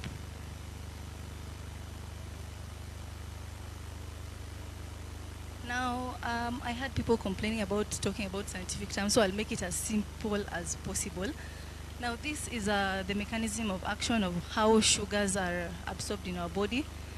Now, as you can see where there's a bond, it happens that this is substrate and enzyme, they come together as a lock and key. And this is what happens to our body. When you have glucose, that is, it bonds with the enzyme in the active site. And once it is released in the body, it goes out as glucose and fructose, meaning you have a spike in your blood sugar. So when you have antioxidants in the sugar, they are bonded together. The glucose and fructose, they get bonded together. So they are released in the body slowly. and that is why you can never have a spike in your blood sugar. Therefore, you can regulate your sugar levels. This one is just the same process as what I have talked about. This is the methodology. The sugar polyphenols can inhibit the activity of A-glucosidase and A-amylase in the small intestines. This is by slowing down the decomposition of carbohydrates in the digestive tract. They reduce the rate of monosaccharides such as glucose and fructose to achieve the effect of controlling sugar in the whole link. The minimally processed brown sugar, the one I'm talking about, the low GI sugar, we have the benefit of having modern high volume equipment, that is the near infrared spectroscopy, which I hope all of you have passed by the entrance. There's a lady on your right with the prototype. She has explained to you how the NIR works, because that is what we'll be using in this project here. And that NIR, 7 out of 16 polyphenols can be detected, and that is what we want to retain during the processing of the sugar, so that we can get the low GI sugar. Now we are talking about NIR. I am hoping everyone has seen the NIR outside there. So this NIR uses a principle of reflectance and transmission and absorbance, whereby this process you just put your food sample, as you have seen outside there, you put it inside the place allocated, and it releases light. And that light is what is used in the software, so that you can know what the parameters are. That is only done after you have calibrated the NIR. And this NIR, during this process, you can either put it online or offline during the process, or you can outside the process. Meaning, you can place it during centrifugation, just before centrifugation, where centrifugation is where liquid, the sugar is separated from the mother liquor is separated from the sugar crystals. That is where what happens during centrifugation. So you can take the liquid, you can install the NIR there that is static, or we can take the liquid and just measure it in the lab.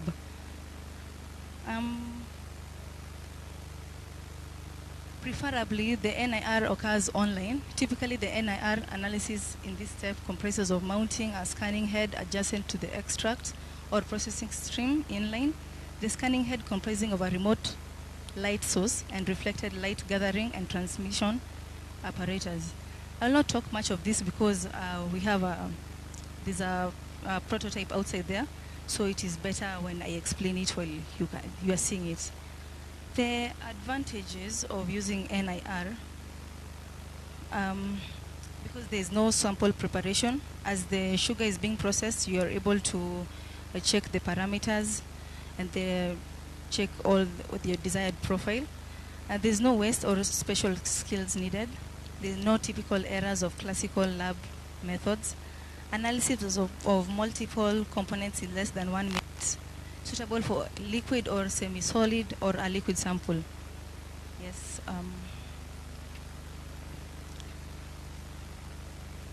Now the NIR technology can be used to develop a cane analysis system capable of direct real-time analysis of prepared or shredded cane for payment and process control. Through process control, we're able to produce low GI sugar. The optimization of this process is done during evaporation and crystallization, since the phenolic compounds are subject to thermal degradation. And that is the point where they're able to escape. So all we're doing, we're just trying to retain all those micronutrients and the phytochemicals, so that we can produce a low GI sugar that is safe for everyone. This can be measured directly without sample preparation.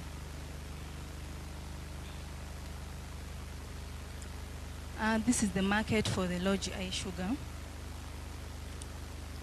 With the global growing trend for less processed brown sugars, low GI sugar is expected to rise tremendously.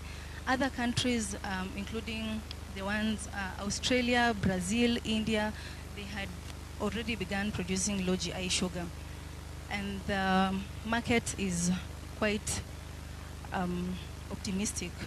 And also in Kenya, we can try to do that, because so far we have never produced any kind of specialty sugar. We only have brown sugars. So the challenge with this production of low GI sugar is the sugar pricing, whereby the sugar pricing is determined with a lot of industry players. So that is, I found that as a challenge, because people will complain about the price since it's a premium sugar, unlike the other type of sugars.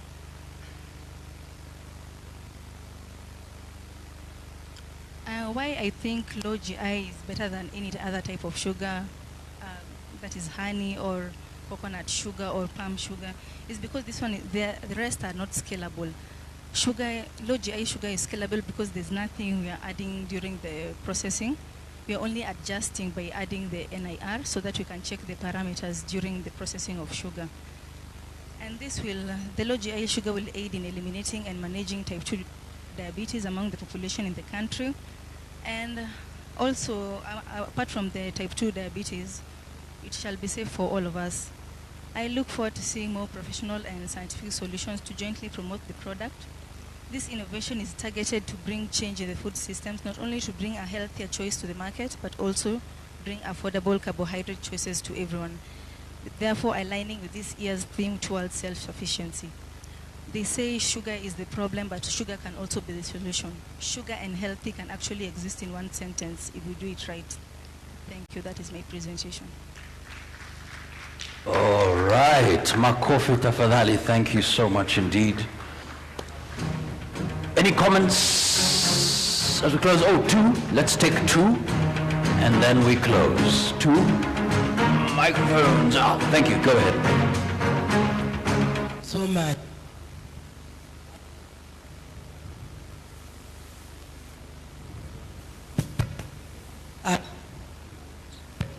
Calro, her presentation is very good. Her presentation is very good. However, she let us know how the factories who are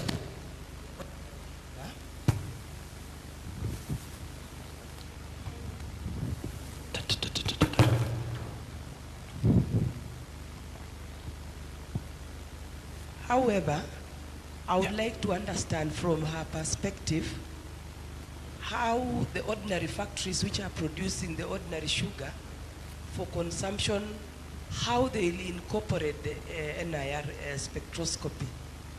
Because NIR spectroscopy is a very heavy investment. We are aware that all the sugar industries have the cane testing units which have the NIR technology. So how do you incorporate that NIR technology in the normal sugar manufacture to produce the sugar specifically for that group, the diabetic group, or because the factories are producing sugar for specific markets. They are producing sugar for soda, for pharmaceuticals, for normal drinking, for high-end hotels. How then do you incorporate, and you are limping, most of the factories are limping. How do you incorporate this technology? Thank you so much. One final one for the day. Go ahead. So, I would just like to get clarity. As I travel back home, I am going to meet a victim under diabetes. Is it advisable to advise to do away with the sugar that is being produced and seriously engage on pure sugarcane chewing? Yeah. Thank you so much. Asante sana. Thank you. Finally, go ahead. Yeah, thank you, leader, for that presentation. I was wondering if you may have considered doing something like a cost-benefit analysis. I think one was attractive for countries and ensure that the cost of producing this low GI sugar is actually not much to facilitate the transition towards that process. So, excuse me.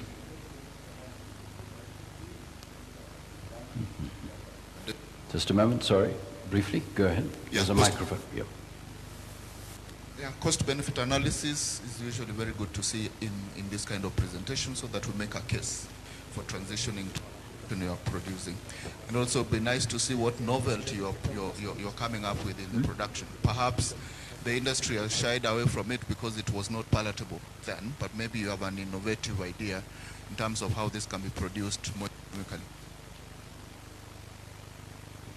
Right, we'll stop it at that. Mayanja, please respond briefly, 2 minutes. Are you there? Go ahead, 2 minutes. You've got a microphone here. Go ahead. The first question was how we can adapt, how do you incorporate NIR, technology of NIR. Now NIR, it's not a must to buy a new equipment. We can use it offline or inline. And the one we have already in our cane testing units, you can pick a sample as the sugar is being processed, and then you come and test the parameters.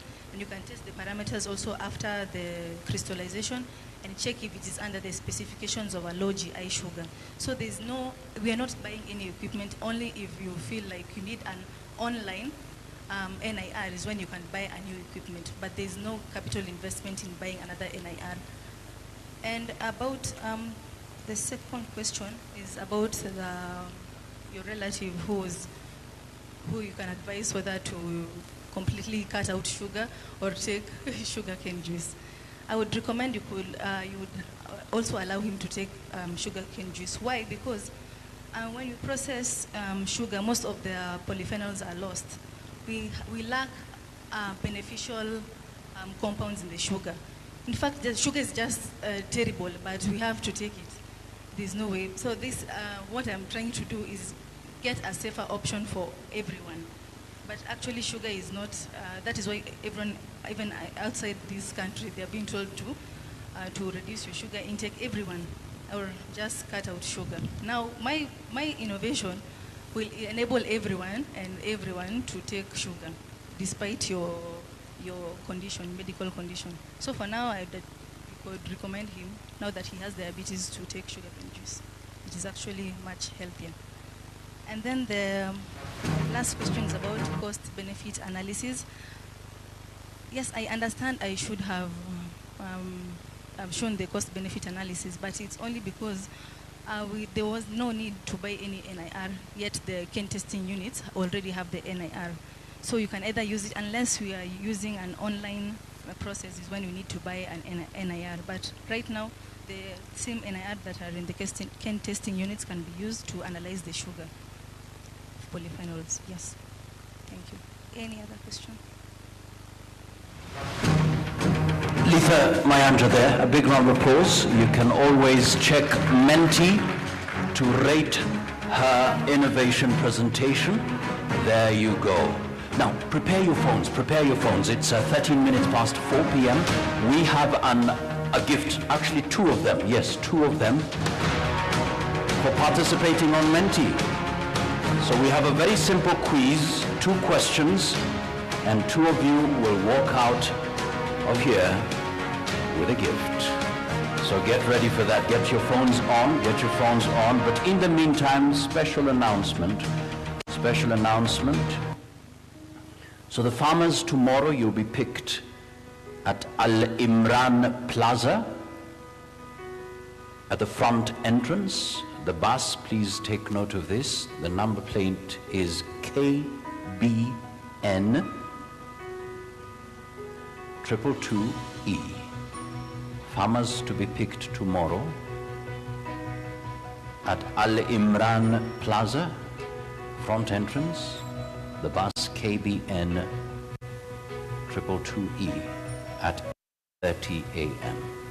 8:30 a.m. The bus leaves at exactly 8:30 a.m. After today's session, there will be a drop-off in town for farmers. Of course, after the tea break and networking, there will be a drop-off. Quick concern from one of the participants. So we're talking about the sugar industry, but what are we really dealing with? Is it just about ethanol and bagasse?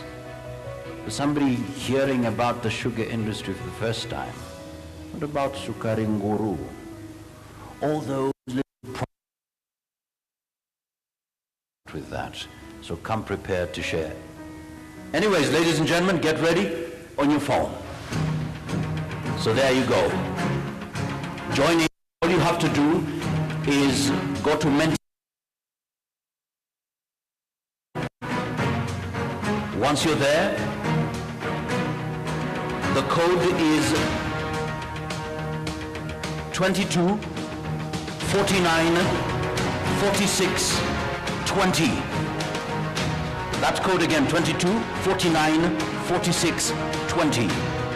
Simple questions. The faster you answer, the faster you answer them, the high chances of winning. So ladies and gentlemen, let's roll. Wait, just a moment. Remember to include your name correctly. A pseudonym, of course. And pick an image. Ladies and gentlemen, we're ready. 16 minutes past 4. 3, 2, and 1. Unleash. Big screen. Let's have the big screen. Big screen. All right, 45, 44 pairs. Let's go. Answer fast to get more points. What date is it today? Look at that. Very simple questions. Come on. Very simple questions and we're done. Very simple questions and then we're done. Only 10 seconds remaining. 10 seconds remaining. Check your phone. Everyone has voted. Let's just wait for the responses first. Let's wait for the responses. Everyone has voted. Wait. So, what? 5th December 2028, come on. Oh, I see. You are in the future already. Only 4 people got it correct. Come on, check the question. So let's see who the winner is. Ladies and gentlemen. Let's see who the winner is. Catherine Ryungu, Beatrice, Lynette, Johanna. Come on, let's see. Where's Catherine Ryungu? Okay, fantastic. Okay, one more question to get yourself a gift. Beatrice, where's Beatrice? Beatrice, where are you? Fantastic. Behind there, where's Lynette? Okay, get ready. Final question. Don't give up. One more question, you might just get the points. Get on. Question. Everything on your phone. Let's go. 3, 2, and 1. Unleash it. Simple question. Answer fast to get more points. Ladies and gentlemen, who is the director of the Sugar Directorate? Come on. Simple question.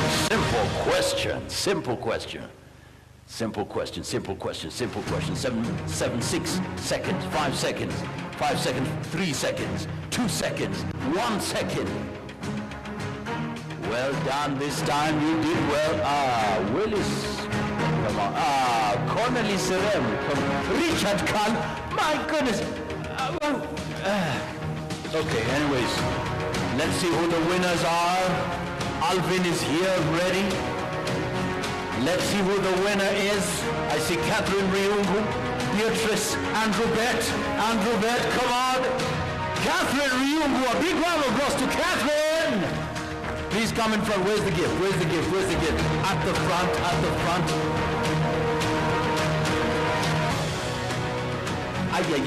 Yeah. Nambia. Aya. There's something. Hey. Atinini.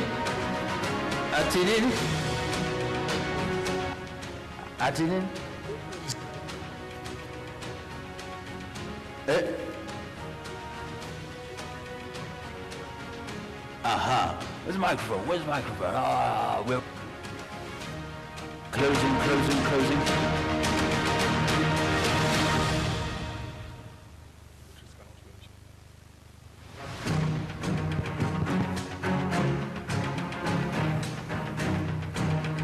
Hi, I hope you can hear me.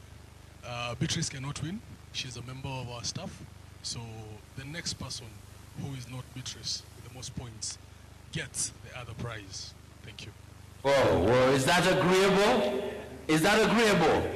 Catherine, is that agreeable?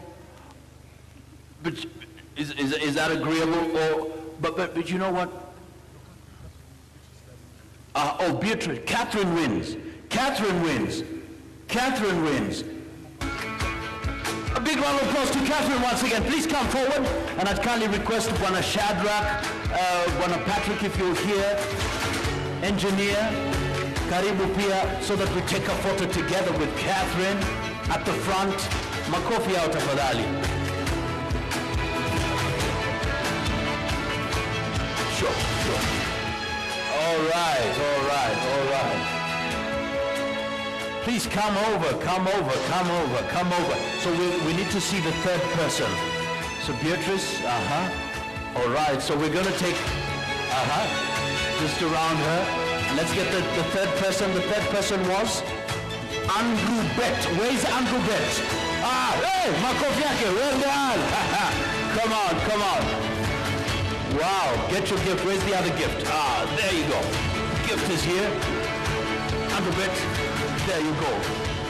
All right. Asante sana. Well done. Makofi yao tafadhali as they take. Asante sana. Thank you so much. Another photo there. But Catherine, well done. Topping the list. Makofi yao tafadhali. Thank you so much. 21 minutes past 4 p.m. God willing, let's meet here at exactly 9 a.m. to kick off. Tomorrow is also going to be big. Asanteni sana kwa kuja. Please, tea will be served outside. Network. Tomorrow, kesho tupatane majaliwa saa 3 asubuhi. Saa 3 asubuhi tupatane hapa tuweze kuanza 9 a.m. All the best. Anyone with presentations for tomorrow, please make sure that we have them ready today.